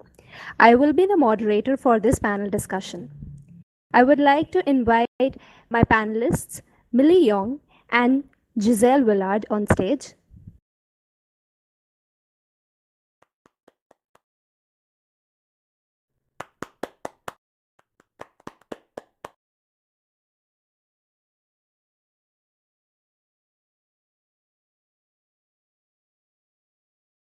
Let me introduce you to the panelists for this session. We have Millie Yong. She is the Director of Solution Sales at Microsoft Malaysia, a highly accomplished leader and sales executive in the technology industry. Millie joined Microsoft in 2018 with a wealth of experience and expertise across the industries. Prior to joining Microsoft, Millie spent close to 12 years at IBM, where she held several senior positions. She is deeply passionate and optimistic about opportunities technology can offer to enhance the lives of every person and organization on this planet. Second, we have Giselle Willard. She is an independent researcher specializing in the field of machine learning and data science. She is also the author of book Artificial Era: Predictions for Ultra-Humans, Robots, and Other Intelligent Entities. She holds a PhD in computer science and engineering from Aalborg University and has more than 2 decades of experience in this field. Velarde has been named Notable Woman by International Society for Music Information Retrieval, and she was selected as a top 20 women tech in 2019 and 2020 by the summit in Brussels. WaiTime will be a panel discussion where we'll be discussing about the role of women in AI with the experts from this field and industry. So I have a few questions which I will be asking the speakers. The speakers will be giving their answers, their thoughts and opinions, facts, perspectives, etc. about the questions. Then at the end, we will open the session for questions from the audience.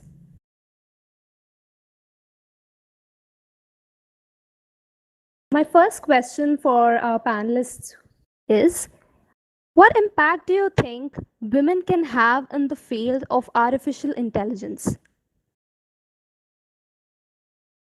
Yes, good morning. I'm very glad to be invited here, and thank you for the organization. I am impressed. It's my first time to be here in a virtual world conference, so my kids are also enjoying this conference, and we are very happy to be here. I think the impact of women in technology can be very, very positive. And if we just analyze what happened in history, we can have an idea of the huge impact that we will see in the next coming years if we include more diverse teams in research and technology. So I'm just going to go back a little bit in time. And if we think of the Roman Empire, so that was 27 before our common era, women were skilled in oratory, they had participation in politics and so on and so forth. But then when this empire fell down, the Aristotelian view that women should be governed by men followed for many centuries and millennia, if you want to say so. And actually in 1377, women were prohibited to go to university. And this lasted for many, many centuries until 1848, when there was a conference held in New York, where women demanded rights.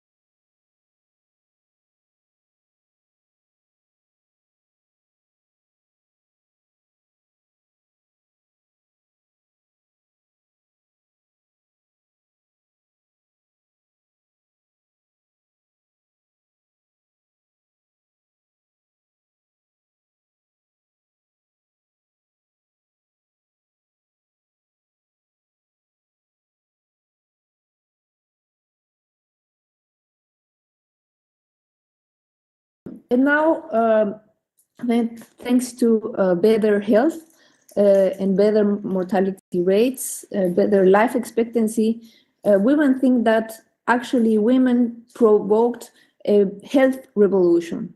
So we extrapolate that experience to today, and we think that we need more women in technology.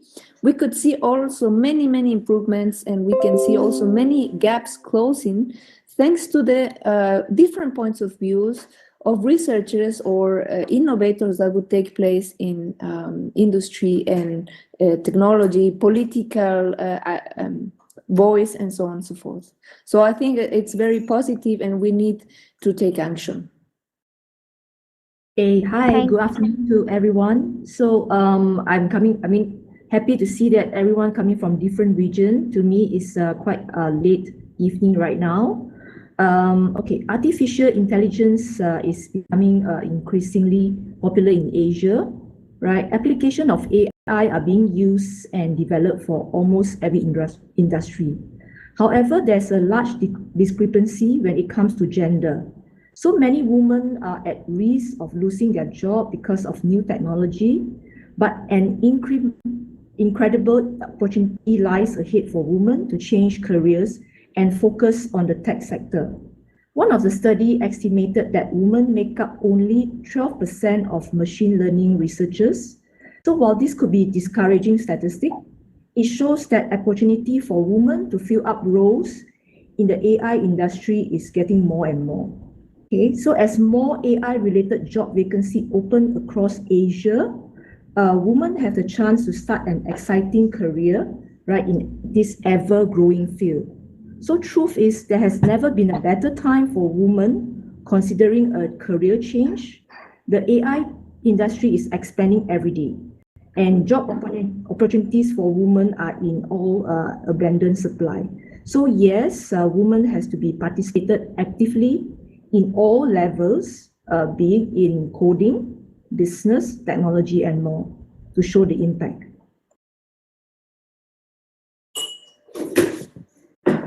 That was really great, like, opinion and thoughts that you both gave, and even I feel that women can add more value to this field by being a part of it, as they can add more perspectives and can give it a new direction to solve many other problems.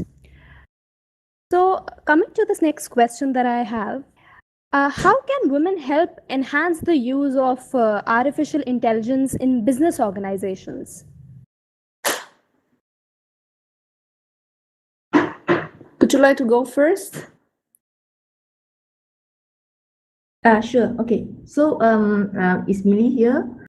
I think let's go back to basic, right? AI is being able to take data and teach machine to make intelligent prediction on it, right? So AI is a branch of predictive analysis within the broader world of data. So we see that, right? I think in Microsoft, we see it as the overall digital platform. AI is just part of it.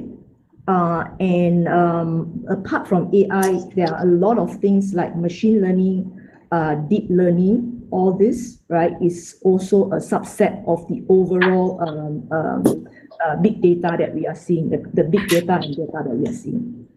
So back to this, so data and AI, they themselves somehow not biased, right? So to have more, how can we help women in this area is to help them involve in this area.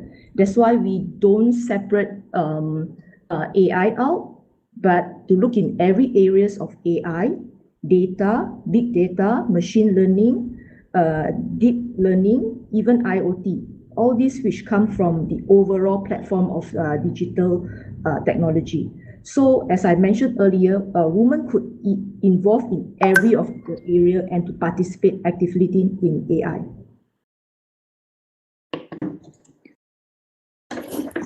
Oh, excuse me. Hi, Giselle. Yeah, I just want to come close to the podium, but I am, I think. No worries. Yeah, okay. You can come here.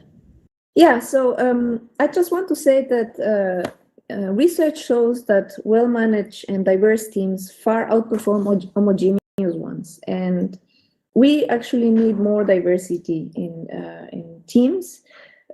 just because diverse teams possess a palette of knowledge and skills, and it has been shown by research that boards that have 10% female participation have up to 5% higher returns on equity, and C-suites that have up to 1/3 of participation to women are 15% more profitable than companies with other distributions.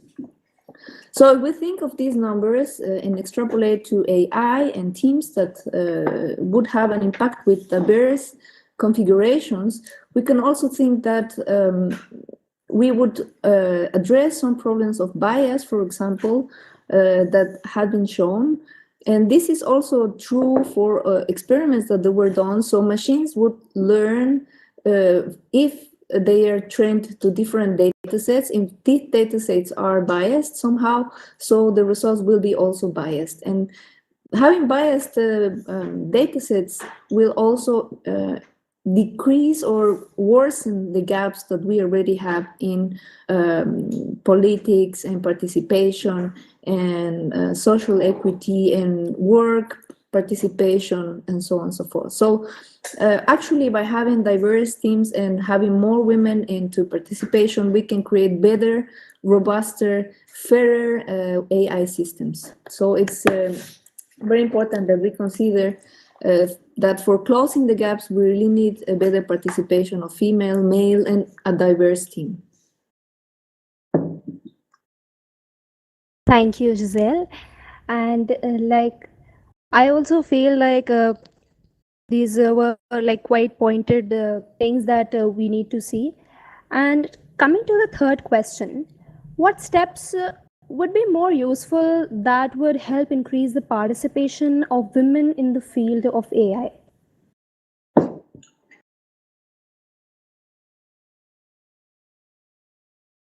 I take this question. I think statistics are different in different countries. So that there cannot be a one solution for all countries. And if you see, for example, in India, at the entry level, around 53% of the entry level in tech companies are female. So that's a great number. But what happens next? When they come to management positions, they are only a quarter. And if you see the statistics at the CEO level, they are less than 1%. So the statistics in India show that female technologists are young, they are under 30 years old. And when they get maternity, then there is a problem because they may not come back to work. The regulations prevent managers from hiring female because they don't want to have these social problems.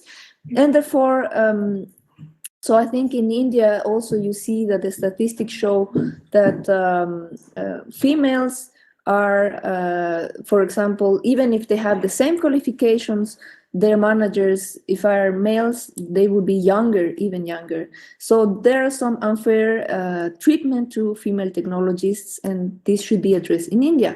While, for example, in South America, you see that the participation of female is not as high as in India at the entry level. It's around 45%, 30%, depending on the country.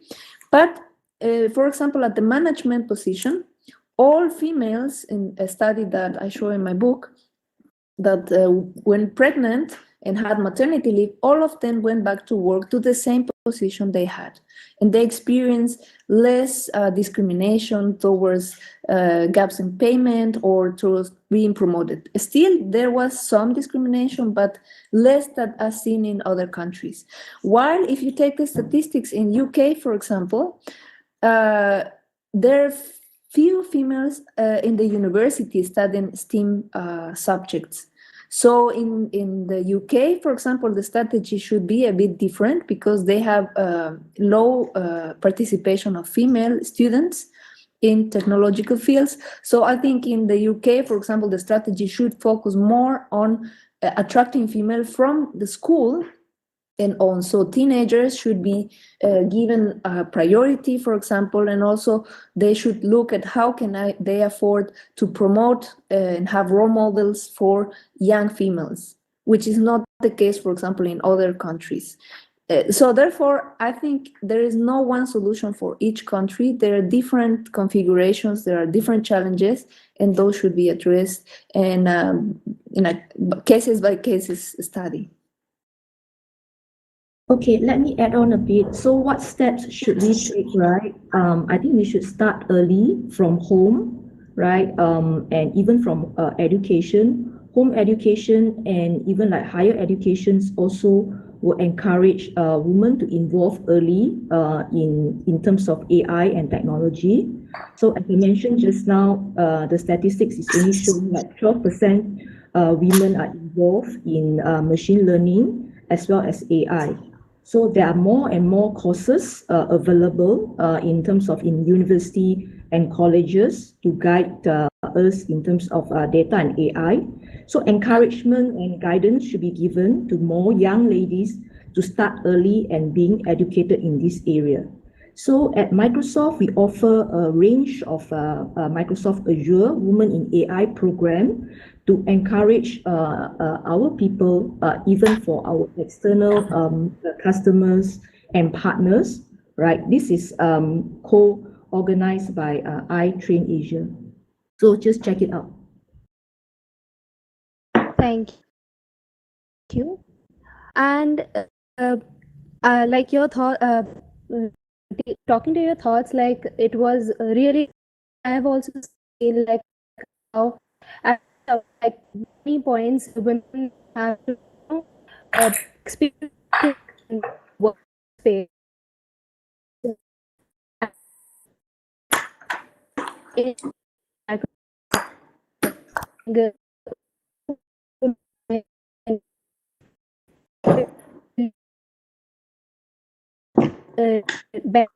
Can you hear me? The connection is it's not working fine now. Yeah, I wasn't able to hear Yashasvi. Is everybody else able to hear to her? I think now better. Try again. Yeah. Yashasvi, go ahead, please.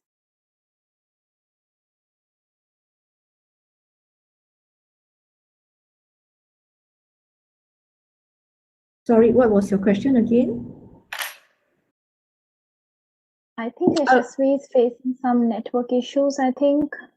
Yeah, that could be. I'm sending Yashasvi a private message right now just to see if they can reinitialize their mic. But Yashasvi, if you can hear me, click the gear icon in the top right corner of your window and select reinitialize voice from the drop-down menu. Yes.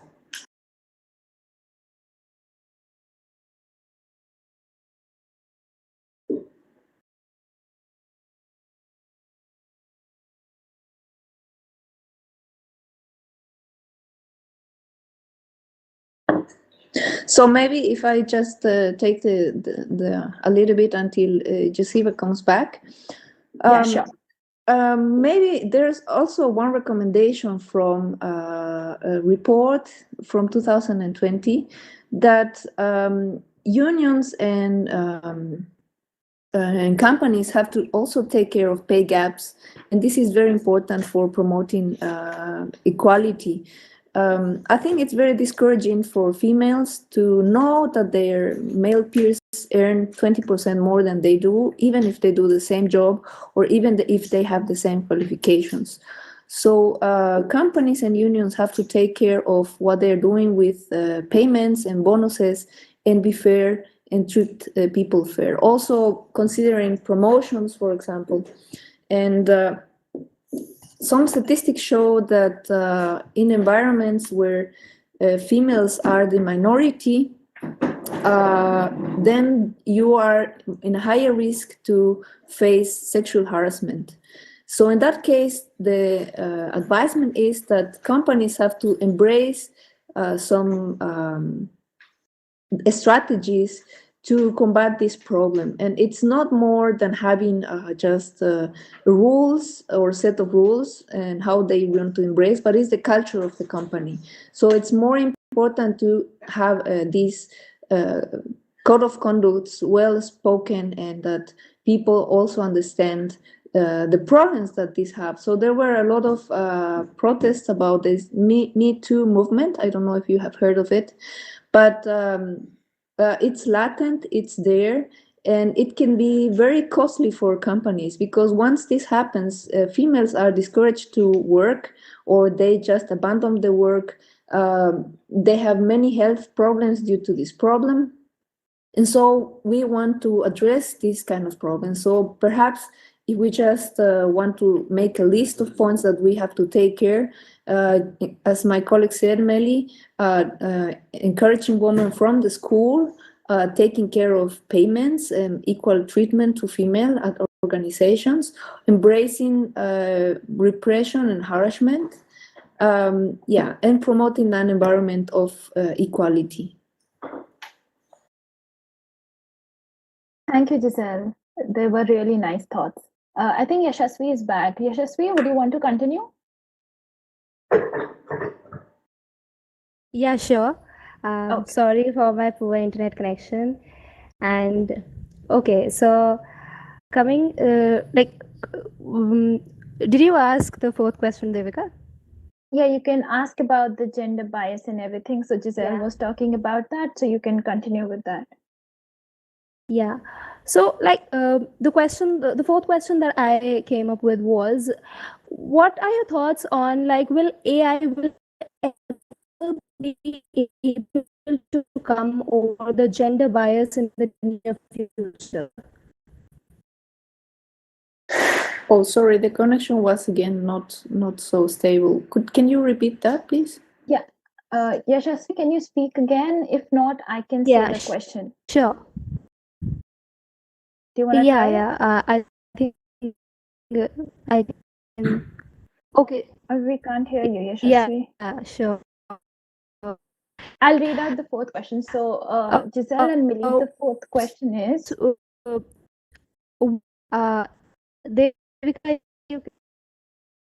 Yeah, Yashasvi, I'll ask the questions.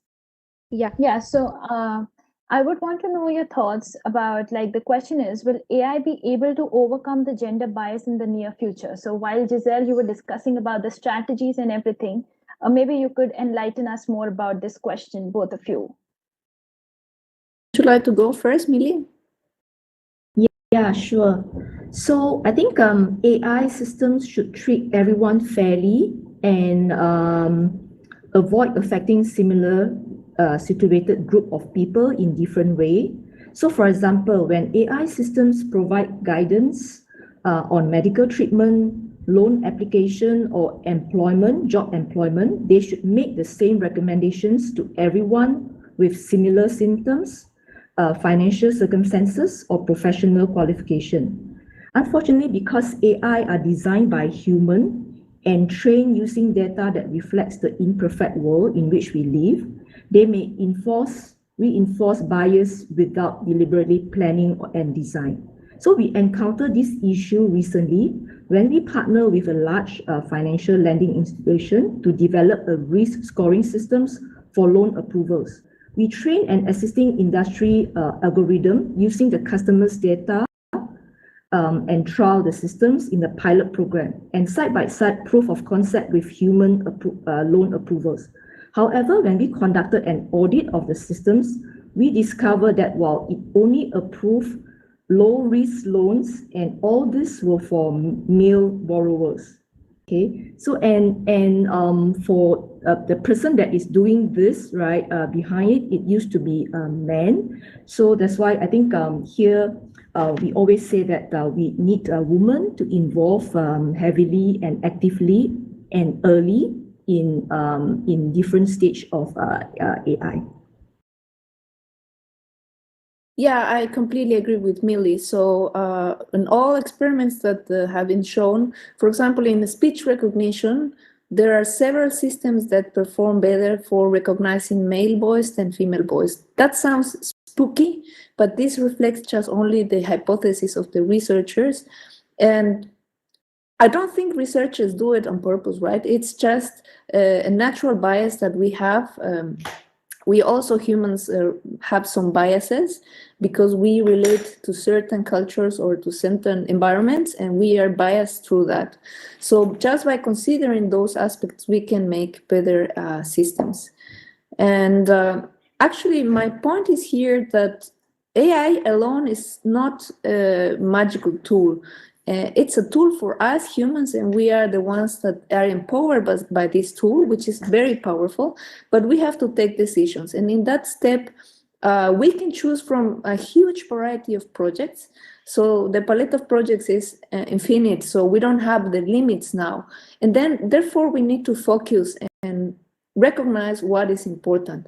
For me, the biggest challenge is where these projects will have funding, because maybe we are in this surreal world where you just do a project because this will give you money, even though it's proven that teams with more female participation outperform teams without female participation.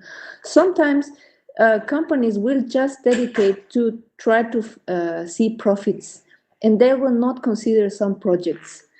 So therefore, I think having a large strategy, perhaps from governments, will help in bringing better AI tools for everybody.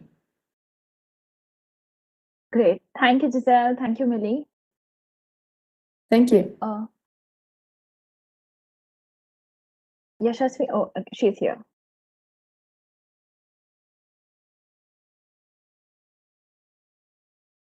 Thank you for your is like artificial intelligence staircase, the growth of women. I'll repeat the question. Yeah, I'll repeat the question.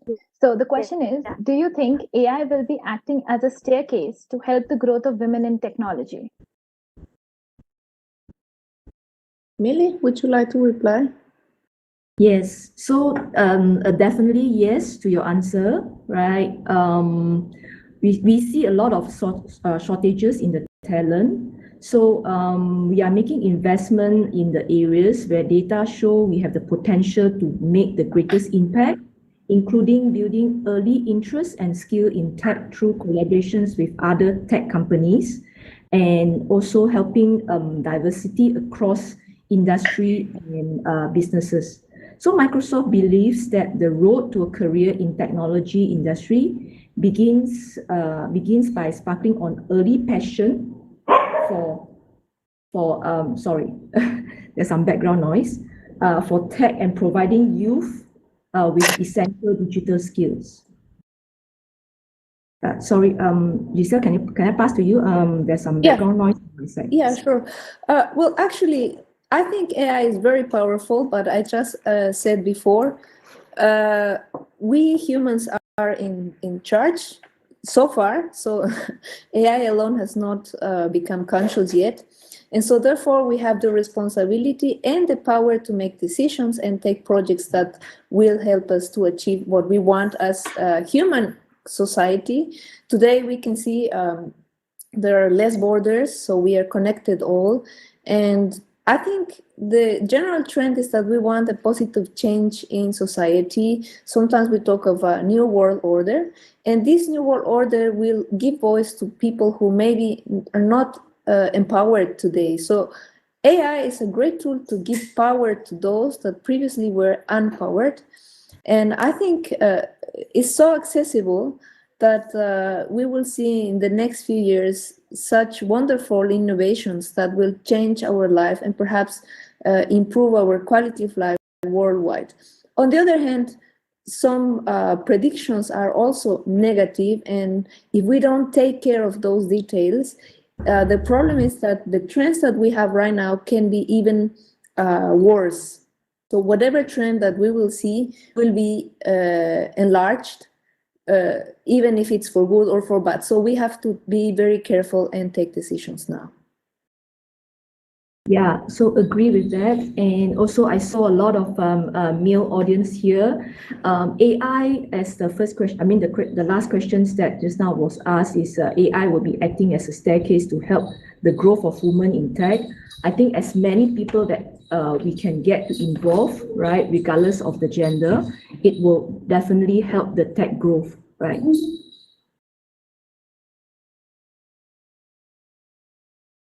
All right.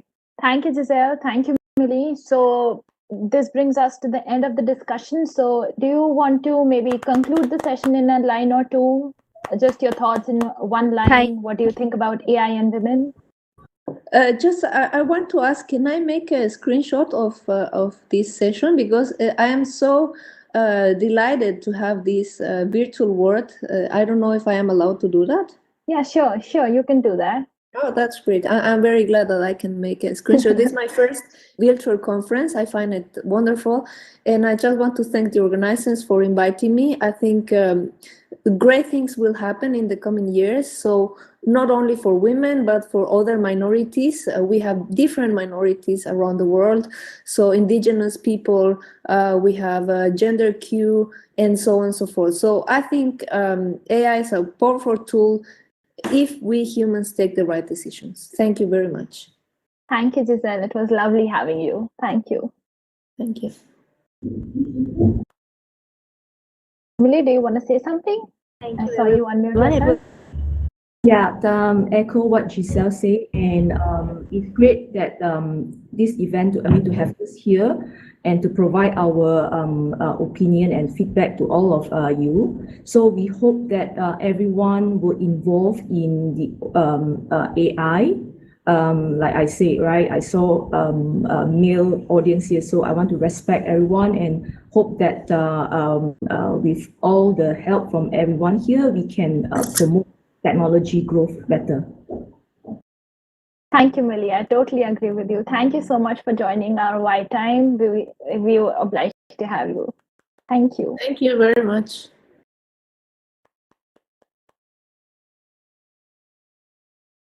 Wait, do you want to say something? I saw you unmute yourself. I think. Yes, Abhi, I think we can close the Y Time. Yeah. Okay. Okay, thank you very much, Yashavi, Millie, and another one of our wait time.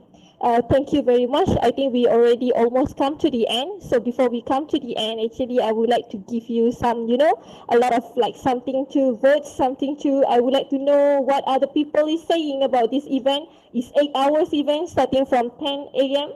until 6 p.m. Like we prepared 2 months earlier, and it was like, it's like a hybrid event. It's like not really a virtual event. So scan the QR code. We are going to put up the results soon. This is how is your experience with Verbella and the conference today. I guess Travis, as the Verbella people here, also would like to know what is happening, like everyone is enjoying Verbella or not. It would be very nice to hear all of your opinion. Okay. We have 4 people currently putting up the question, the answer. Just scan your QR code. How to scan is like if you can go to the screen zoom, and then you can click on the podium or maybe on the main stage. Then you can use your phone, scan and answer the question. Okay, Tracy, can we open up the results, please? Okay, 1 minute.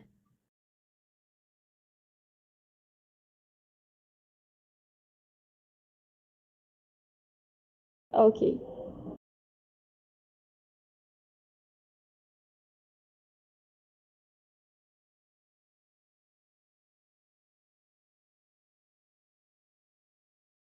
Let's see the results. I already see about, wow, a lot of 15 people already answered. Okay. So the most thing I think AI for future, woman AI, yeah, I like this a lot, seriously. Amazing, topic is interesting, exciting, interactive, refreshing, eye-opening, insightful, brilliant. Thank you very much everyone for your awesome answers. Okay, we are going to have another poll. Okay, we have more people, exciting. Okay, I'm going to open up. Oh, everyone, cool platform. Wow, Travis, I think this is a very cool platform. Congratulations to Verbella for having this platform. Thank you very much for sponsoring us. Okay, we have 11 currently. Okay, and then okay, I'm going to activate another. Okay, we have we have 43 users here. Feel free to put in. Fine, thank you. Although we have about technical glitch for half an hour just now. Okay. Now we have 15. So I'm going to open up another question. So the next question will be, would you like to have more of this kind of event from us in the future? Absolutely. Thank you very much. So Angela, our head of AI APAC, we want to have more of this event in the future. Let's strive more for this. Of course, we'll come back every quarter. Yes. Thank you so much. Thank you, Rosa. Amazing work. And thank you so much, everyone. Tracy, and everyone, all the team. Fantastic work. Thank you so much. Okay, the next question will be, wait, it's not changing. It should be changing, I think. Tracy, would you mind to refresh the browser, I think?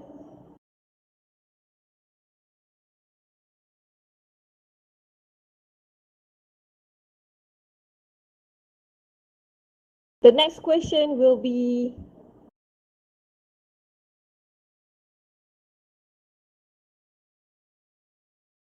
Tracy, I think the browser should be refreshed because it's currently seeing the first poll. It should be the third poll. Yeah, there seems to be a problem with it now. Okay. I already 9% answering the third question, which is, do you think women and AI shouldn't be separated? Where I was like, okay, I'm quite disappointed with some of the answers, but it's okay.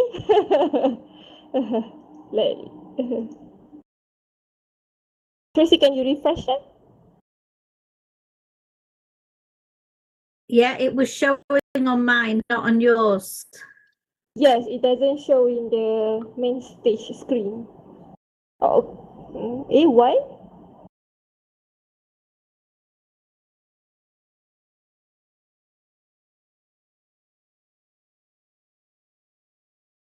No. Nothing else is showing. Because it's currently the active poll is not this poll. I think you should refresh the browser maybe. Tracy, maybe unshare your screen and then reshare? Yes.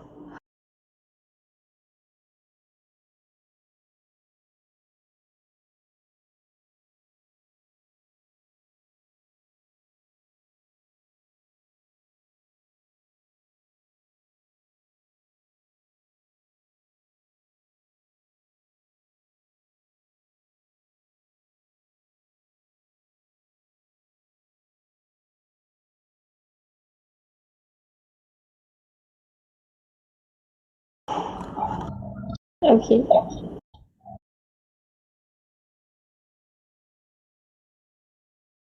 Oh, why you are not? No. No, I can't. It won't come up. Okay, it's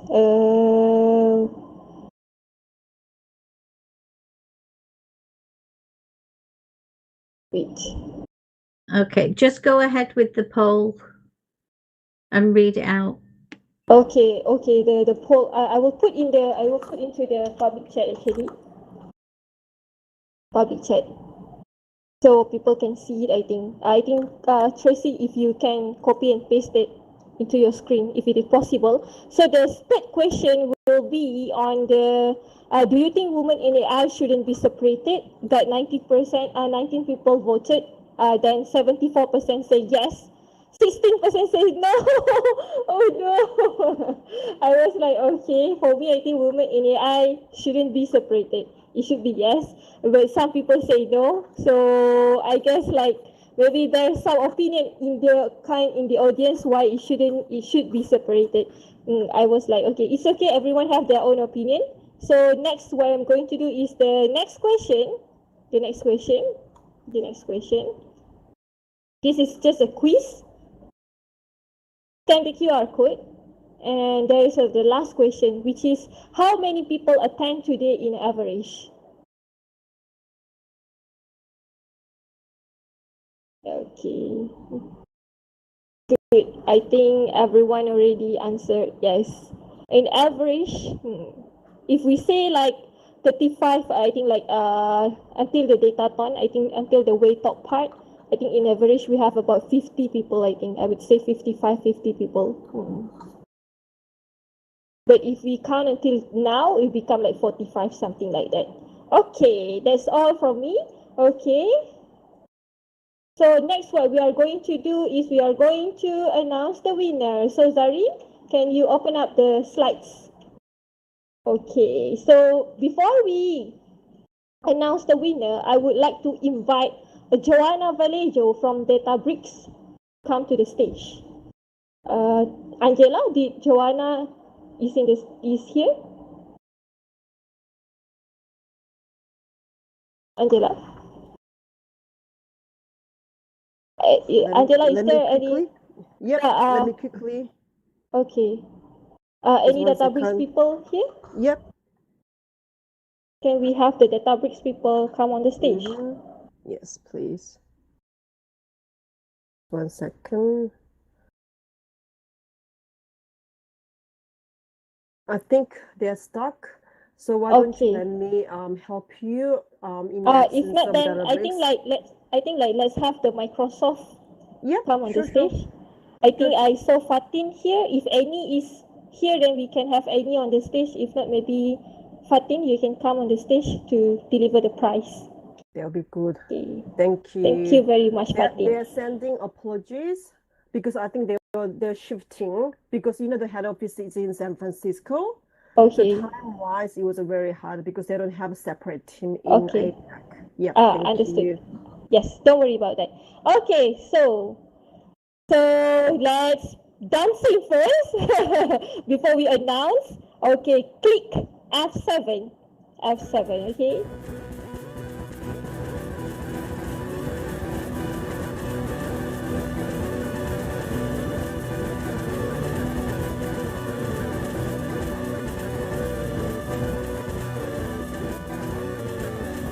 Okay, good. Thank you, everyone. So, we are going to... Okay, people are still dancing? Okay, good. Okay, now, the third runner-up. We are going to start with the third runner-up. Who is going to be the winner that will receive $500 US? Okay, let's announce. Here is it, team number 8 by Nur Fatiha binti Shu'ib. Come on the stage and receive get a handshake with our sponsors, Fatin Fatiha here. Come to the stage.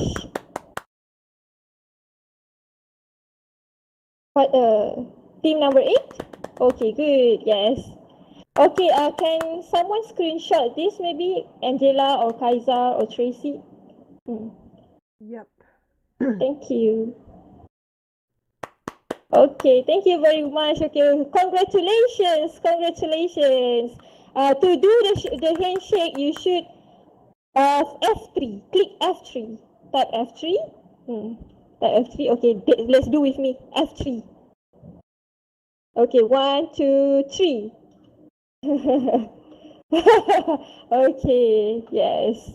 Okay, thank you very much. Okay, let's go to the second runner-up. Okay, for the winners, please stay at the very right corner. Don't go down yet. At the very, I think, left corner of me. Okay, thank you very much. Okay, let's go for the second runner-up that will receive $750. Who is this girl? Okay, come on. Kezari? Yes, it's a team 5 from India, Soumya Bhardwaj. Come to the stage.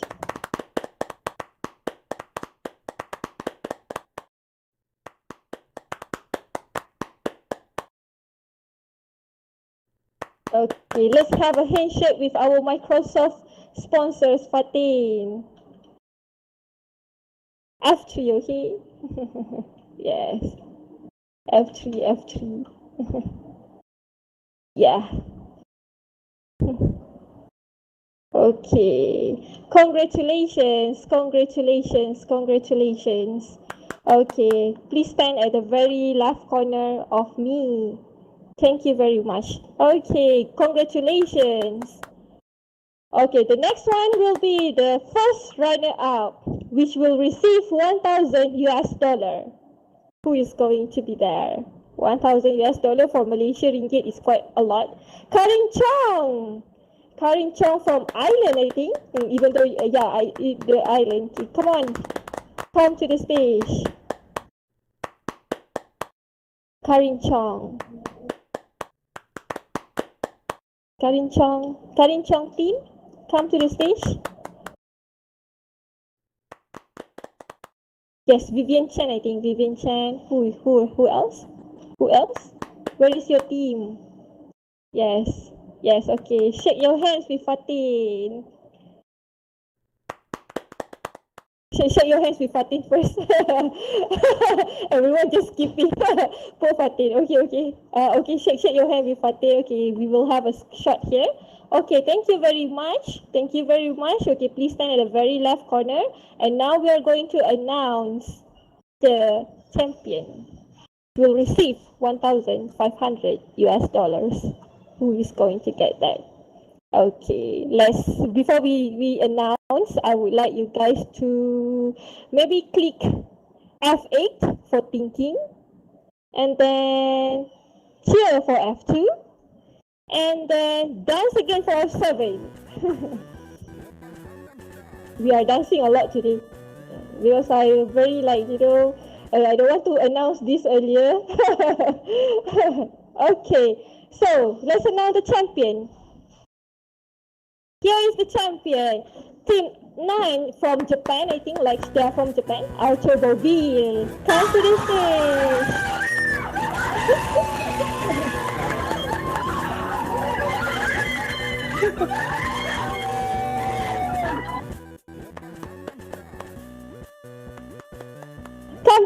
stage. Come to the stage. Who is I think there is one user that is in the 4 users, I think. Where is the team number 9? They are not here already? Is Heather Ritchie in the front row there? In the front row?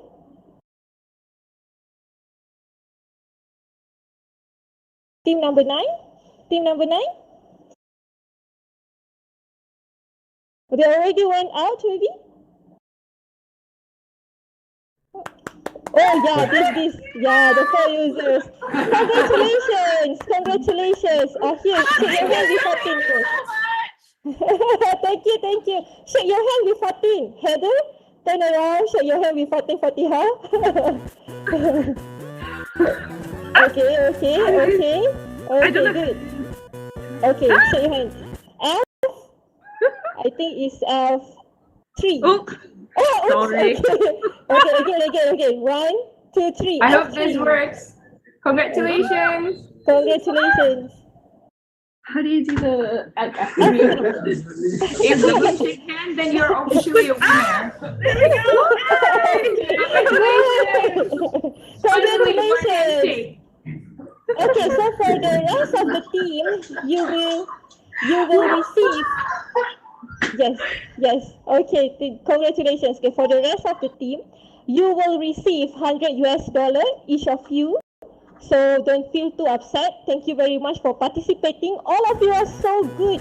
All of you are so good. Even our judges say it's very difficult to judge who is going to be the winner. So we would like to welcome all the finalists and everyone here to come to the stage for our photo shoot. To be, this is our last. It's not going to be our last event in the Verbela, but it's definitely the first one, and it's a very nice experience to have this in the VR experience. Okay, come to the stage, everyone. Come to the stage. Come to the stage. Travis, you should come here also. You help us a lot. Come to the stage, everyone. Come to the stage. I think Tracy will know how to arrange everyone here for a photo shoot, maybe. Tracy, let's come to the stage. Everyone, let's come to the stage. Okay, can you just 1 second? I need people to move to the half of the people to move to the right-hand side. Right-hand side. From Fatin, can you go to the opposite side? Some Dana, the opposite side. Vivian, closer, please. Okay, I think Vivian has yellow trousers. The people after Vivian, I can't see. To her right? Yeah, to her. Okay. Yeah, I can see Angela. You're the end. So I can stay here? Angela, stay there. Yep. Okay, the lady who is next to Vivian Chan. A lady in a green top.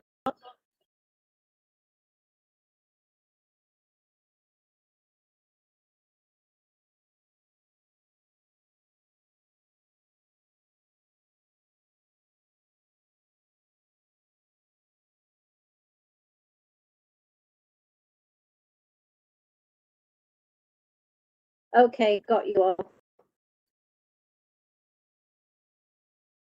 See, I think you should be on the stage as well. The Vika, you should be on the stage. Okay, I'm coming. Everyone here should be on the stage. Please come on up. Come on up, everyone. Come on up.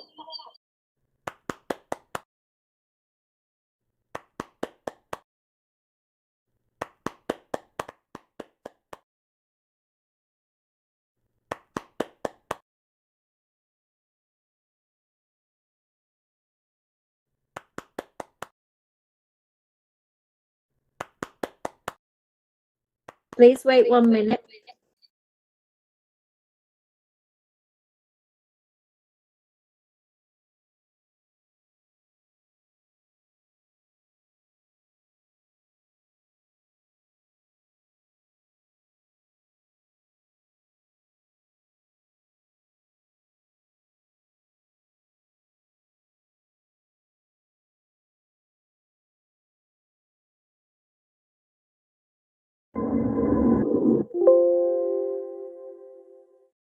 Okay, I took a few pictures.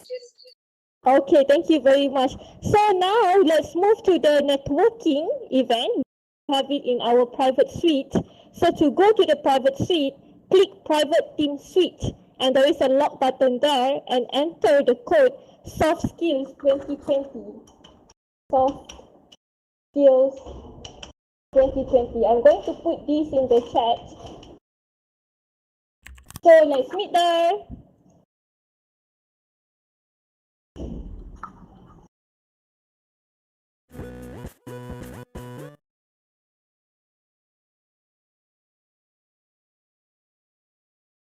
Good. So this is our private team suite.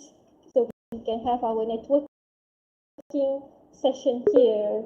so we can talk almost everything. So it was like, yeah. I think like I would like to talk with the winner, but the winner is like 4 people in one. So very interesting. Are you a Japanese Heshima Kato? It's like no, maybe I don't know. Why your name is so Japanese? Okay, we have everyone here. Okay. Okay, we can move around and go to any place that you want, and you can have all the networking section here.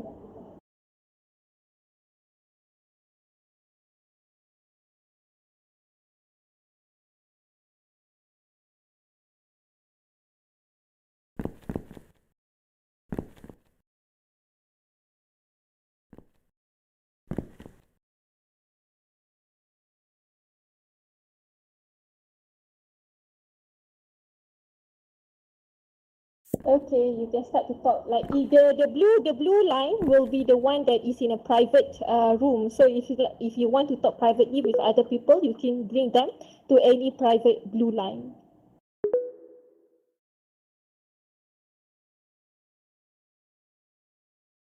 Wow. Okay.